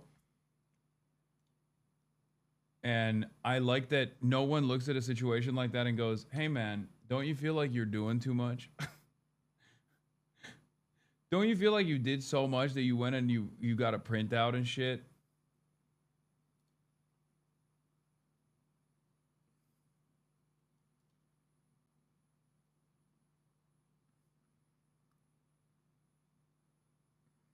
Stain potential, more like risk take for content. Thank you. That's the way I like to think about it.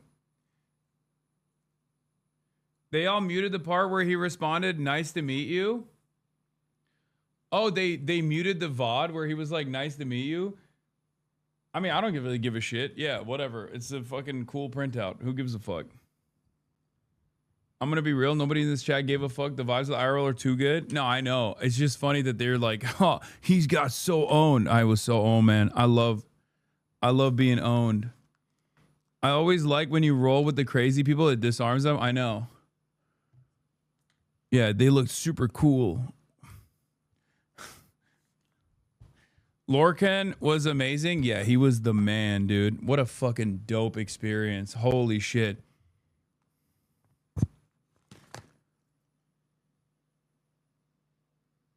They're all nutting over it. I mean, I don't really give a fuck.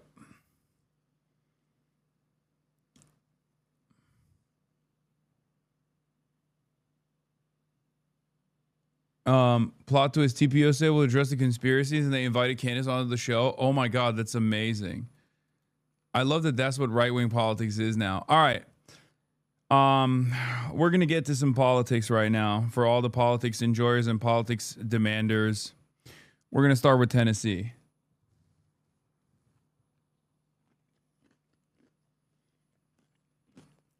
I'll eat the spice bag. This curry does not taste like curry, I'll be honest with you.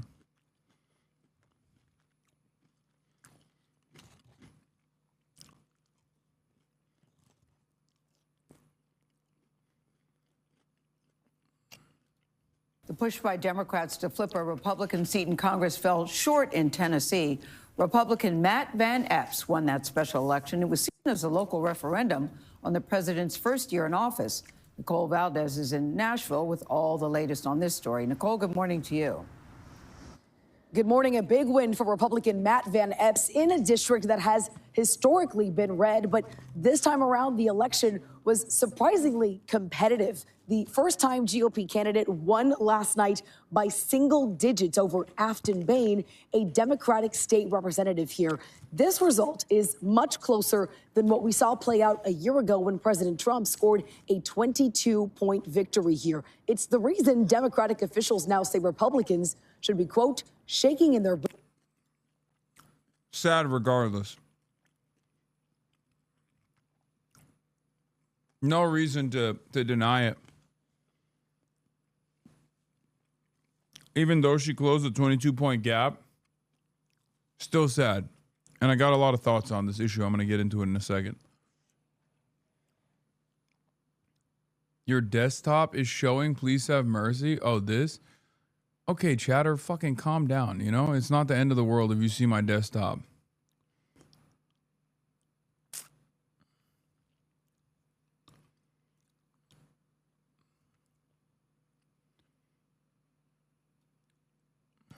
Yeah, from 22 to 9 points. Pretty good. Ahead of next year's midterms. The tight margins led to a massive amount of money pouring into both campaigns. In fact, a CBS News analysis found at least $8 million was spent on the race, with more than $6 million donated by outside groups.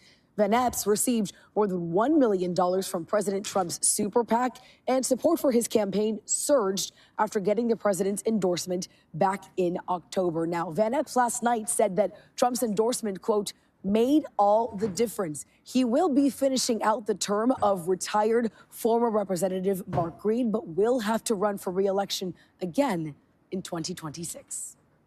Nicole, thank you. Overnight, there was a special election for an open House seat in the state of Tennessee, and the Republican candidate won. And a win is a win, right?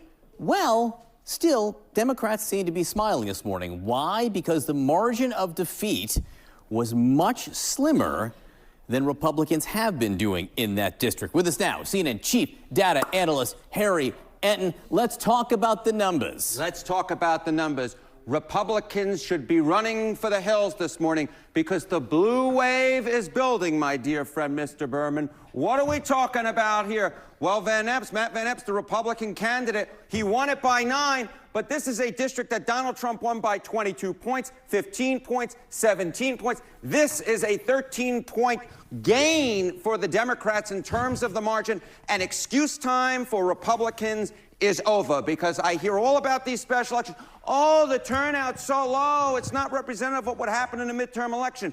The turnout last night in Tennessee's 7th district was equal to the turnout in the 2022 midterm election. So the blue wave, it seems to be building right out of center of Tennessee. Interesting. I mean, so in terms of the numbers, the turnout looked like a regular midterm election, not a special election. Exactly right. Exactly right. And of course, we have, what, about 11 months?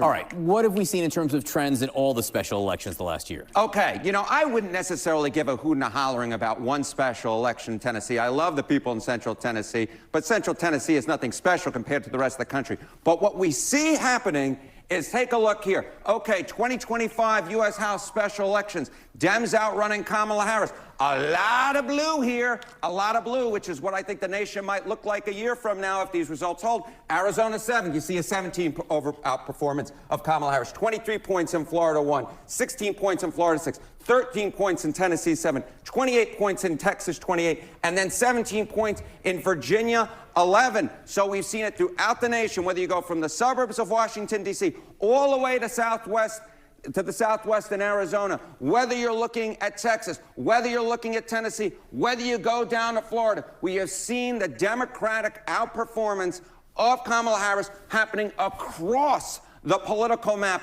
What happened last night in Tennessee ain't just staying in Tennessee. It is spreading itself throughout the nation. As I said, to me, looking at these results, it looks like a blue wave is building. And it's not just that it's blue, it's that it's double-digit blue. It is exactly right. It's double-digit blue. I will note, I looked at the stats. If, in fact, you had a 13-point shift like we saw in Tennessee, and you applied that to the 2024 presidential map, we are talking about a gain for Democrats of north of 40 seats. All right, in terms of the history, what does this mean as we project forward? Okay, so we're looking at these special elections, we're sort of applying these hypothetical numbers, right, in terms of, Democrats would gain north of 40 seats if, you moved everything over, 13 points from the 2024 presidential result. But we actually have How's the spice bag? It's pretty good.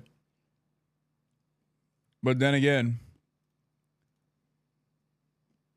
I've had alcohol in my system.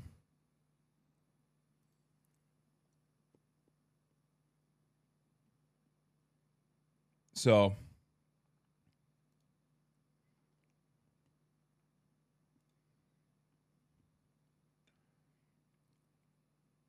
but yeah,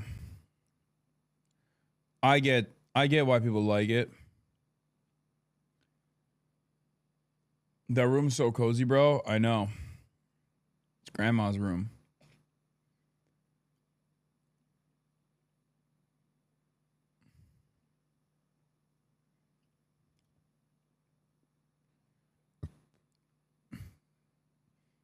An Irish buddy of mine says it's the best hangover food. Yeah, I had pints. I had a spice bag. I'm fucking Irish now.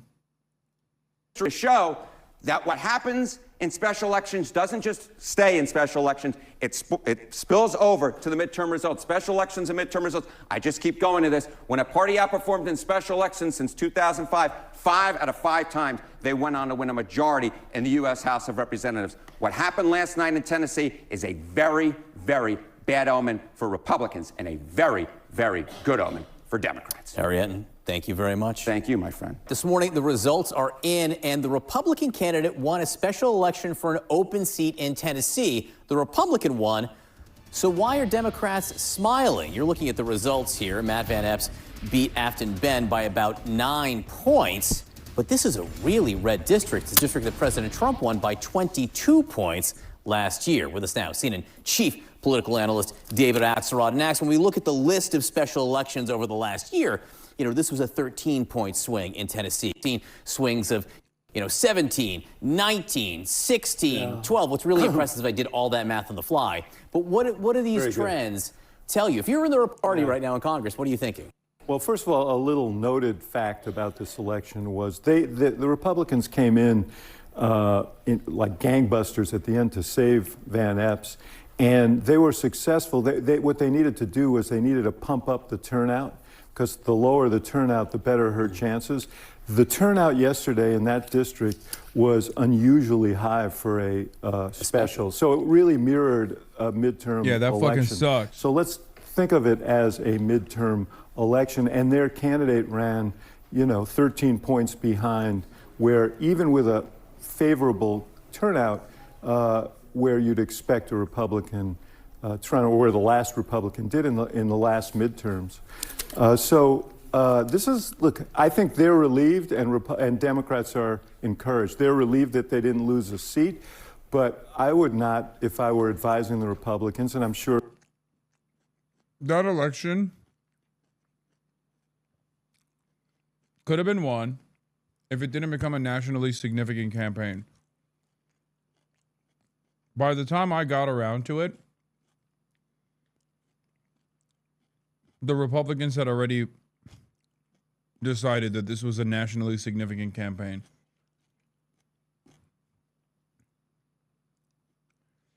When you look at Zoran's election in Tennessee special, it looks like Trump was really able to activate the Republican base vote when he intervened in these specials. I don't think we can ever count on that happening again.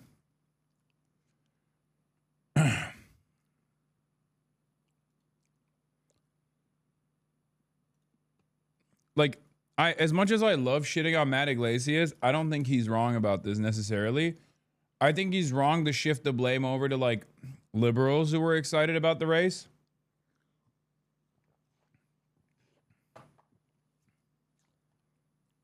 But yeah, this could have been a low turnout, sneaky ass win for Afton Bain, but the Republicans saw how close the polls were and freaked out.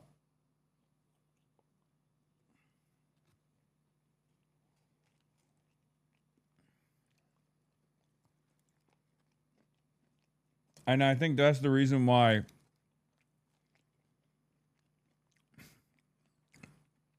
the results turned out the way that they did.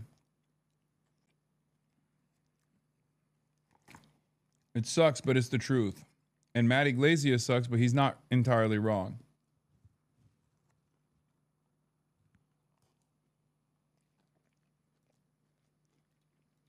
Advisors are telling them, we survived, we didn't thrive, and this is another warning sign about the midterm. And healthcare was a big issue in that campaign, the expiring Obamacare subsidies. That was what she ran on. There's no resolution on that on December 3rd. No, I think this is interesting. How will members of Congress who are now right up against it, the Senate's going to vote, probably do nothing.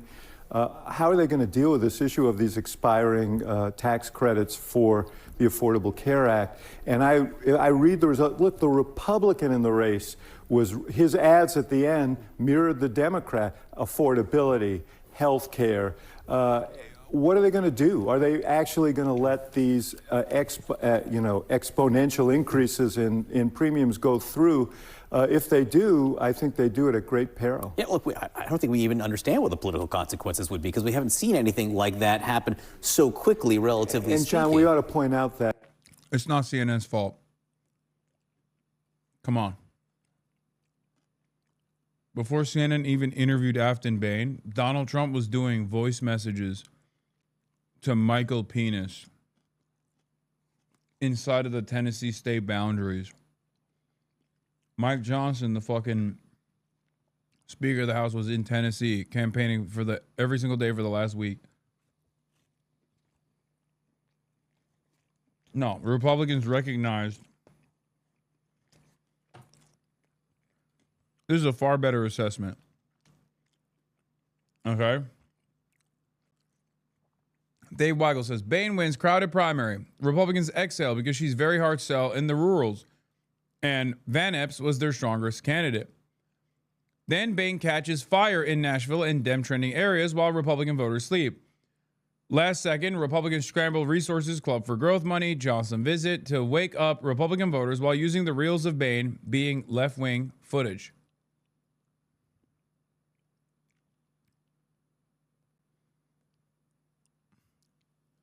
And it wasn't even that like they had left-wing footage of her or anything like that. It's just that she didn't have enough time to present herself as like a serious contender before the negative opposition shit came in.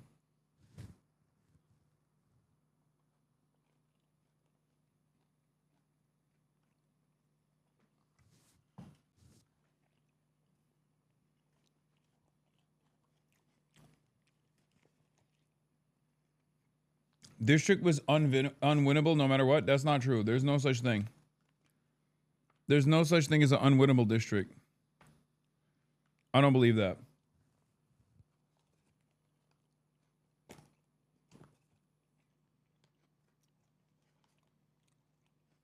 You enjoying that spice bag, my guy? I'm fucking it up. Yes, I'm eating a spice bag. And it's actually pretty bomb.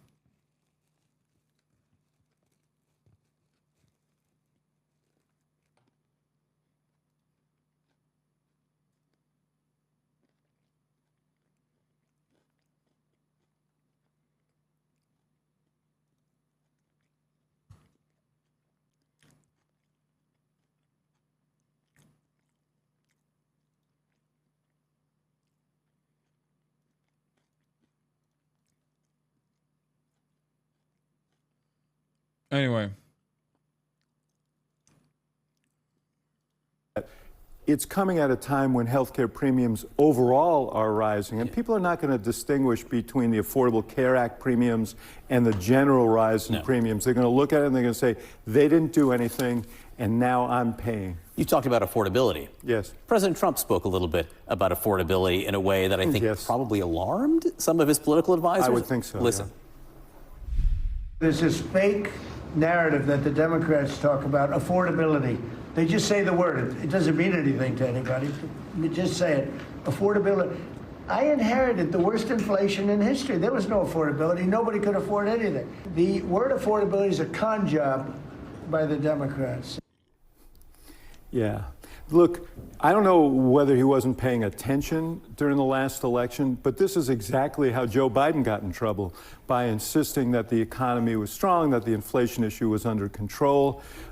When people were going to the grocery store and going, paying their rent and their insurance and all of their costs, and they saw in real time what was happening, and it's still happening. We're no better off on inflation today than we were the day he walked in. And how long can you keep blaming the last guy for your problems? You know, Harry Truman said the buck stops here. The motto of this administration seems to be, stop eating and answer your best friend. Have you heard of me? Please acknowledge me.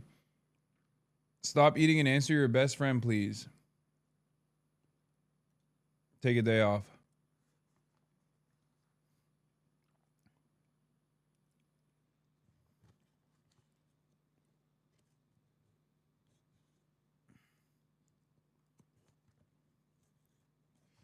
Always eating? Yeah, I am.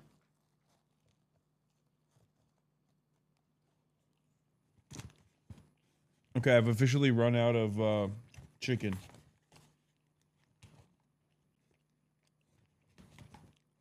The rest of the spice bag is just fries. But yeah, it's fried chicken.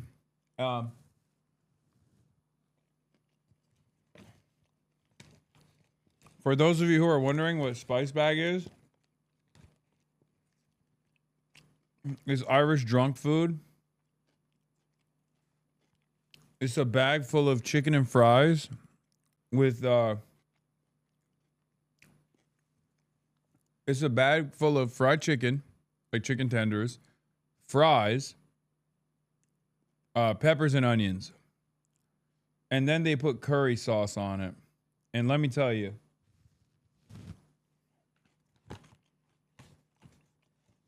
they call this Chinese food, which is crazy.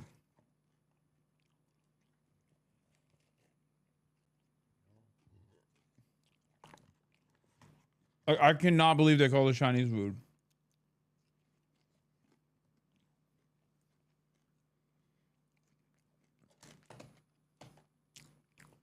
It's actually a heinous crime to call this Chinese food.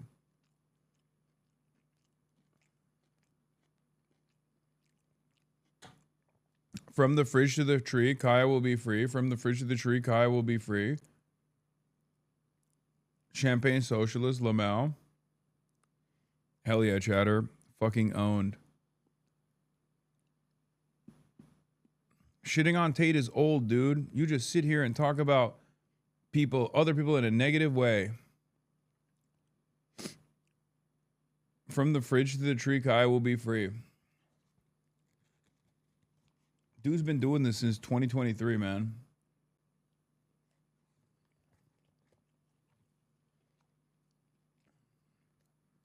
Give it a rest, brother. Buck stops there. He seems so pained talking about it. He came off the pain a little bit with Mamdani a week and a half ago, but now it just seems like it's like the Fonz who could never say he was sorry. I don't know if you remember Happy Days. Yes. Like President Trump seems to not be able to get the word affordability out. No, because I think he promised to very quickly bring down prices. That was the offer in the election. He's failed, and that's the reason his numbers are tumbling more than anything else.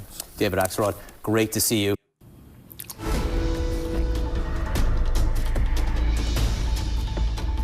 Lower getting our first look at the Pentagon watchdog report on the so-called Signal Gate scandal. The news breaking right now. Sources telling us the Pentagon's Inspector General found that Secretary Pete Hegseth risked exposing classified information that could have endangered U.S. troops when he discussed a planned military strike in Yemen on the Signal app. Our senior Pentagon reporter, Louis Martinez, has been able to confirm this. What more are we learning, Louis?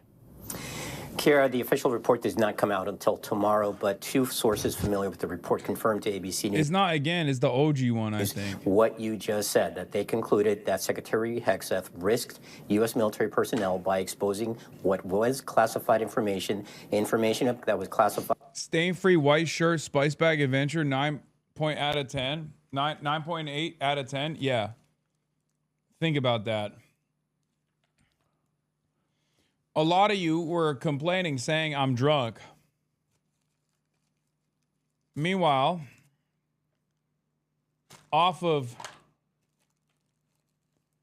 dude, for the love of God, let your mods ban people. I do. I usually just unban the people that are really fucking annoying.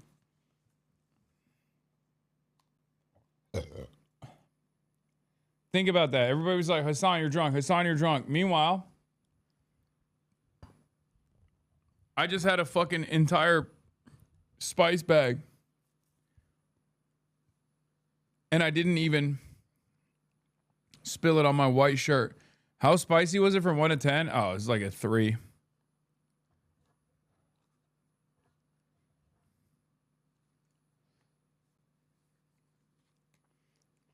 Yeah, I ate the spice bag drunken master style. Are they the Mega Strong Zins? No.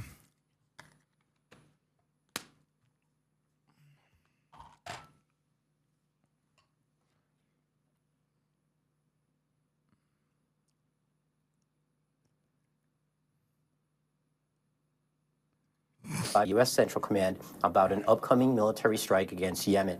He shared that information on the messaging app Signal, and he also included, as part of that group chat, nothing more sobering than American news. True. His family, other close aides, and then unknowingly a reporter for The Atlantic, who then made the situation public. Now, the Inspector General concluded that the information that Hegseth had put on Signal was so sensitive that it risked American lives if it got out.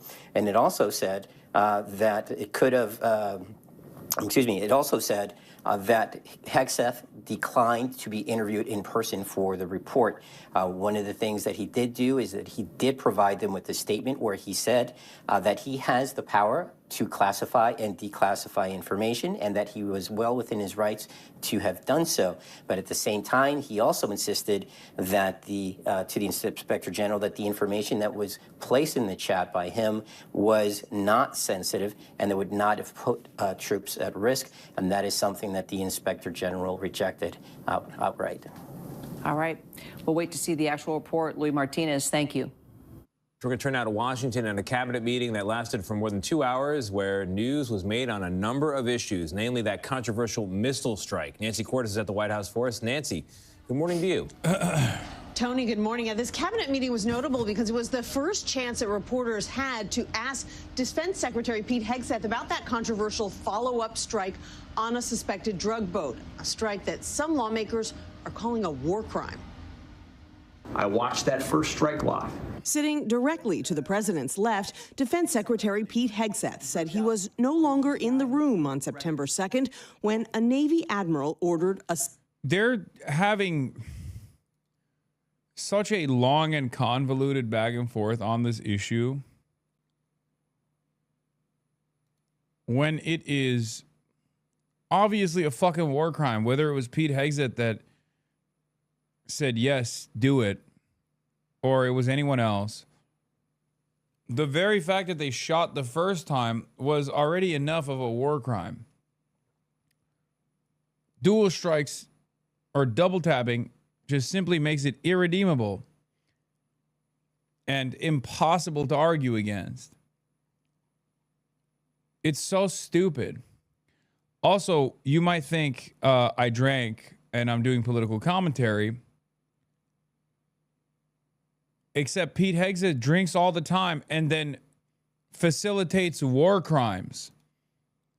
So I'd rather be drinking and doing political commentary rather than drinking and being the Secretary of Defense, now known as the Secretary of Offense or the Secretary of War.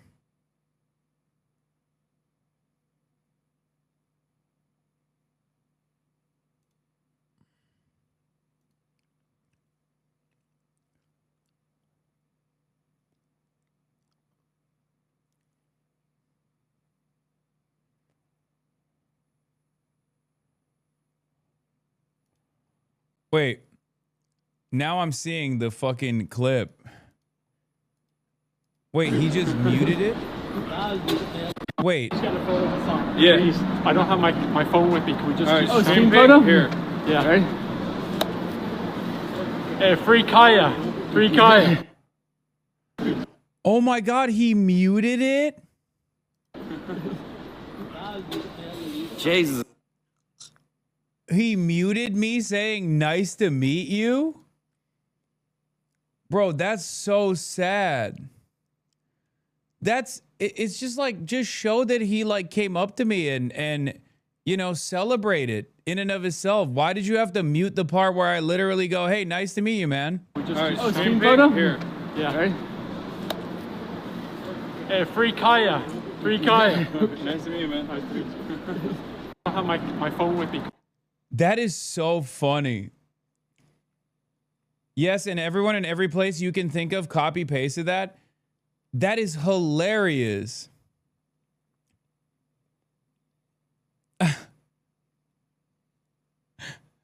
They're like, no, I promise you, he was really upset. I promise you, he was so upset. Also, just randomly, the stream silences itself in this moment.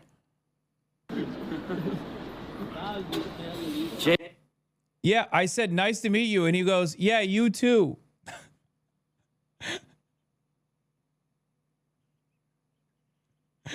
To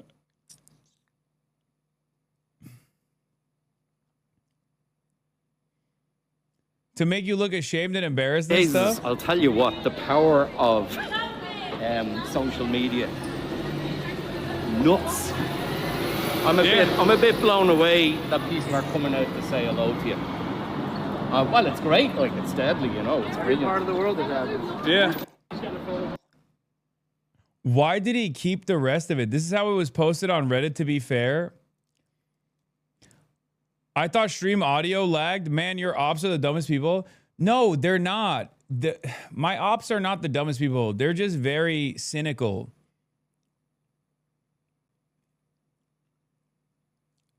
Also, I can't believe he posted this a fucking hour ago. Like, this just happened.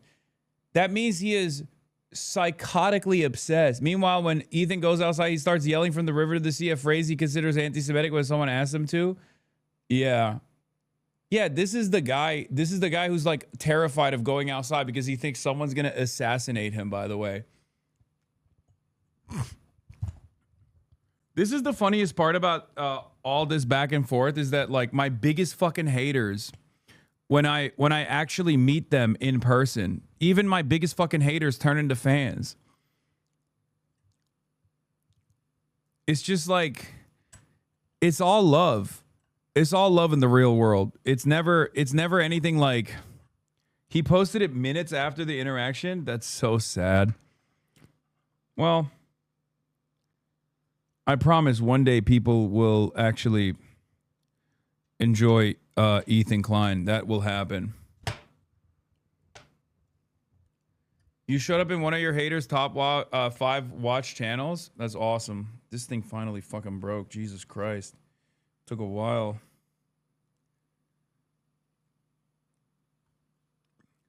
But yeah, the only reason why clip got 12K upvotes after 2 hours after being posted by an account that was inactive for years. What more do you need to know?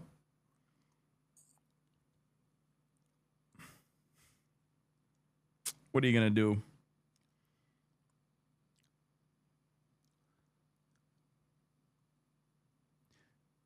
It is funny, though, that they're like, oh, yeah, the stuff that we do online, if we do in real life, it will work in the same exact way. and then it doesn't. So then they have to manipulate the footage to be like, no, actually he was quiet because he was so scared. And that's the reason why the stream audio cut out. It's like, no, it's a normal interaction. I thought that guy was a fan. He was dressed up like Luigi Mangione. I mean, I didn't really think too much of it.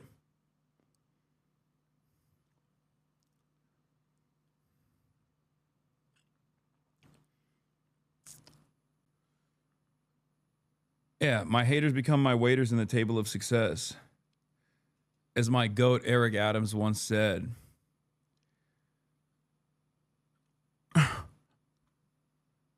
What are you going to do?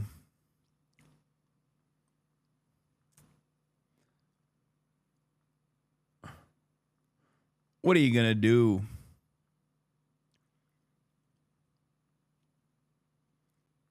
I say feed into the meme until they get bored. Yeah, I mean, that's what I've been doing. I don't really give a shit.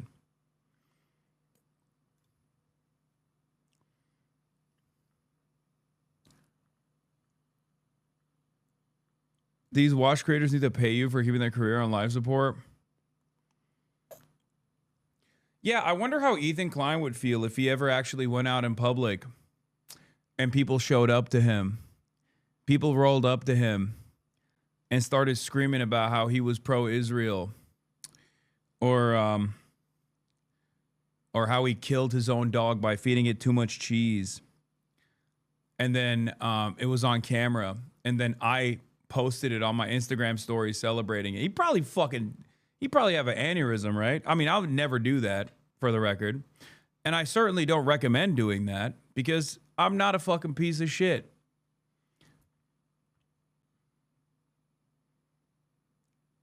But just think for a moment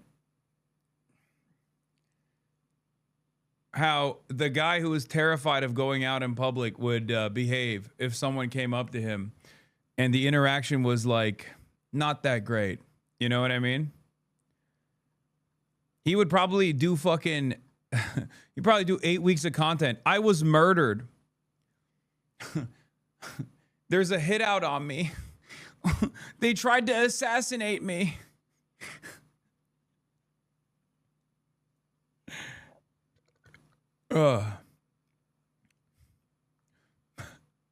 Hasan Piker tried to murder me. He put a hit out on me. Hasan Piker tried to do an anti-Semitic hit out on me.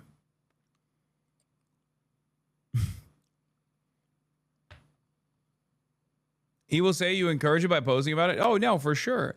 Because this is, let's be real, this is an encouragement. It's like, it's signaling. Not that it matters. I don't really give a shit, you know? But it is pretty pathetic to literally also alter the footage to make it seem like I was, you know, to make it seem like it wasn't just like a normal ass interaction. Look at this. Hey, free Kaya. Free Kaya. Like, I can't believe they literally cut the part out where they were, where I was like, hey man, nice to meet you. And I laughed. And he said, yeah, you too.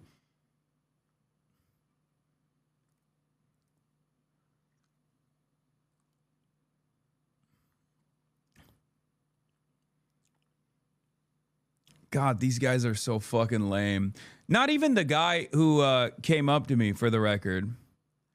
The guy who came up to me, I mean, sure, you could say he's a pussy because he hid his face or hid the photo, whatever. It's a troll, right? But at least he's like not so much of a pussy that he's out and about, like in the real world, right?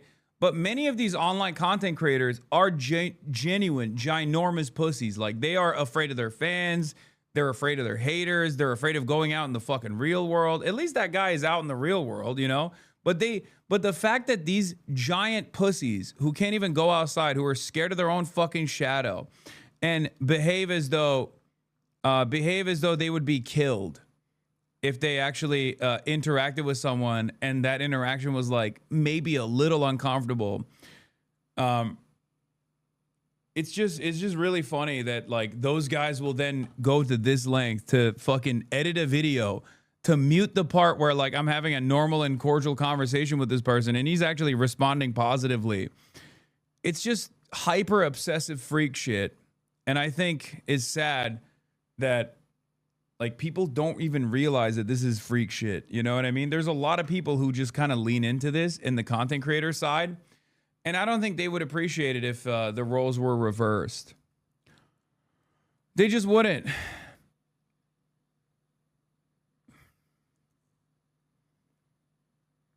Anyway, let's get back to Pete Hegseth. Strike And Donald Trump attacking Vuvuzela. suspected drug boat. A couple of hours later, I learned that that commander had made which he had the complete authority to do. And by the way, Admiral Bradley made the correct decision to ultimately sink the boat and eliminate the threat.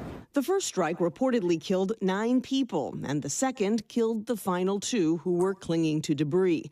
That is the part that has many in Congress outraged. I think there's a broad consensus that it's illegal to kill people who are clinging to wreckage. Let me be very clear. Killing shipwreck survivors is a war crime. In the cabinet meeting, Trump stood by Hegseth. And Peter's done an amazing job. But he also set off Democratic alarm bells with this comment. I want those boats taken out. And if we have to, we'll attack on land also, just like we attack on sea. Senate Minority Leader Chuck Schumer said that would require an act of Congress first.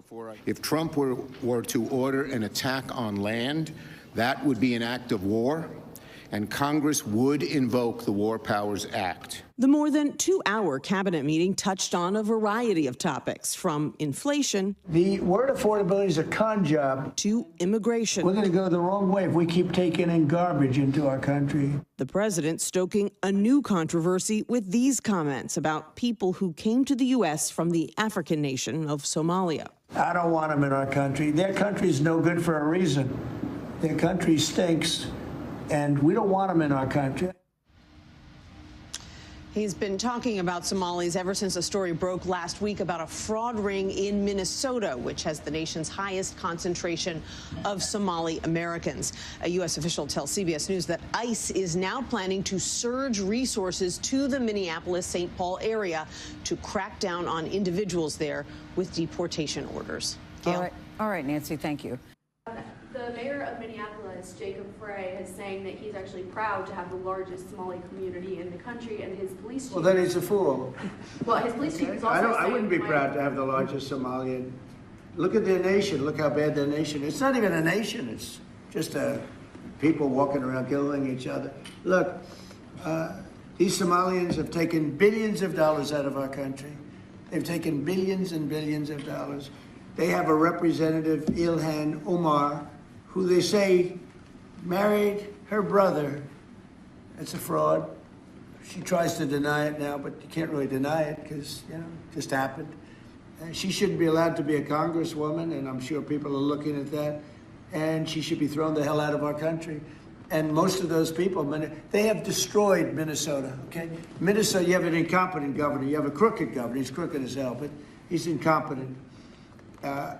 Waltz he should be ashamed. That beautiful land, that beautiful state, it's a hellhole right now. And the Somalians should be out of here. They've destroyed our country. And all they do is complain, complain, complain. You have her. She's always talking about the Constitution provides me with, go back to your own country and figure out your Constitution.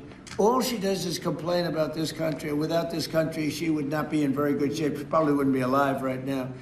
So Somalia is considered by many to be the worst country on earth. I don't know. I haven't been there. I won't be there anytime soon, I hope.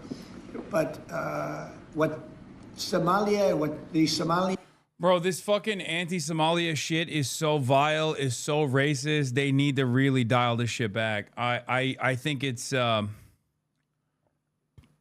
don't think this is going anywhere good. I mean, it's just straightforward Islamophobic, anti-black Nazi shit. I don't know how we even do commentary around it because it's like so straight up. It is so straightforward. Like, how can we do how can we do any commentary on it? He just keeps saying Somali people are garbage.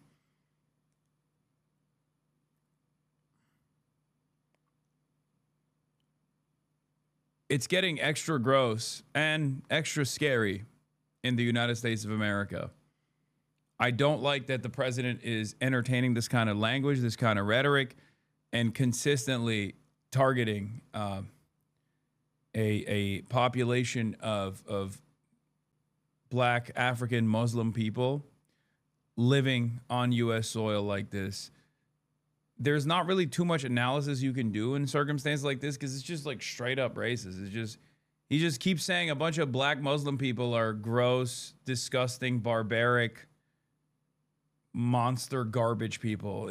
How am I supposed to sit here and be like, oh, here's what he actually means or whatever? It's just, there's no way to talk about this other than just being like, this is the most racist, this is the most vile racist rhetoric I've ever heard from a fucking president out and about.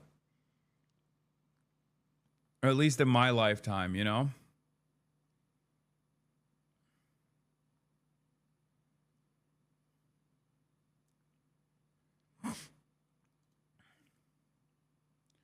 Yeah, it's also ironic because Minneapolis is one of the nicest places in the United States of America, one of the happiest places.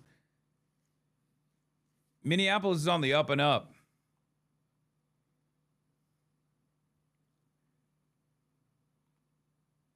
So how do you even entertain this shit?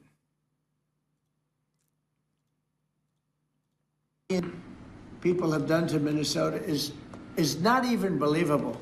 It's not even believable. And a lot of it starts with the governor. A lot of it starts with Barack Hussein Obama, because that's when people started coming in. And you have to have people come in that are going to love our country, cherish our country. They want to kiss our country goodnight. They talk about our country. We want them to pray for our country. This is not the people living in Minnesota. And she's a disaster. She should not be, and her friends shouldn't be allowed. Frankly, they shouldn't even be allowed to be congresspeople, okay? They shouldn't even be allowed to be congresspeople. Yeah, that's great, man. That's a great take. Yes, people from Somali backgrounds should not be allowed to be congresspeople. Like, what are we doing? What the fuck are we doing here? Like, if you are from a different country and you came here and you got citizenship and you ran for office and you won the election, and as a part of your job you criticize America because it's not doing well, it's not doing right by your constituents, working class people in general, then you should get the fuck out. So what's the argument? Only white people get to say America sucks dick? Is that what it is? Or are you allowed to say America sucks dick at all? Even when it does?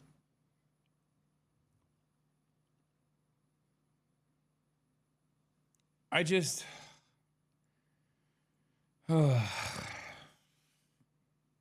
is my least favorite subject to cover because it's so straightforwardly bad.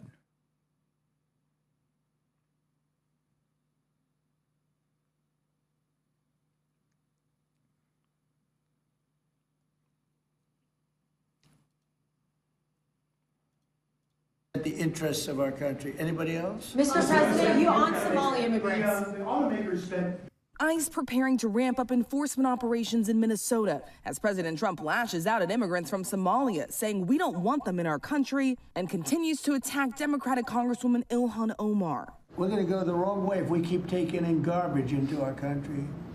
Ilhan Omar is garbage. She's garbage. Her friends are garbage. These aren't people that work. These aren't people that say, let's go, come on, let's make this place great. These are people that do nothing but complain. They complain. And from where they came from, they got nothing. You know, they came from paradise, and they said, this isn't paradise. But when they come from hell, and they complain and do nothing but bitch, we don't want them in our country. Minnesota is home to the nation's largest Somali population. Multiple law enforcement officials tell ABC News that ICE is preparing for a surge operation in the state, focusing on St. Paul and Minneapolis as early as this week. The city's mayor says police won't help ICE when they arrive. Targeting Somali people means that due process will be violated. Mistakes will be made. And let's be clear, it means that American citizens will be detained for no other reason than the fact that they look like they are Somali. The mayor of St. Paul saying this. The words that launched this American experience start with "we the people." And I believe that the sacred moments in American history are the moments we've had to decide who the we is. Who gets to be included in the we? Do we mean black people? Do we mean women? Do we mean immigrants? The president criticizing Somalis for weeks now, terminating temporary protected status for Somalis and writing, "Send them back to where they came from." And this morning, the Trump administration cracking down on immigration nationwide, pausing all immigration applications for people from 19 so-called countries of concern, including Somalia, Afghanistan, Venezuela, and Sudan. Immigrants with pending immigration and green card applications are now subject to review. As for those enforcement operations that are going to be taking place, we are learning in Minnesota, DHS putting out a statement saying what makes someone a target. I'm so confused. He cries about complaining, but all he does is complain. That's literally how he got elected. Yeah, but he's white, and he's an American citizen, as in he's been an American citizen for at least 2 generations. You know, like his parents were American citizens, so it's different than someone who's a first generation. It's not, by the way. The point is that Donald Trump has had his roots in the United States of America for far shorter than the average brown person, really, including Somali people here, right? But because he's white, he gets to just fucking chirp like this, I guess. I don't know. It's so fucking gross, man. It's so gross. This is not their race or ethnicity, but the fact that they are in the country illegally, saying they do not comment on potential operations, George. Rachel Scott, thanks very much. And joining us now for her first interview since the comments from the president is Congresswoman Ilhan Omar of Minnesota. She came to the U.S. from Somalia as a child, became an American citizen about 25 years ago. Congresswoman, thank you for being with us. The president attacked you personally yesterday, and I want to play more of what he said. Ilhan Omar is garbage. She's garbage. Her friends are garbage. These aren't people that work. These aren't people that say, let's go, come on, let's make this place great. These are people that do nothing but complain. Congresswoman, how do you respond to that?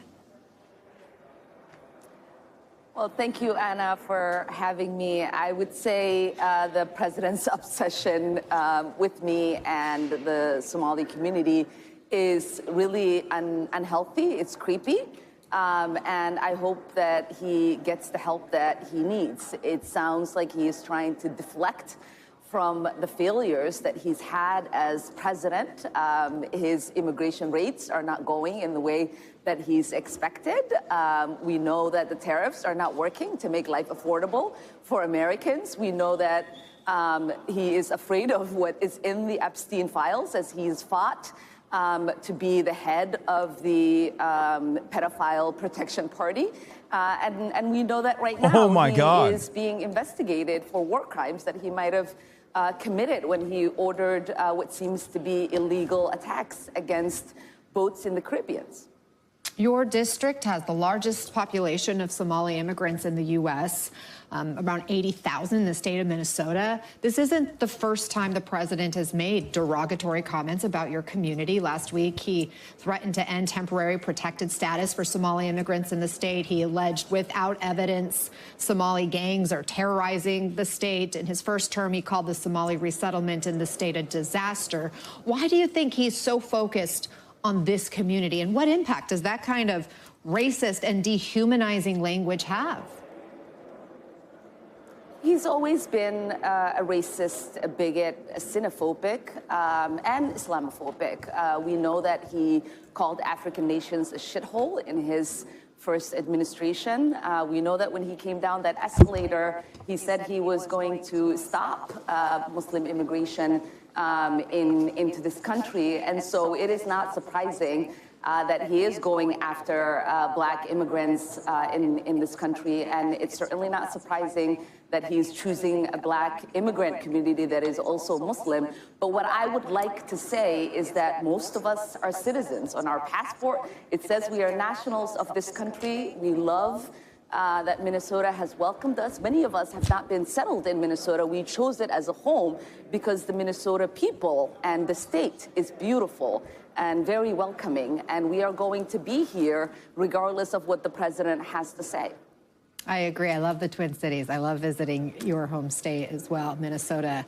Lots of good people there. Beautiful part of the country. Are you getting any support from Republican colleagues on this? Are you seeing anyone from the president's own party stand up and say, this kind of rhetoric isn't okay?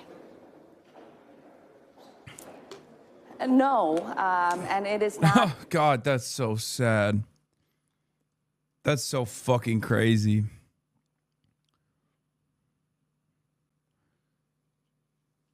As long as the right continues to defend things like the president calling entire immigrant groups garbage, they'll keep losing on immigration.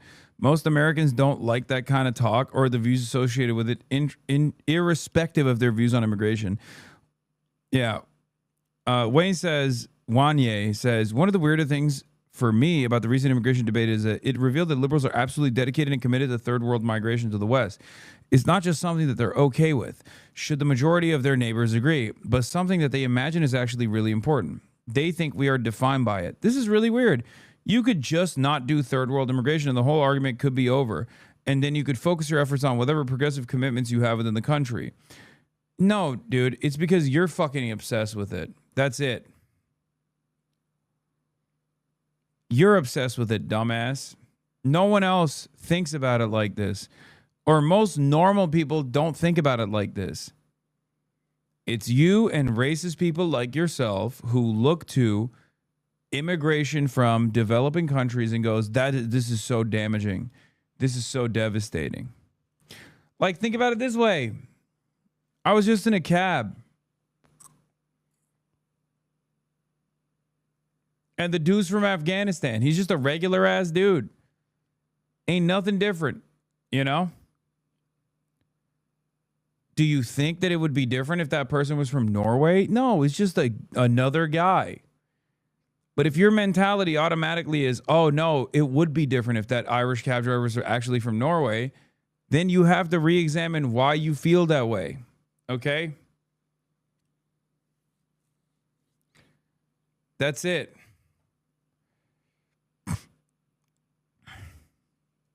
That's surprising because the Republicans have bent the knee to this president. They've welcomed his disgusting and deranged and dangerous rhetoric. They have propelled him into office.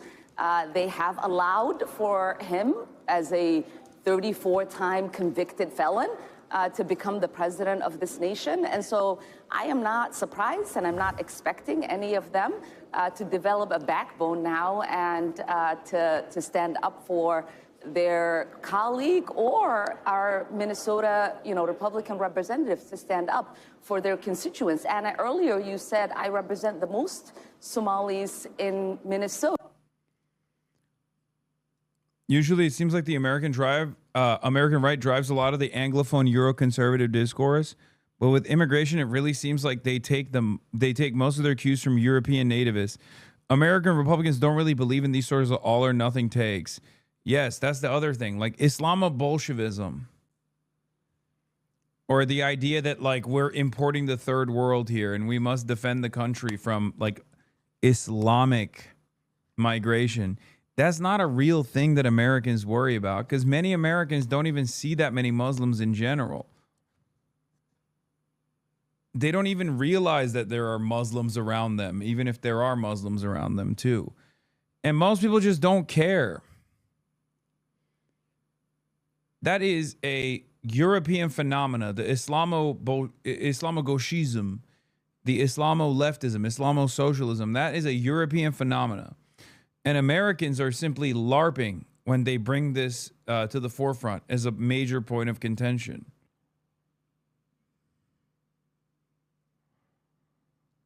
We risk losing our national identity if we are too open to people from all around the world. Donald Trump supporters say 65% of Donald Trump supporters agree with that sentiment, as opposed to 81% of British right-wingers. It is bad for society if white people decline as a share of the population. 43% of Trump supporters agree with that sentiment, as opposed to 70% of the British right.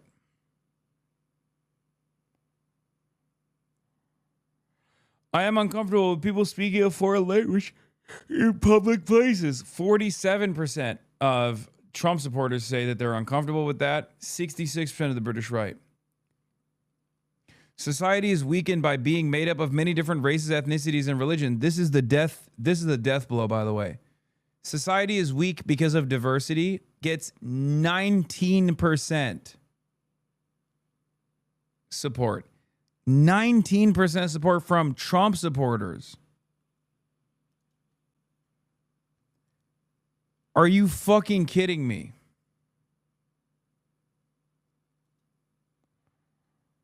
Are you fucking kidding me? This is why I also say America is one of the most diverse nations on the planet, and America is one of the most woke places when it comes to immigration in developing nations, okay? It's not even close. No, this isn't because woke is back, chatters. It's not because woke is back. When it comes to immigration, the American right, woke has never left. Because half of the fucking Trump voters are Mexican. What the fuck are we talking about? America is the most diverse nation on the planet. Okay? It's the most diverse country on the planet. That's why school shooters aren't just white boys any longer. You got black school shooters. You got female school shooters. You had like an Asian mass shooter. Do you know how fucking rare that is? Do you know what a statistical anomaly that is? There was a fucking Asian church shooter, man. Except there's only one place where that's not that strange. The United States of America. Okay?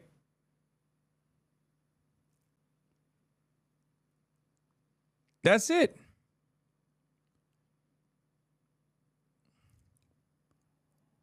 America is a very violent country. And also on top of that, America is a very diverse country. So even our violence becomes diverse. School shooting is bad? Yeah, no. Wow, brave take. Well, but that's due to the guns? I know. My point is, it's obviously still about the guns, but also it's a testament to how diverse this country is, okay? That's the point I'm making.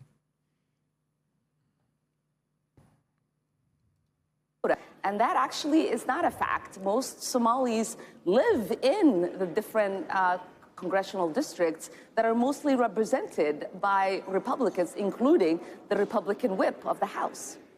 The New York Times is now reporting federal immigration agents may soon be targeting Somali migrants in the Twin Cities area. What are you hearing? What do you know about these reports? Well, over 90% of Minnesota Somalis are citizens of this country. And so we know that some people have been questioned. They have been, ICE has made attempts to abduct and detain them. But a lot of Somalis, when Trump first got elected, decided to carry a passport ID because they knew that he wasn't only coming for people who were undocumented, that he would essentially come for immigrants who were citizens of this nation. And so a lot of them are very savvy, they're resilient, they're brilliant people who have figured out how to protect themselves. I mean, you've already touched on this, but I do want to ask you a follow-up on the character and the contributions of your community, because the president keeps villainizing your community, dismisses contribution of immigrants in this country. What do you want people to know about the Somali community in your home state? I mean, I would like them to know that we are the most generous people. We are one of the most friendliest communities. Again, it is why we made Minnesota home, because it fits with our character. Minnesota nice is not just something we say, it's something that is true. And Somalis. Bro, you know things are bad when you got fucking MSNBC calling up Ilhan Omar to be like, can you give us 9 unrestrained minutes where we humanize you? Okay? Remember, I love Ilhan Omar, but the average mainstream outlet does not necessarily hold a lot of love for Ilhan for her positions on American foreign policy, specifically on Israel. Okay? You have to understand how bad things have gotten that fucking MSNBC, also known as MS Now, is doing 9 minutes with Ilhan Omar where they're just so chummy and they're like, hey, speak to us about how Somali people are dope, please. How do you feel about this racist attack? That's how you know shit is really fucked up.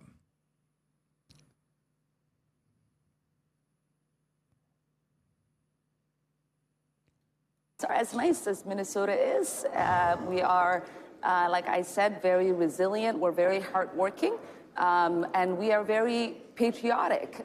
Minnesota Somalis have the highest level of people who have become citizens as immigrants in this country, and we vote, we contribute, we volunteer, and we run for office.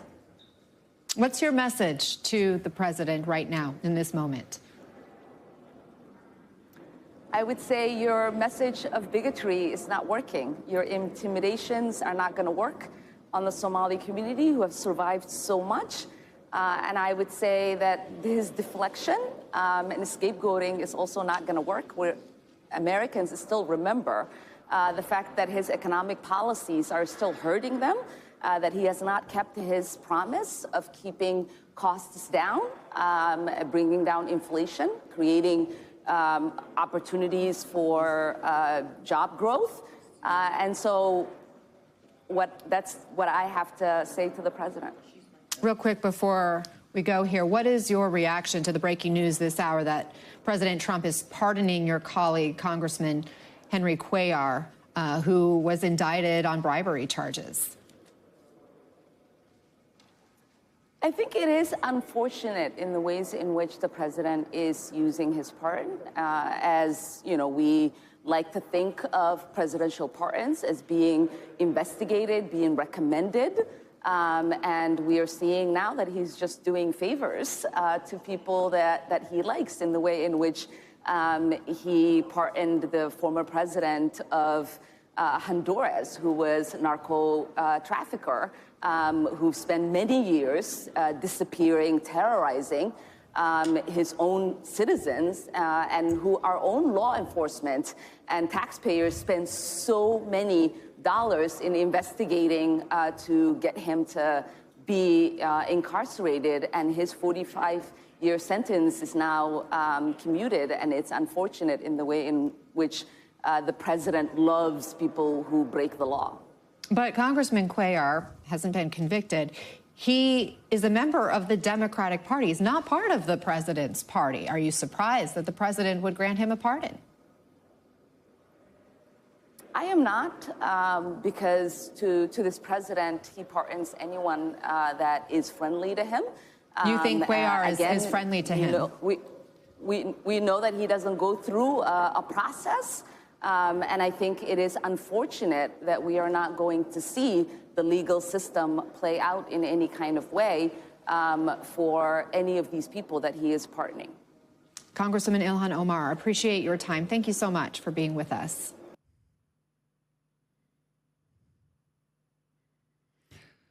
Ugh. God, American politics sucks so much ass, dude.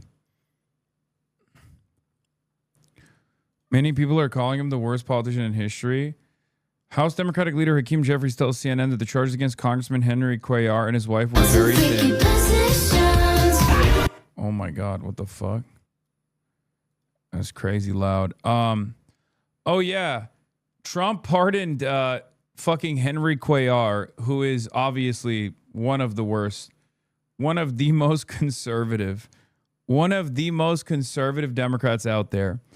And then fucking Hakeem Jeffries told CNN the charges against Henry Cuellar and his wife were very thin, and President Trump's pardon of the couple was the right outcome.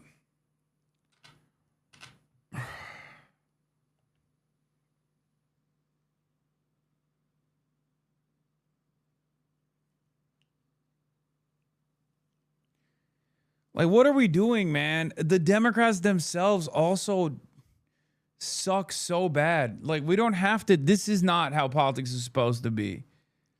And the Democrats shouldn't behave like this. It's so whack. It's unbearable. It is unmanageable. It is unsalvageable. What do you do? What the fuck do you do? You could be drinking Guinness right now. I know.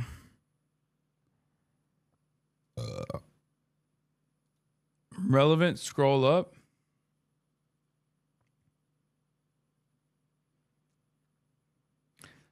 If current trend continue, whites will go from being a small minority of the world population to virtually extinct. They did a pretty good job making us Jews almost extinct. As the saying goes, it always starts with the Jews, but it doesn't stop there. Jews are white, if not peak white. I mean, he's not wrong when he says Jews are white. It is, however, weird. Jews in America, Ashkenazi Jews especially, are white. Okay? But he's also responding to a person that literally talked about Jews almost being extinct. In which case, yeah, that person is right. The person whose username is I like Teslas is talking about the fucking Holocaust. Okay? Jews being white have no basis on whether or not they almost got to the verge of extinction. Like, it's not wrong. Yeah, Ashkenazi Jews, by and large, Jews in America are considered white.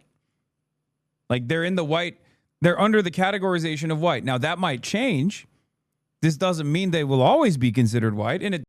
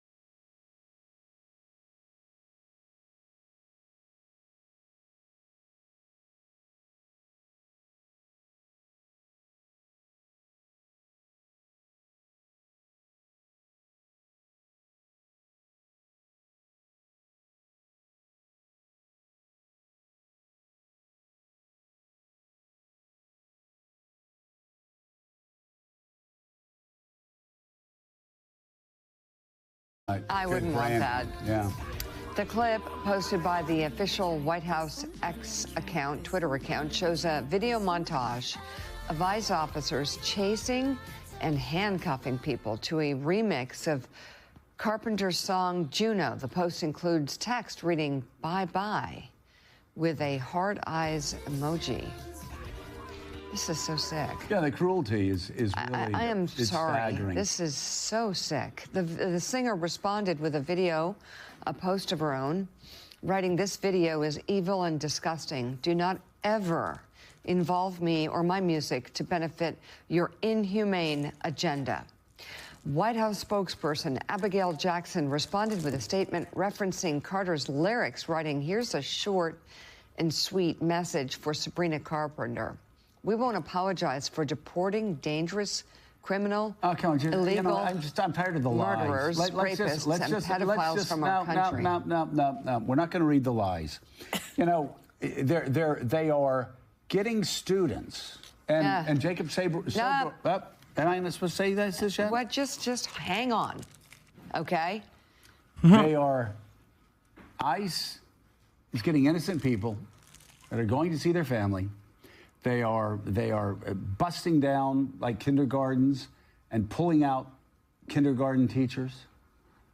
They're Okay, Morning Joe. More like Morning Joe Stalin. When did this happen? They're out here talking like they're on the HasanAbi broadcast. What the fuck? They literally hung out with Donald Trump. Remember, they kissed the ring. What a shocking. Yeah, Morning Joe, more like Maoist Joe. Yeah, good morning. It's a beautiful morning for revolution. How the fuck is Morning Joe saying this about the Trump immigration agenda? They literally went to Mar-a-Lago to be like, "I will suck your dick, Mr. President. I love you."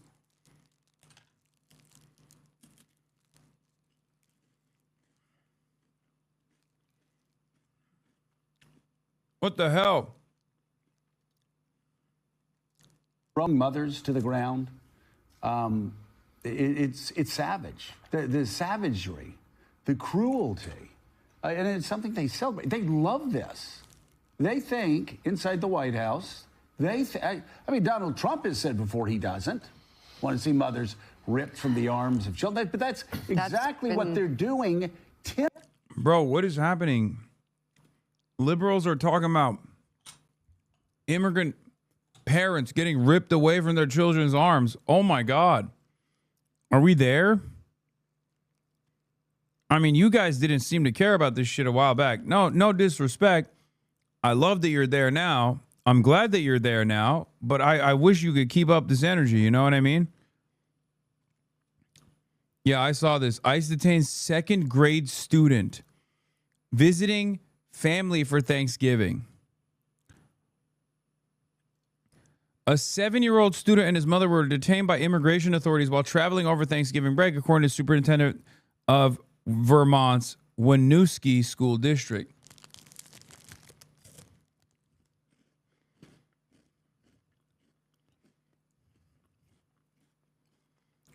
I feel so much safer. I'll keep it real with you guys. These sick and twisted 7-year-olds need to be purged out of the nation-state boundary immediately.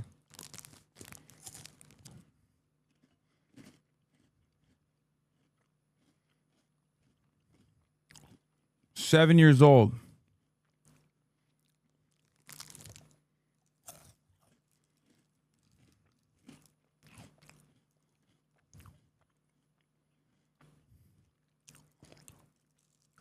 ICE detains a teenage student at Boston Airport, flying home to surprise family for Thanksgiving. Despite judge's orders expressly blocking deportation, agents took her to Honduras just hours later. Agents at Boston's Logan International Airport. It's the day before Thanksgiving. We're all supposed to be with our families, and yet she's taken away from her family this time of year. It's cruel and unconscionable behavior, and we're not going to tolerate it. Parmelo says Lopez Beloza, a student at Babson College in Massachusetts, was planning to surprise her family for the holiday but was picked up before she could even board her flight. She was scanning her boarding pass, so she was told there was something wrong with the ticket. I don't believe that to be the case. Something must have happened between when she had her passport scanned in Logan Airport. CBS Austin reached out to the Department of Homeland Security asking why Lopez Belosa was detained and later deported. We've yet to receive a response. According to a report from the Boston Globe, there's been a removal order for Lopez Belosa since 2017. Pomelo says he was blindsided by her deportation. We have a decision from 6:08 p.m. on Friday saying she shall not be removed from Massachusetts. But more importantly, she shall not be removed from the United States of America until we get to the bottom of why she was detained in the first place. The Massachusetts lawyer says this highlights the larger issue with the current immigration system in the country. And we need to have better immigration policies here. You know, she's a dreamer and she's living a draconian nightmare right now. This is not what should be happening ever. We attempted to reach out to Lopez Belosa, but we were unable to connect with her. She's still in Honduras. A family friend of hers told the Boston Globe that it's unbelievable. He couldn't believe about what he had heard about what happened to her. We're going to continue to follow up on this story as it I don't know what to say. It's just transparently evil. Also, Sabrina Carpenter got 1.4 million likes on this fucking post, dude. Anyway. But that ratio was so fat, it seems like even Morning Joe is on board now with a pro-immigrant agenda.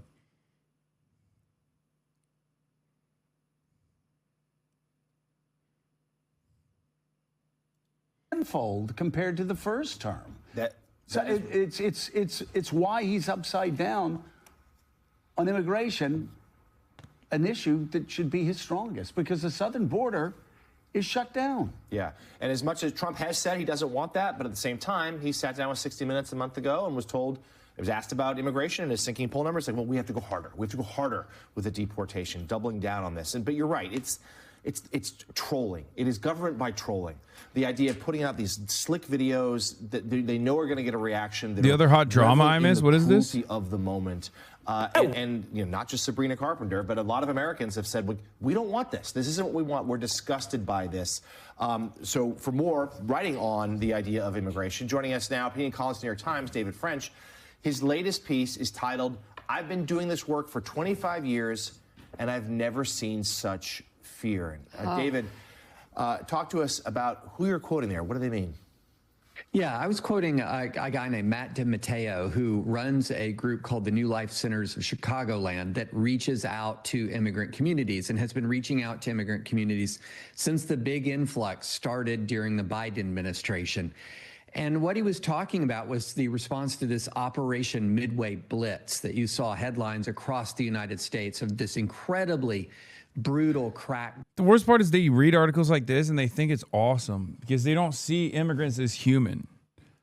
Down in the city of Chicago, just with all of the scenes and all of the incidents you've seen of brutality, of tackling people, of violence directed against protesters, for example. This was happening in Chicago.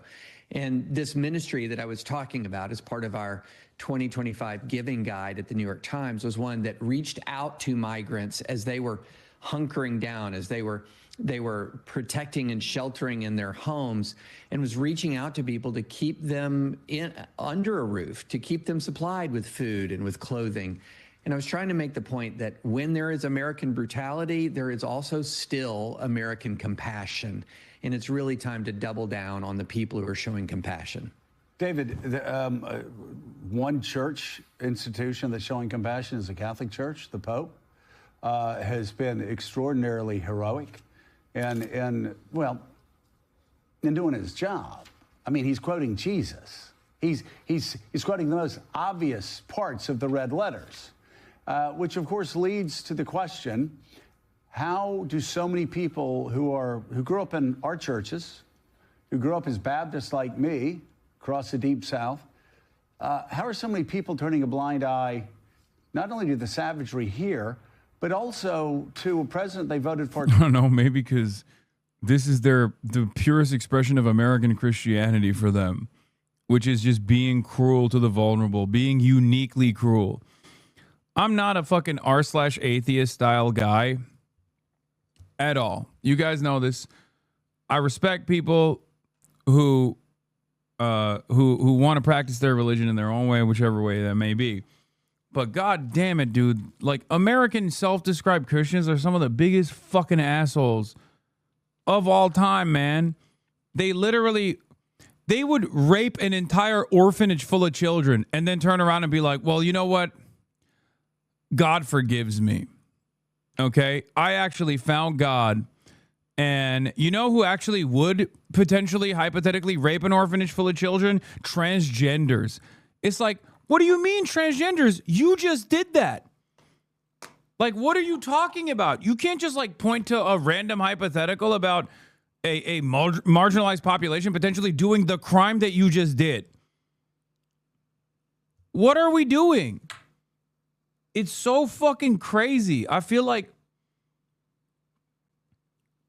American evangelicals they move in such a strange way, man. Even as someone who thinks like, live and let live, let people fucking believe whatever they want to. It creates a lot of resentment for someone like me.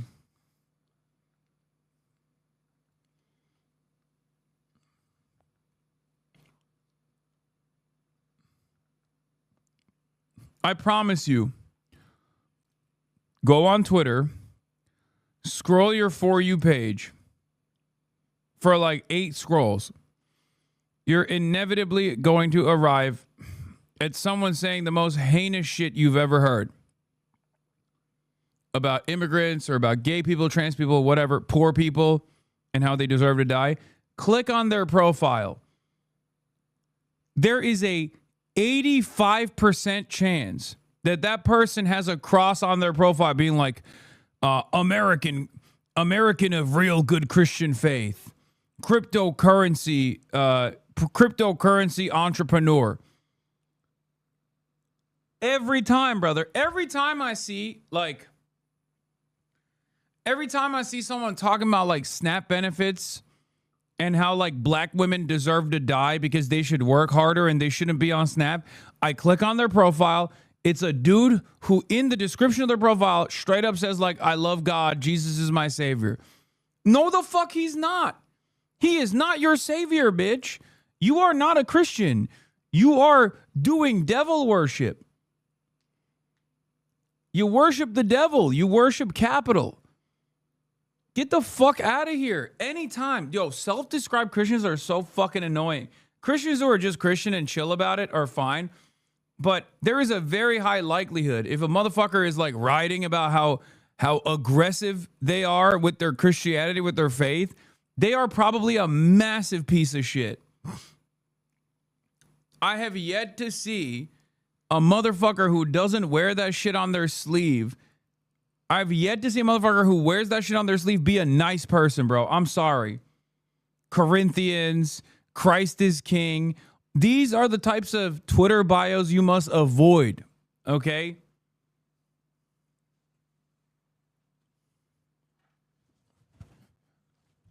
Dudes with like Christian scripture in their fucking bios are some of the most evil people I've ever met. They are doing a very bad job promoting Christianity, okay? Not to get all fucking Catholic with it because I'm in Ireland, but god damn, dude.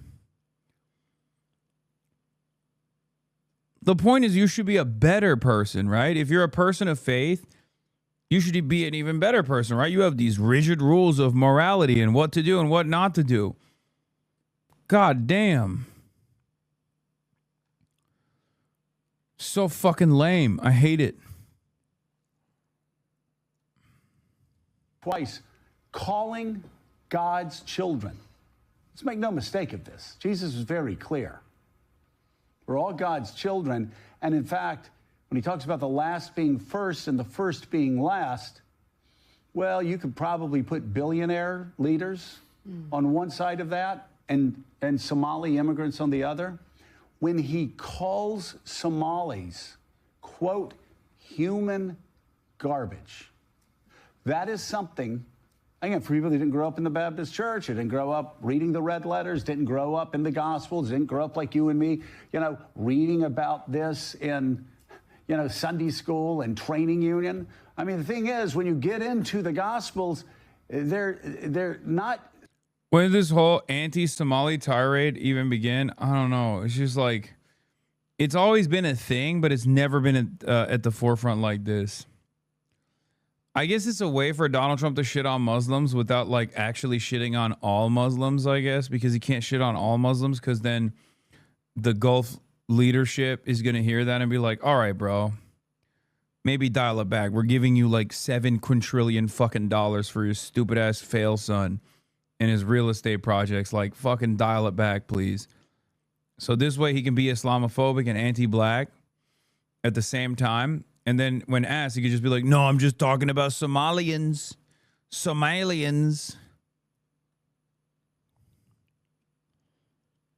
Because I have noticed that, like, I mean, he shits on Muslims quite a bit, but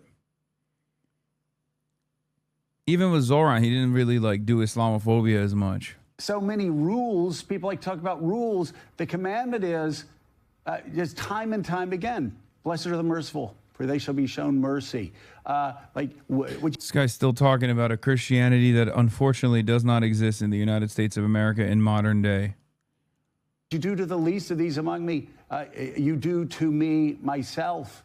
And again, you just can't keep going back to the story of the Good Samaritan enough, where Jesus says, love your neighbor as yourself. They ask, who's my neighbor? And he picks the most despised foreigner, the Samaritan, to say, that's your neighbor, and that's who you love, and that's who will be first in the kingdom of God. So again, a very long windup to ask this question. How have these people been so programmed to forget every single thing they were taught in church, in Sunday school, in training union, on Wednesday night Bible studies? Like, how have they been so programmed that they completely put this political, I don't even know what to call it, over the teachings of Jesus Christ? Because make no mistake, read the Bible. The Somali shit is also kind of dumb, aside from being super racist, because like most Americans only know like what a Somali person is from Captain Phillips. And you literally have to show them with like a PowerPoint presentation what a Somali person is, right? And the areas where there are a lot of Somali people is like Minneapolis, right? And it kind of feels like Minneapolis is pretty chill about the Somali population.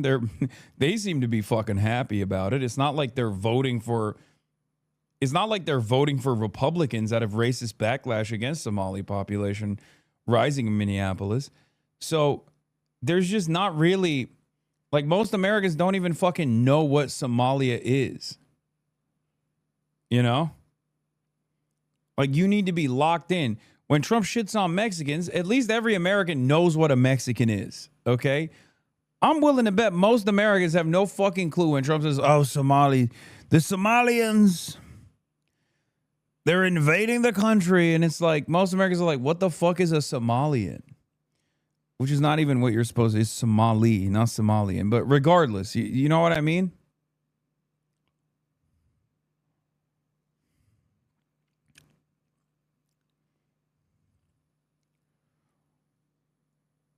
I also do have to go back to Joe Rogan again here, because like a lot of the transgenders in fucking sports narratives came from Joe Rogan.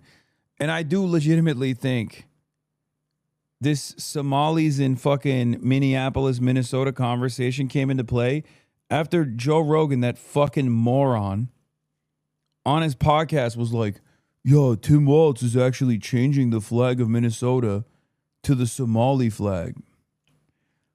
I still see that fucking dumbass clip on my timeline, dude. That shit still goes viral every now and then. God, Americans have the weirdest gripes. Republicans have the weirdest fucking gripes of all time. Oh, my state flag. They changed the beautiful state flag of Minnesota. How dare they?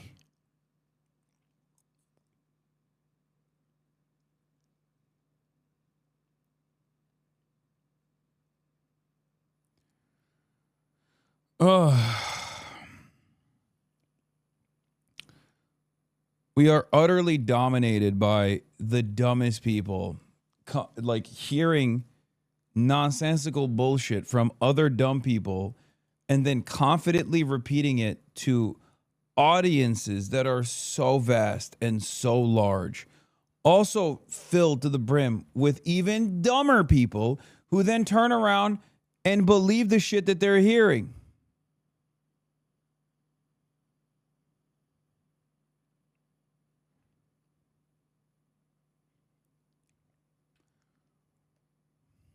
Ridiculous world. Ridiculous hell world we live in.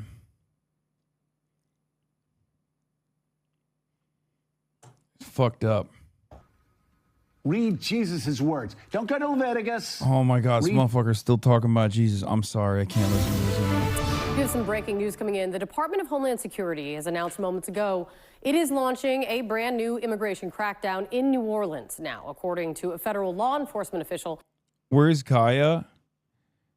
In West Hollywood, Los Angeles, California, chatter. I did not fly my wonderful 120-pound dog to Ireland on a 10-hour flight.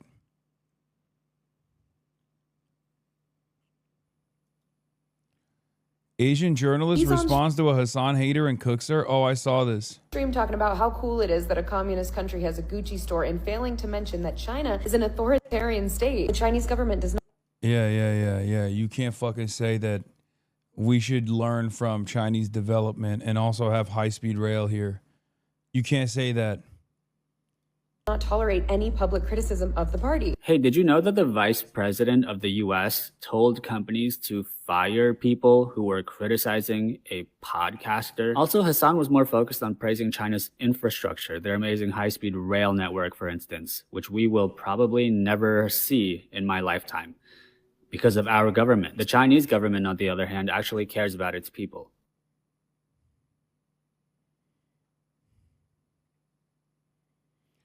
And it's crazy because I talk about like the repressive nature of Chinese governance as well, and how it's just not for me, you know, and how I don't like it personally. But these guys seem to never hear that side because it has to be black and white. If you say there are certain things that the Chinese government is doing that's good that we should take lessons from, people immediately go, oh, you mean you love everything that China has ever done throughout history. I don't know, man. I like Zohran Mamdani.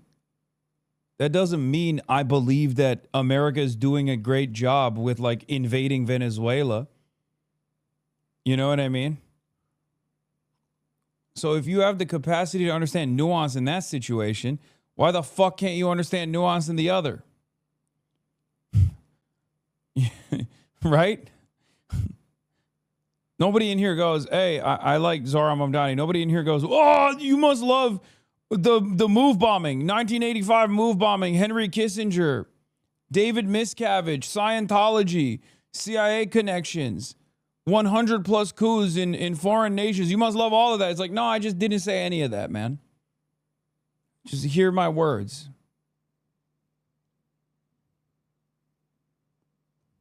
Did I say any of that? No. The fuck? Yeah, David Miscarriage.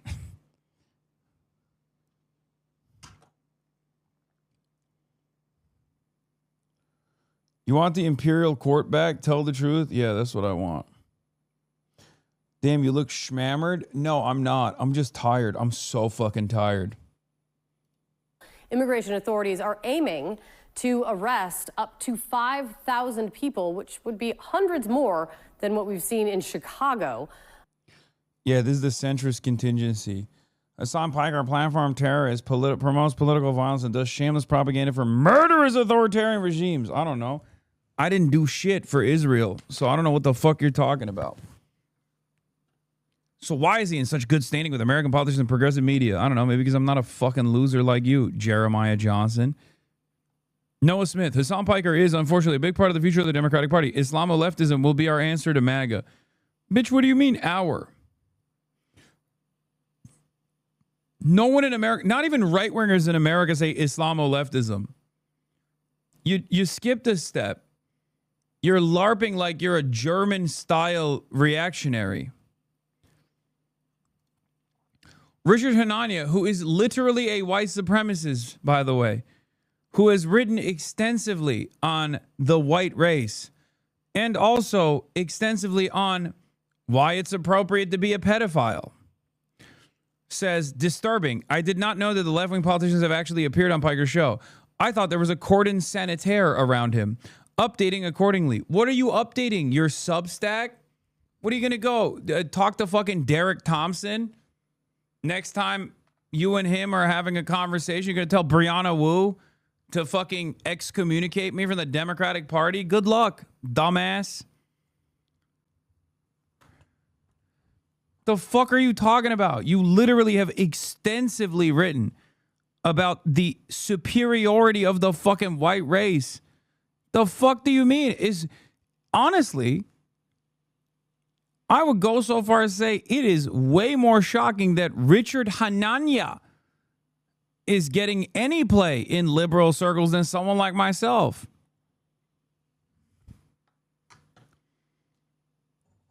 It's so strange. Anyway, none of this actually fucking matters, obviously, because these guys have no emotion, but it's just crazy. What is condom sanitaire? Yeah, like a he's saying like I'm immediately putting a fucking blacklist on someone like this. Yeah, you want to see the fucking line today, by the way, to see me speak at the Phil Debate Society at Trinity College in Dublin? This was the fucking line, chat. That's why I don't really stress my fucking dumbass haters, okay? You think I give a fuck? Look at this shit.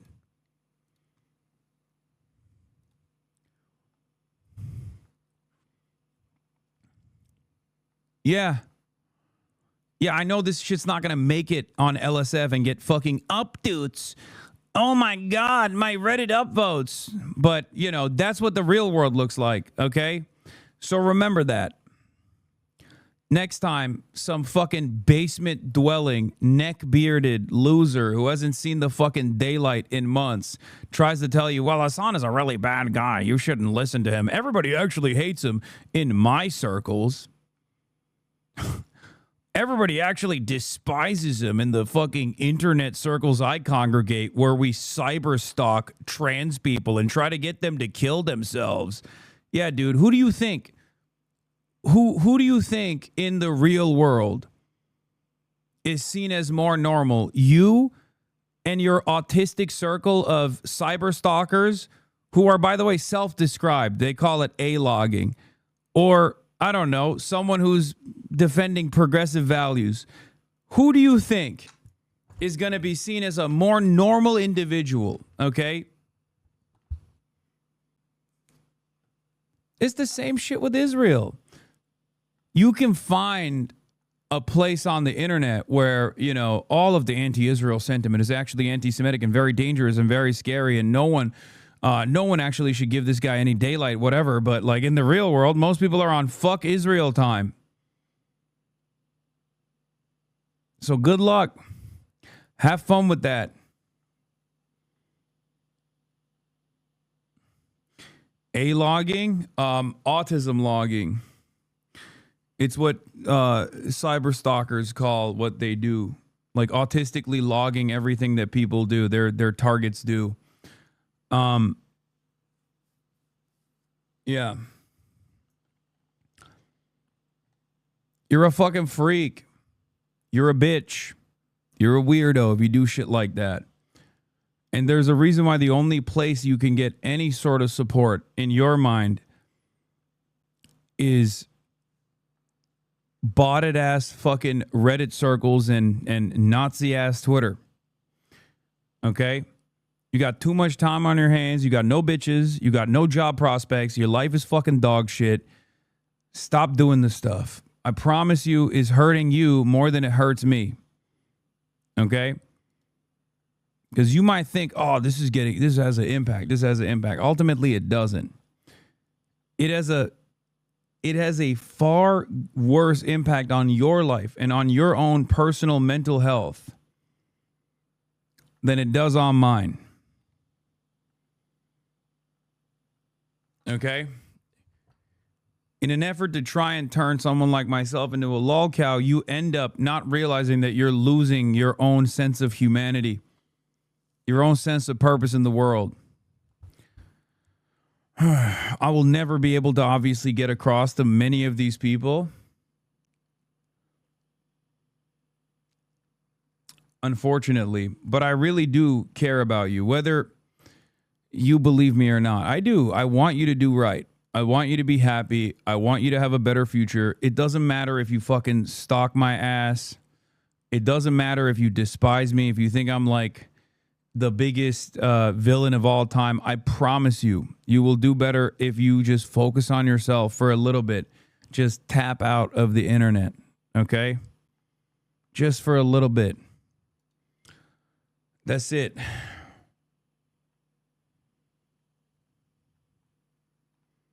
Yeah, you're not getting back at the popular bully from high school by doing shit like this. You're not. The greatest way that you could possibly do that is by focusing on yourself, improving your mental health, improving your job prospects, and then completely forgetting about whoever you think is the high school bully version that you are trying to dominate on the internet. Okay? The greatest revenge is living your best life. That's it.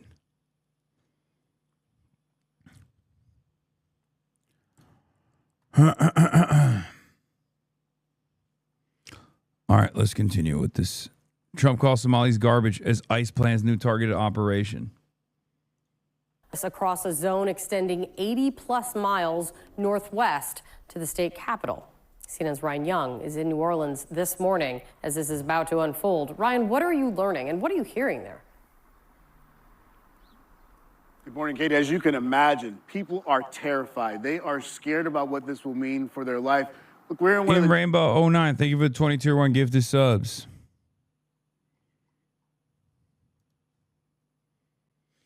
Thank you for supporting the Piker Broadcasting Service.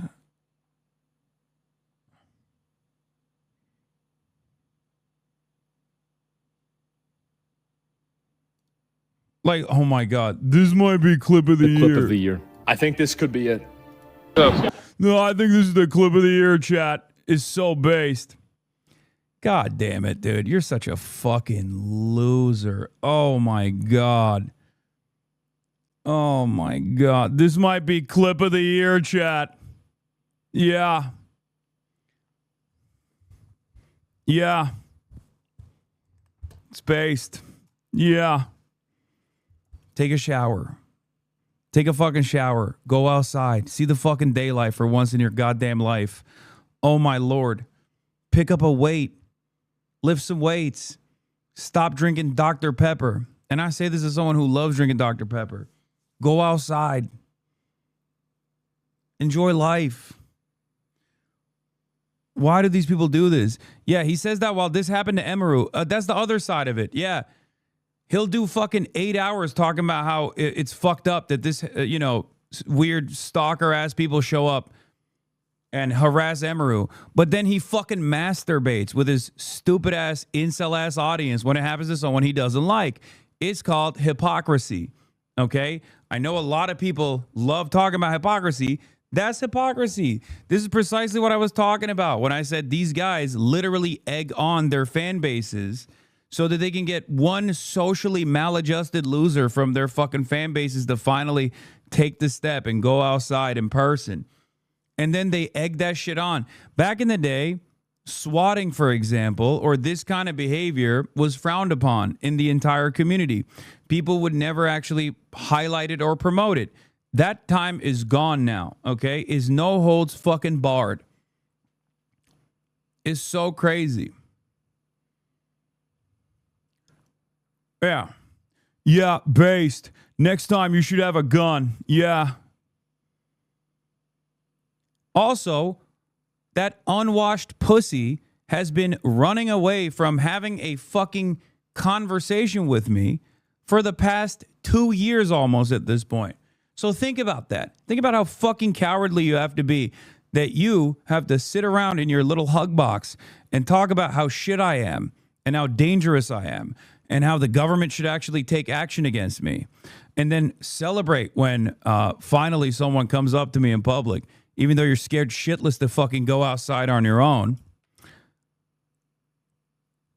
and celebrate that sort of thing, but you can't even fucking deal with me in person. It's just stanky ass cowards, all of them.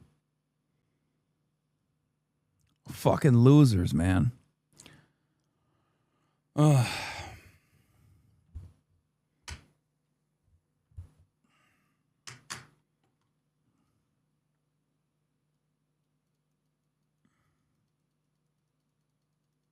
Hasan compares his sniper being to sexually assaulted. That's not what you mean. I can already tell this line of attack. Yeah, I know. But it's still hypocritical. This is what I mean when I say there are content creators who fucking egg this shit on, right? There are content creators who egg this shit on.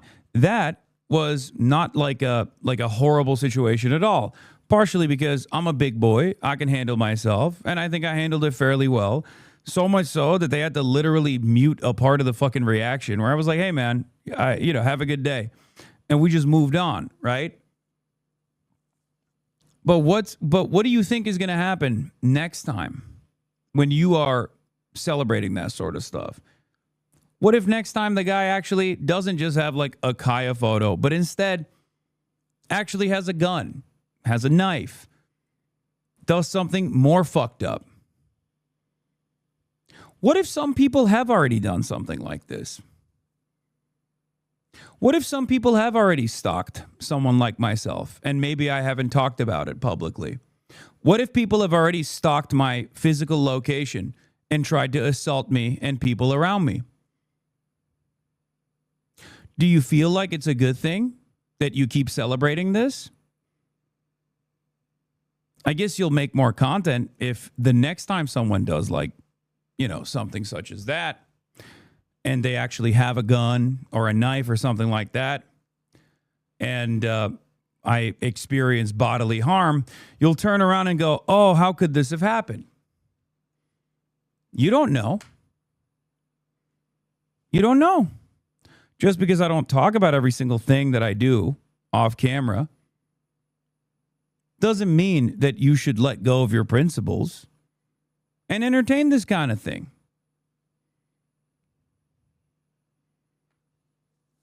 Anyway.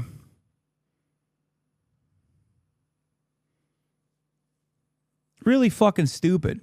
It is truly a stupid thing for someone like Asmongold to entertain this kind of stuff. It is. It's a very, very stupid thing for him to do. Because not only could something far more consequential happen to me after he has egged it on and cheered it on without saying, hey, I think it's really fucked up. If you're like a hater of a content creator, you probably shouldn't approach them in public like that. Instead of saying that, which would be the normal thing to do, you celebrate it. What happens when someone comes up to me and actually has an interest in engaging me with, engaging me in a more physical way? What if that's already happened? What if that's already happened? Just because I haven't talked about it doesn't mean it hasn't happened. What if that's already happened? What if it happens to you? Content creators know that other content creators' addresses are fairly easy to find online, whether it be my address or whether it be Asmongold's address. Content creators also know that other content creators are constantly having to deal with this kind of stuff behind closed doors. There's a reason why content creators don't talk about this kind of stuff in order not to egg it on. What happens when this happens to you the next time you're going through a fucking drive-thru at Wendy's?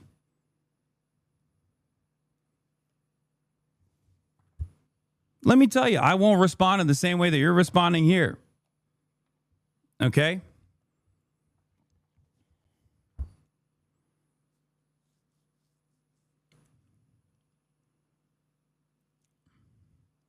You don't even have to go outside, by the way.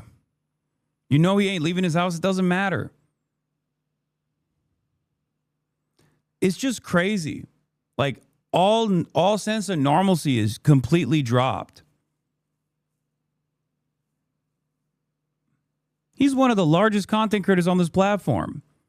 And he's over here celebrating a fucking random ass hater showing up and stream sniping. Do we really want to do that? Is that really the game we're playing nowadays? Is that really what the standards have become? Are you that stupid and that short-sighted that you don't realize that this could genuinely harm you?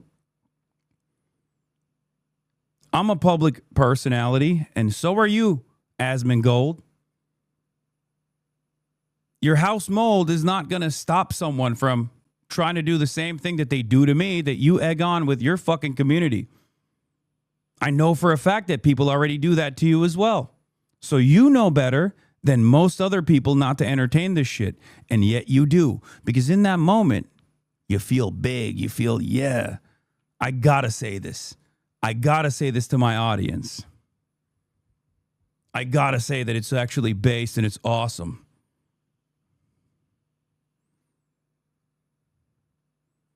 It's so strange. What you see in terms of harassment, as I've talked about with the Emaru situation, for example, is the tip of the iceberg. There's an unspoken rule among content creators in general where we don't talk about this sort of stuff. We don't highlight this sort of stuff, and we instantly criticize this sort of stuff because we all know what goes around comes around, and there's not a lot of protection against this sort of psychotic behavior. Okay? And I know for a fucking fact that Asmongold has to deal with that shit in his day-to-day experience as well. He just doesn't talk about it, neither do I. But the difference between myself and Asmongold is that if someone were to approach Asmongold like that, I wouldn't be celebrating it. Okay? Yeah, he can farm this all day, every day. But if he hears my words, I think he'll understand man to man. You can farm this shit, but what goes around comes around, Asmongold. And before people say, oh, he doesn't go outside, it doesn't matter. Content creators know that it's not just about going outside. Asmongold personally knows it's not just about going outside. Just as I personally know it's not just about going outside. When there's a will, there's a way. When you're in the same fucking spot, day in, day out, live streaming, people can figure out exactly where you live, just like they know where Asmongold lives and just like they know where I live. So don't fucking talk like that. Okay? It's not just about stream snipers, you fucking moron. It's what you consider to be permissible, what you are leaning into with your audience. Inevitably, people are going to do more of the stuff that I know you've experienced already.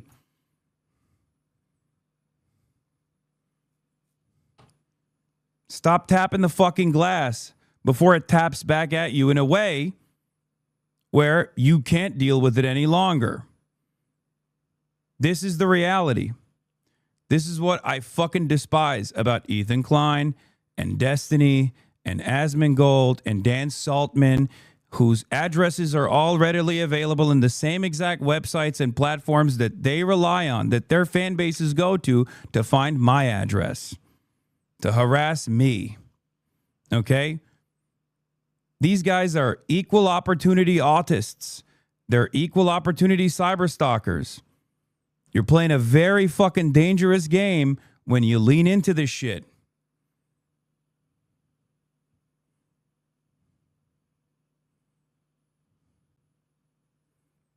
This is one big crash out. Just saying, if you want to see this as a crash out, go ahead. See it as a fucking crash out.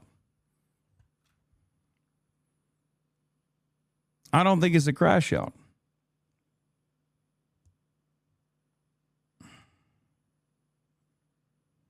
This is just factually accurate information. Maybe framing this as a crash out makes you feel better about not even yourself, but about the feelings of your favorite content creator. As long as you just go, oh, he's crashing out, actually, then you can spare the feelings of your favorite content creator, which is so pathetic, by the way. It's a pathetic way to exist.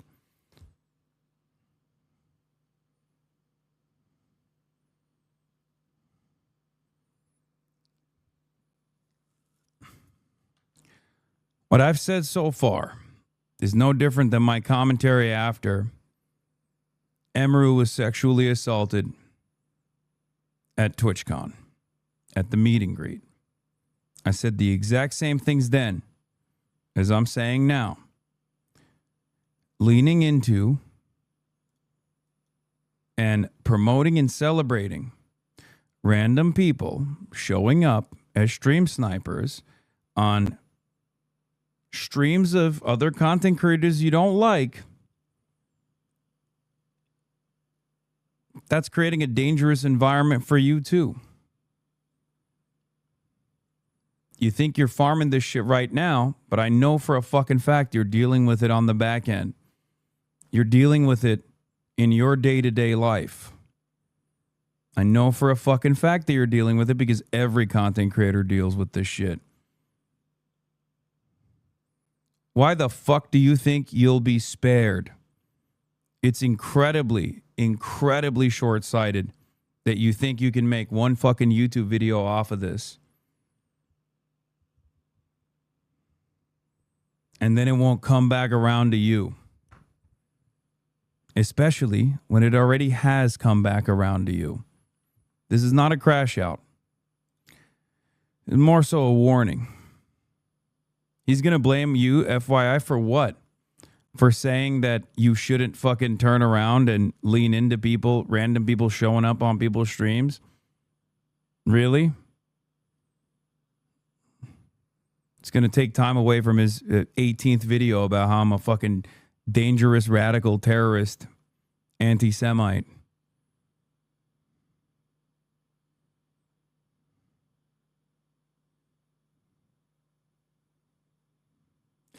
I know what you mean with egging this on. Clip of the year, Patriot. So what message does this send? The next guy has to do something bigger to get a similar reaction from his favorite streamer or Discord com. Exactly. That's it.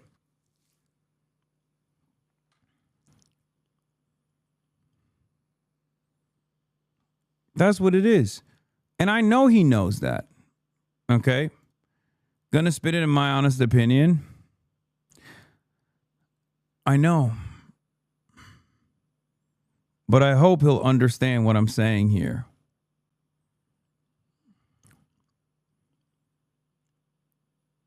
When you incentivize your audience to go after people in the physical world that you don't personally like, eventually that's going to turn on you. Okay? And that's not a good time for anybody.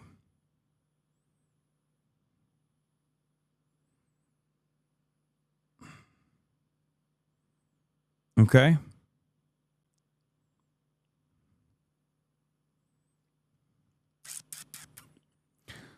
In any case, I'm sure he'll turn around after literally celebrating someone showing up and being like, oh, I thought it was just like a meme. I think so. I think it's a meme. I think it's ultimately harmless at this stage, right? But when you got fucking freaks like Roach Man being like, yeah, this is the clip of the year, you're telling your audience that they need to do more of it. Okay? You're telling your audience to fucking stalk my ass in the real world. That's not healthy. That's not healthy for me at all. And that's not healthy for you either. Okay?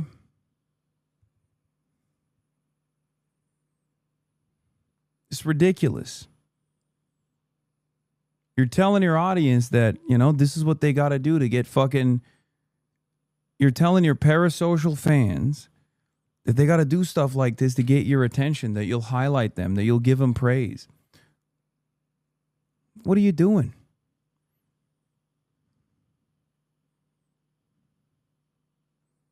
What are you fucking doing? This time it was fine. How do we know next time is going to be fine? How do we know that the previous instances that maybe weren't on camera were less fine than this one? There was a time and place when that kind of celebration would have been immediately banned, okay? Like, I cannot believe it. I'm one of the biggest content creators on the platform. Asmongold's one of the biggest content creators on the platform. A stream sniper shows up. Asmongold celebrates it. 4 years ago, Twitch would have instantly banned Asmongold. Like, no questions. Anyone who does shit like that, they would get banned. If I did that, I would get banned. Okay? Straight up. It's gone. We don't live in that world anymore.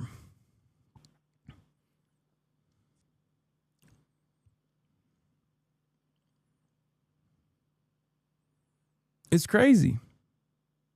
He's doing damage control on his stream so hard right now. Good. I think he should tell his audience not to do that. Personal safety. I would not react to stream sniping clips of him because of that. Because I know that, like, I know what it's like to deal with stuff like this, right? And so, like, if he doesn't want me to, I would not do it, if you want me to be honest, right? Because I know how problematic it is. But, like, I really don't think this is over the line. I don't think it's over the line at all. It's just a funny guy just, you know, just taking a piss, right? It's not a big deal. So I don't know if he's upset about that or not. I have no fucking idea, but yeah, who gives a fuck? It's just a meme. Yeah. I mean, it doesn't look like it's being, okay. It doesn't look like it's done with like malicious or aggressive intent. So, yeah. And that's what I would say. Yeah. Seen a recent tweet of him reply to Dexterdo's fan account about Rakai's ban. He's doubling down? No, he's not doubling down. He's backing down. It was a mistake, basically. Yeah, I did see that. Absolutely. Come on, dog. He literally printed out a photo. Like, the level of effort that person put into it, he could have put into something much worse. Okay? That's not normal behavior. That's not normal behavior at all.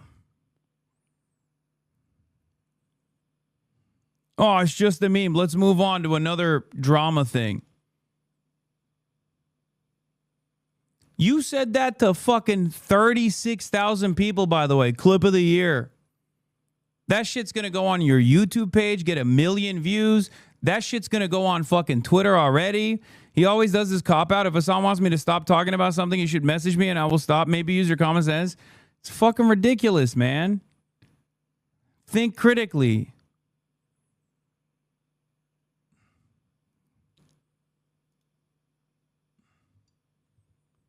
The only reason why I know about what he said is because he literally said it on, and it made its way to Twitter already.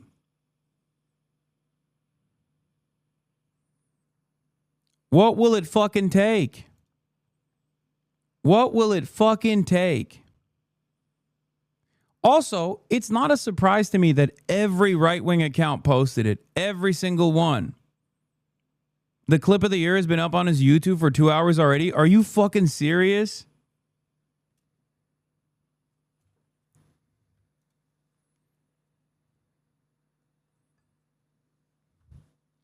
He's like, oh, I didn't realize it. I didn't realize it.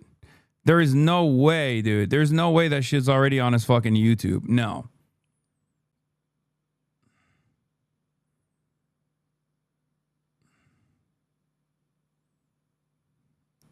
Yes, 20 minutes after.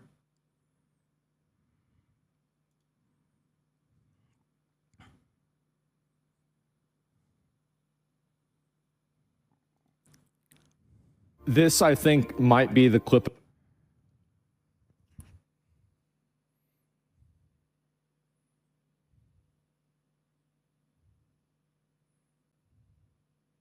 Motherfucker has never been speechless in all his life. Yeah, dumbass. I wasn't speechless here either. 3.5 thousand likes. Brother, it's muted. Think critically. I responded to the person.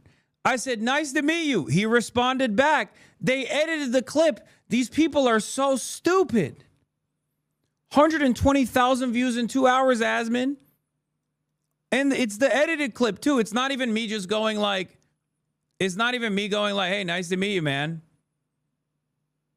Not only is it, what do you say? What do you say? What do you say to this?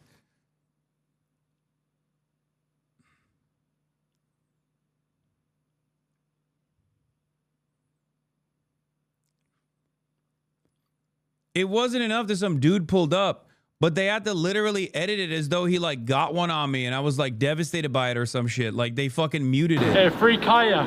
Free Kaya. And then they start playing music. Wait. They just, wait.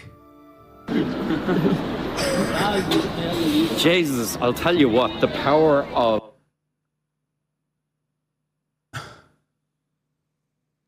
Why would anybody do that? Why would you go to this length? Why would you go to this extent to literally mute the fucking VOD? This happened 3 hours ago, okay? This happened 3 hours ago. Guy shows up. It's fine. It's not like a big fucking deal at all. They straight up edit the fucking VOD to make it seem like I was like, oh my God, I don't know what to do here. And then it's already on Asmongold. It's on fucking Ethan Klein's. It's on Ethan Klein's Instagram. It's on fucking Tim Pool posts about it.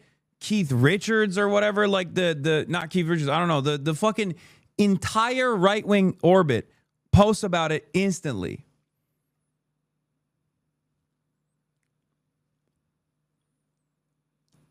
And it's all the same edited clip. It is so incredibly coordinated.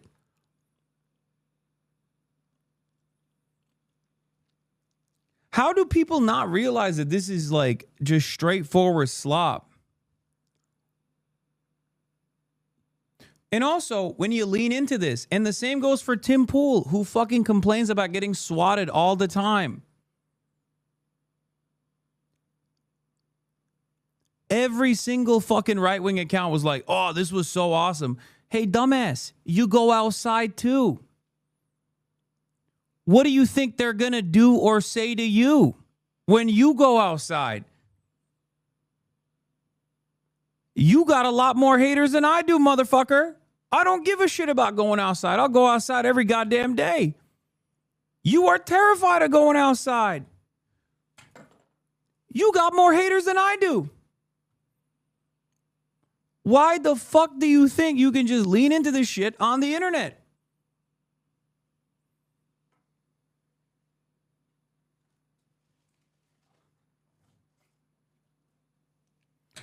Someone took Tim Pool's beanie and he fucking talked about it as though it was an assassination for years on end.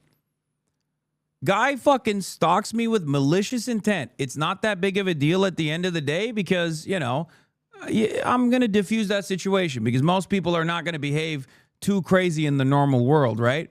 But like, there's a lot of effort that he put into this. Do you not think that this is not normal behavior? Do you think that this is behavior that should be celebrated? Are you that fucking stupid? Again,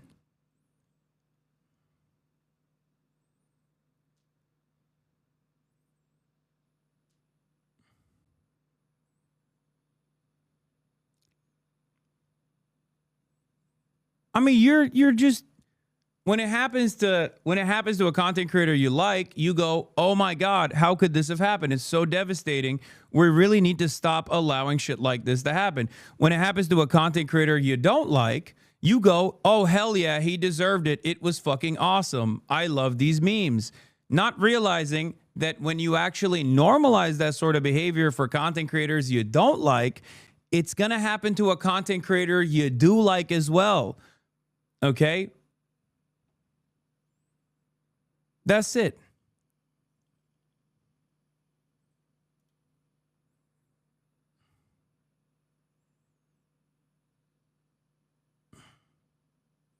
Well, it kind of backfired because looking at the picture, it just looks kind of dope. You should just lean into it and make it your PFB. These people are so weird. Yeah, I know. It's not what this guy did that's the problem. You understand that, right? Like, the intent behind it is the major issue. The effort put into it is the problem. Okay? Yeah, whatever. He fucking pulled up with a photo of Kaya being electrocuted. It's a funny meme. I don't give a shit about that. Do you not understand? It's the fact that someone took that level of initiative and effort to find where I'm at when I'm obviously like unafraid to put my location out there to do that. A person that does that gets this level of immediate praise and celebration is going to create copycats. Content creators know that it's going to create copycats. And not only will it create copycats, it will create more dangerous copycats where people will constantly try to push the envelope. They will try to do something more impactful because this doesn't work, right? This is just regular harassment. It didn't work. It didn't like get a rise out of me or whatever. So next time they're going to do something different. Where will it end? Okay? That's the question.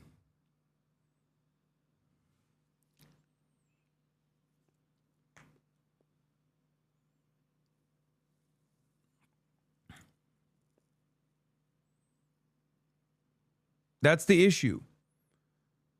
These people act as though I fucking incite violence, right? I'm inciting violence. This is directly an incitement for more violence, and it's also directly incitement for more violence that will come back to you inevitably as well.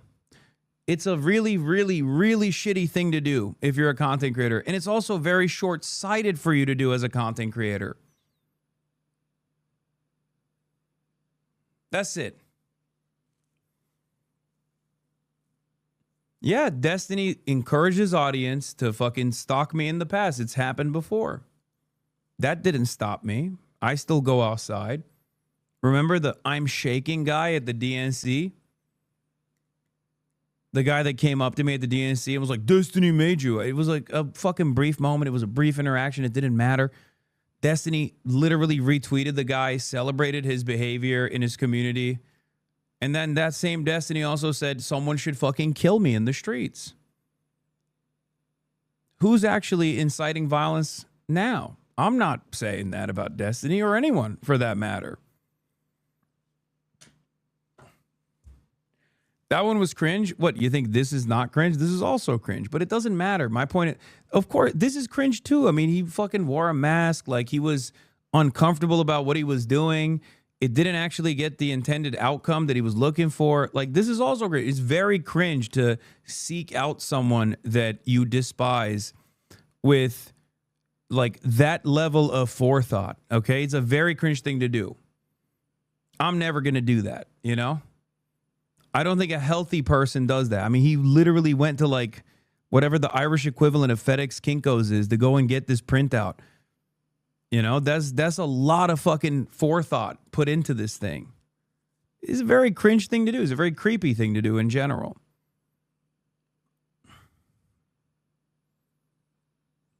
Masking is good behavior. COVID still exists. You have to be the dumbest person on the planet, right? Like, you think this person is COVID conscious? You think that's why he's wearing a mask? What's the left tendency here? I swear to God, you could watch a fucking dude walk into a school with an AR-15 and kill a bunch of children, and I'd be like, oh, he's wearing a COVID mask to protect his identity, and you'd turn around and be like, actually, he's COVID conscious. Have you thought about the fact that he doesn't want to fucking spread disease. Yeah, what if the school shooter has long COVID? Are you okay?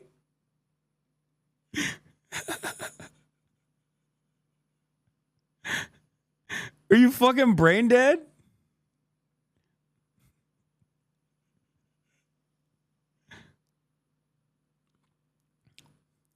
No, that person wasn't joking. That's definitely a COVID conscious person.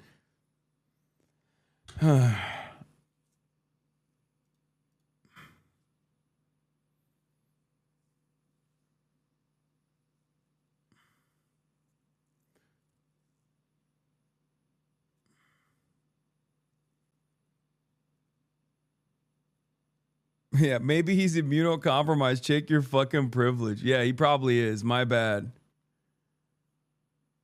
My fucking bad, chatter. Yeah, ICE is also masking up because they're COVID conscious. That's why they're putting masks on. You fucking nailed it. Anyway. I think I got my point across. I hope it was able to reach the intended audience. Be more fucking careful with the way that you're promoting shit. And this is not just a message for Asmongold, it's for Tim Pool.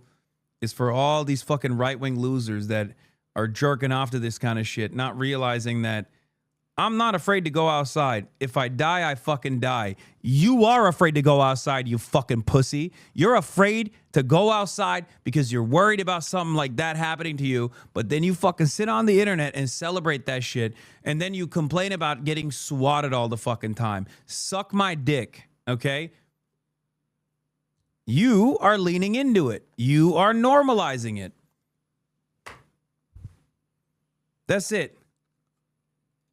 David's that's outside sort of the tourist city center. One of the reasons why we want to show you this is the impact is already being felt. This taqueria up here decided to close its doors because not only they're scared for their customers. Yeah, they spent the last 3 months complaining about Charlie Kirk too.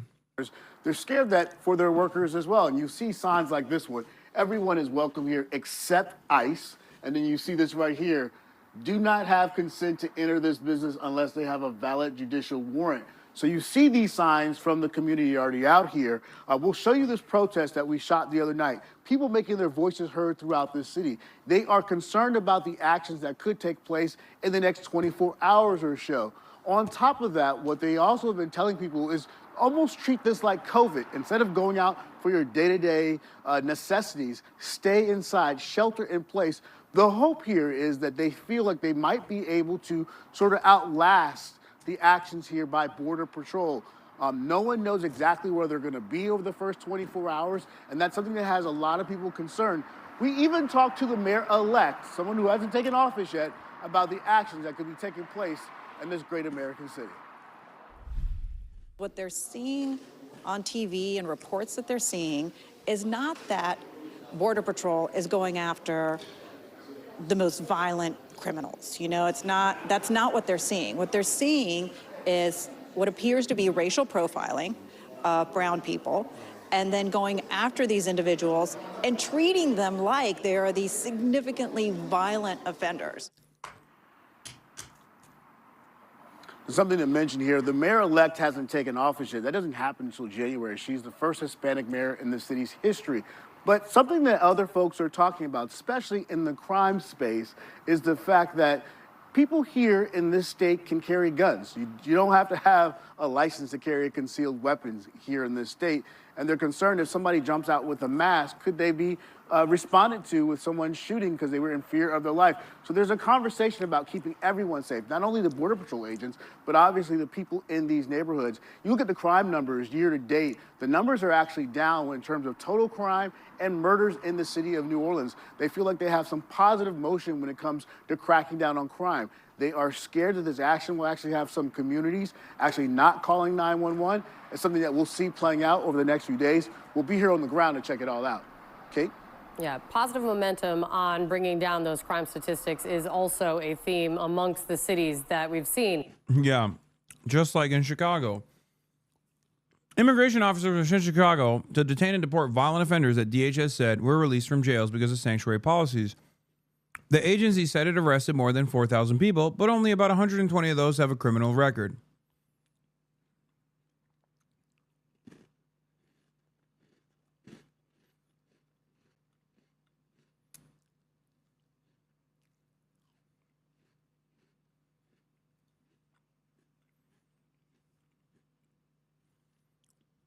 Wow. Incredible crime prevention. Thank you, sir. These operations are already taking place. Ryan Young on the ground there for us. Thank you so much. Breaking this morning, the Department of Homeland Security revealed it has now launched a new immigration crackdown in New Orleans. Federal authorities previously said they aim to arrest up to 5,000 people there. With us now is Tricia McLaughlin, Homeland Security Assistant Secretary for Public Affairs. Tricia, great to see you this morning. What are the contours of this operation in New Orleans? What will it look like?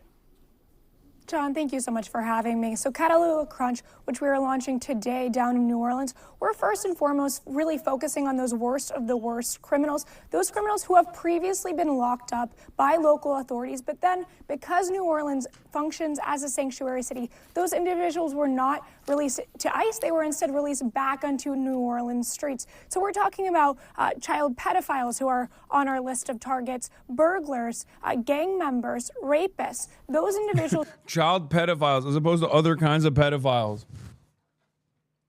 Also, what if I were to... I know the numbers don't actually match up with this reality that I'm presenting, but what if it did? What is a child pedophile? Like a minor having an age-appropriate relationship with another minor? Like, what is... What does that mean? Are there pedophiles that are not into children? Like, is she making the actually it's a phebophilia argument? Like, what the fuck does that mean? She said, oh, the child, we got to apprehend these child pedophiles. Guys, we're not going after adults that are pedophiles because the president is one. We're going after children that are pedophiles.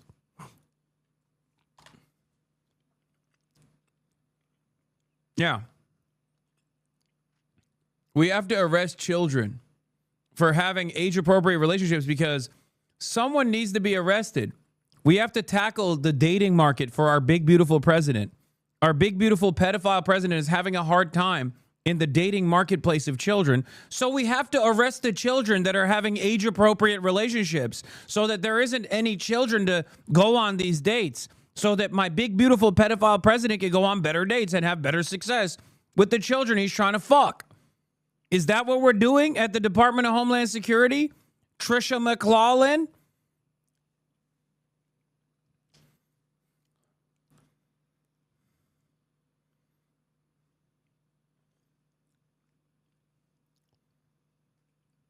What a fucking insane thing, by the way. None of it is true.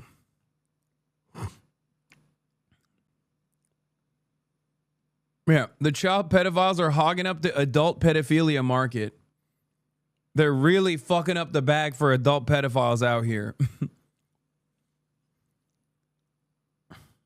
are highly targeting, and we will continue whether it be 5,000 arrests or beyond. So the president yesterday spoke extensively about his feelings about security and immigration and asylum in different parts of the country. He said he does not want people from Somalia here. He called them garbage. The Wall Street Journal estimates there are some 40,000 people from Somalia, born in Somalia, living in Minnesota right now. How many of them, how many of the 40,000 people born in Somalia living in Minnesota do you consider to be garbage?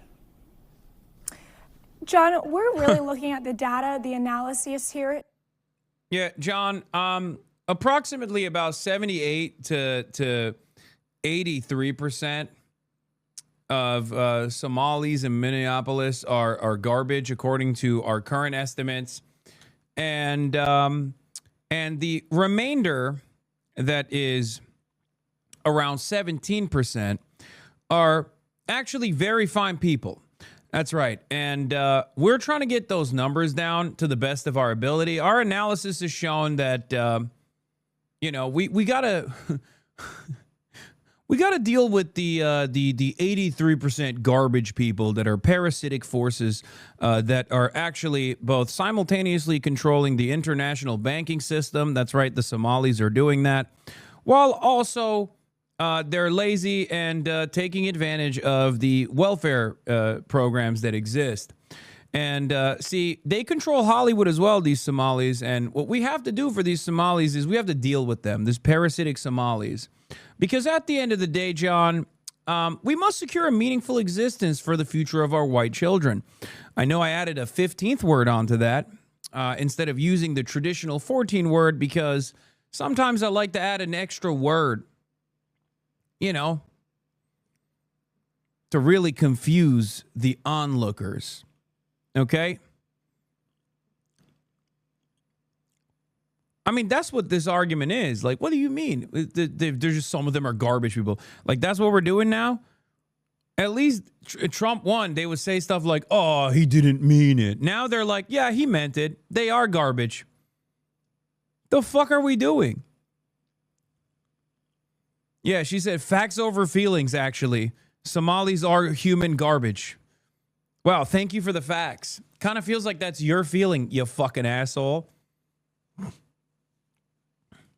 Particularly out of Minneapolis and other parts of the country where we're seeing Somalia, there's widespread fraud, particularly marriage fraud when it comes to immigration.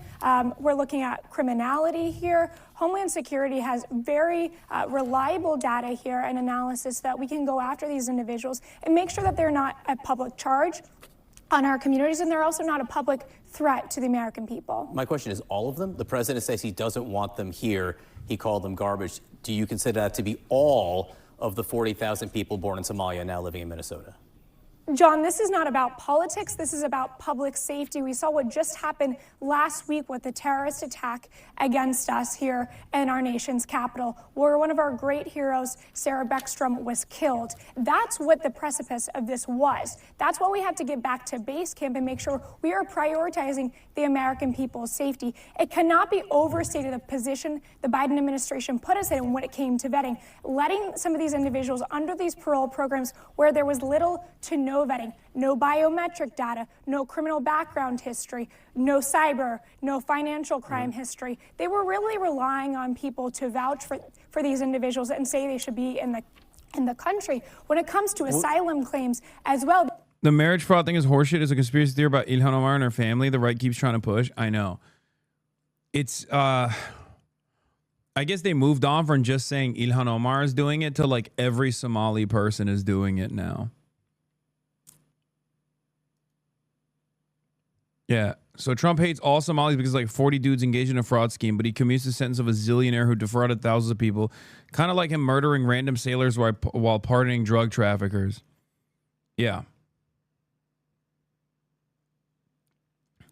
Commutation Trump issued to David Gentile wipes away all further fines and restitution. Gentile had been sentenced to 7 years for his role. Dude, I swear to God, he's doing a bit column A, bit column B. Where on the one hand, he's like, all Somalis are doing fraud. And then the next day or the same day, he's like, actually, here's a white fraudster that I'm going to pardon. One day, he's like, Maduro is a narco trafficker. No evidence whatsoever for this, by the way. The next day, he's like, but this Honduran president who actually went to prison for literally shipping in 400 tons of cocaine to the United States of America, that guy we're pardoning. Art of the deal. He's like, he's doing Full Metal Alchemy. You know, there's a delicate balance that must be struck. If you are going to blame an entire group of people for engaging in fraud, what you must do is find one of the most high profile white fraudsters you can and instantly pardon them, just so people really understand what you're trying to do here. You're basically trying to say, I don't give a fuck about fraud. I just want to use the fraud to cast a shade of doubt on an entire population of people that I just want to remove from the American boundaries. Yeah, I saw how some Somali people are responding. They're mocking Israel and Trump in the White House. Somalis Somalis are mocking U.S. racism by joking that Minnesota was promised to them 3,000 years ago. Except the problem here is some white guy's going to see this and fucking lose his mind and then do a shooting or some shit. And I'm terrified of that.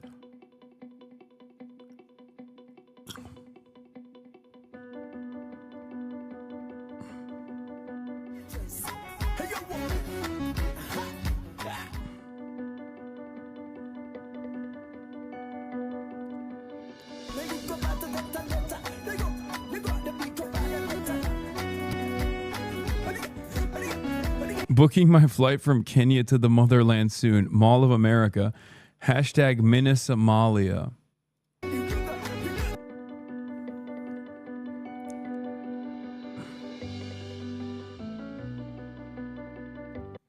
Can confirm that right-wing accounts are taking it literally. Ugh.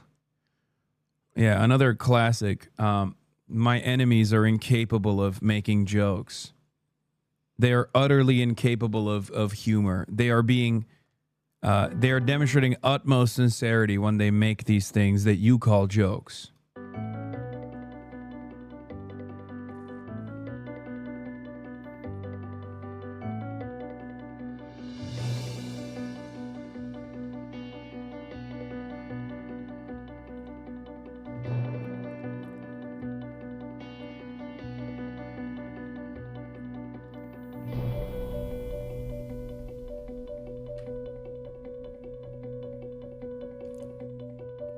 Yeah, oh, that's the other thing. Yeah, Minnesota has a major Somali population, except 90% of them are U.S. citizens, by the way. Like, they're not even...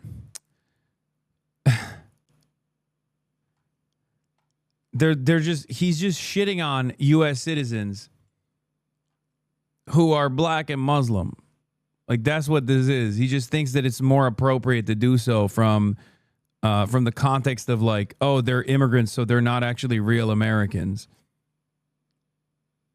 Yeah, they can vote. They do vote.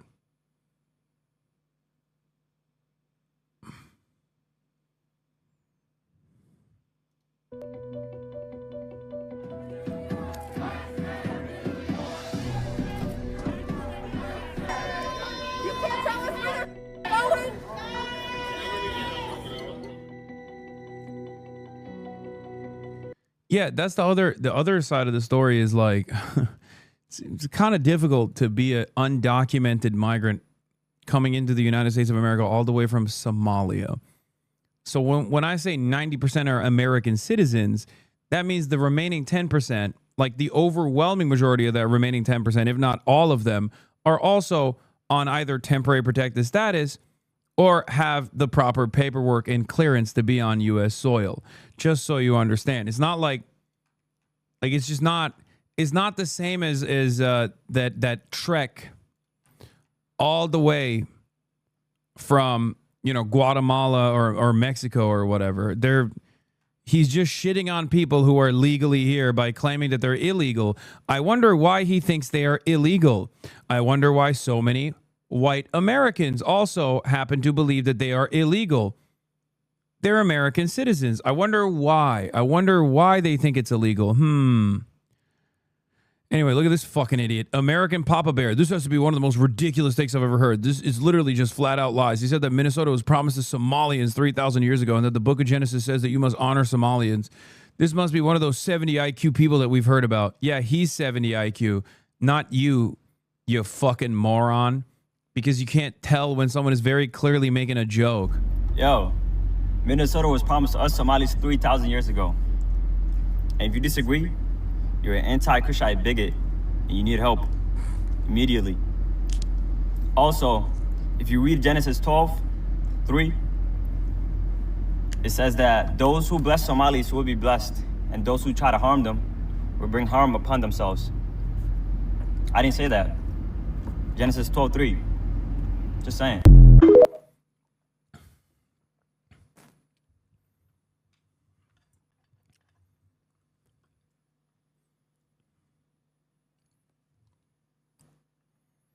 Check account location, probably America. This one is so dumb that I assume this is an American. Yep, called it. Yeah, this one is too stupid to be one of those like. This one is too stupid to be an account from India. Okay, that's one of our own. I can smell a homegrown moron like this.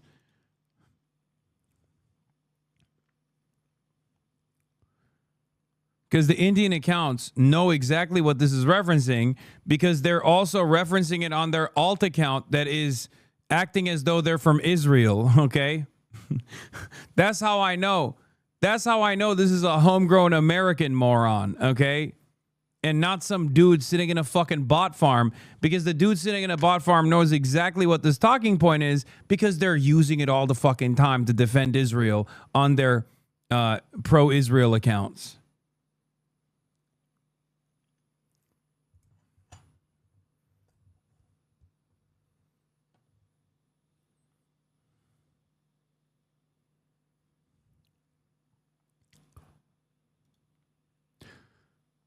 Ugh.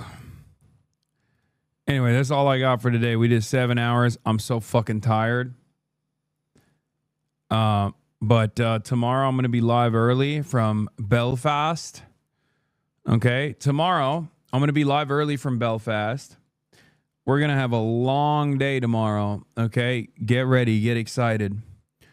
We're doing a black cab tour. Okay, for those of you who don't know what that is, we're going to be doing a black cab tour in Belfast, which is a very famous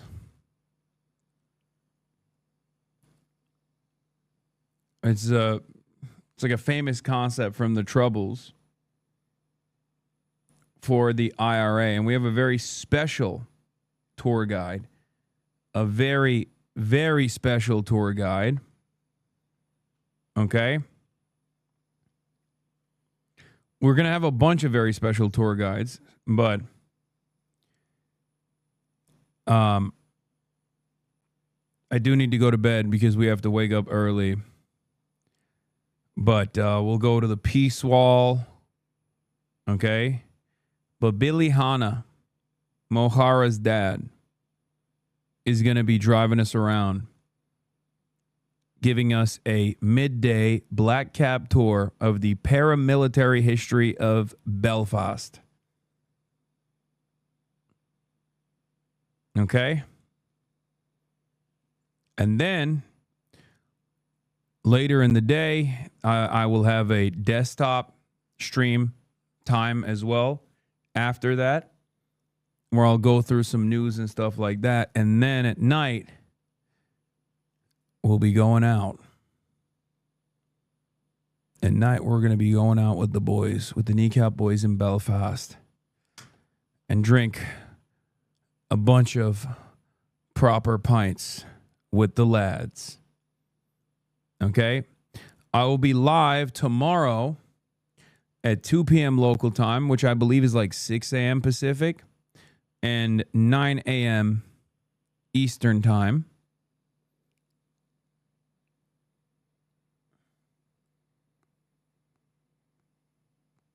Is Belfast far from Dublin? Not that far. But that is all I got for today, and get excited for tomorrow. Love you all. And I'm going to bed. Bye-bye. Starting off the day. All the chatter is trickling in. I'll sell people hay. Sunny Los Angeles, California, says Hasan. The stun lock to the stun lock to the topic just begun. There he is again. Hasan is streaming. Hasan is streaming. There he is again. Hasan is streaming. Hasan is streaming. Reviewing the P.O. box.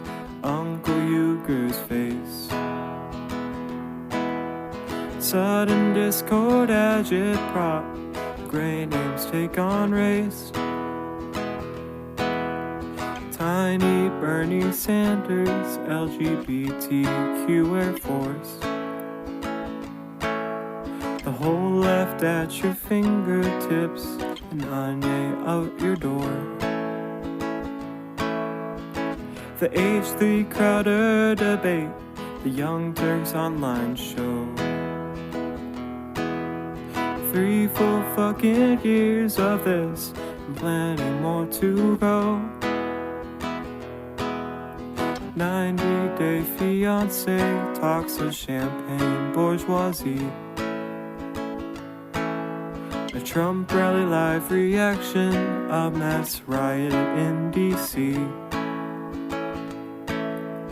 There he is again, Hasan is streaming. Hasan is streaming. There he is again, Hasan is streaming. Hasan is streaming. Reading live stream fail comments, Austin show chat advice. In all the ways the right-wing pipeline can suck you in online. JCS react, Lord frame gets broken, cover blown.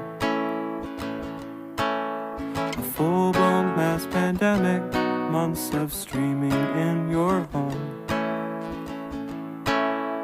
Total radicalization coming out to find the system you were taught to trust in was broken the whole time. All these daily streams, whether big or whether small, have helped me in so many find some meaning through it all. So there he is again, Hasan is streaming.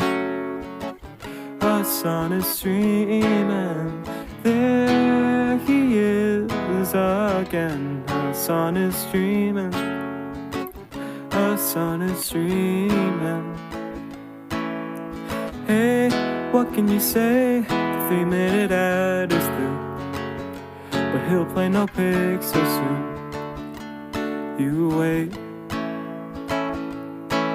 Say, hey, what can you say? Hey, the 3-minute ad is through, but he'll watch 90 Days soon.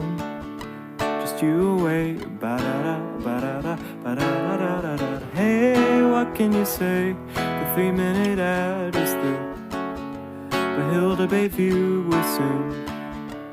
You wait. Sha-ba-da, sha-ba-da-da-ba-da-da-da-da. Hey, what can you say? Hey, the 3-minute ad is through, but he'll be nameless.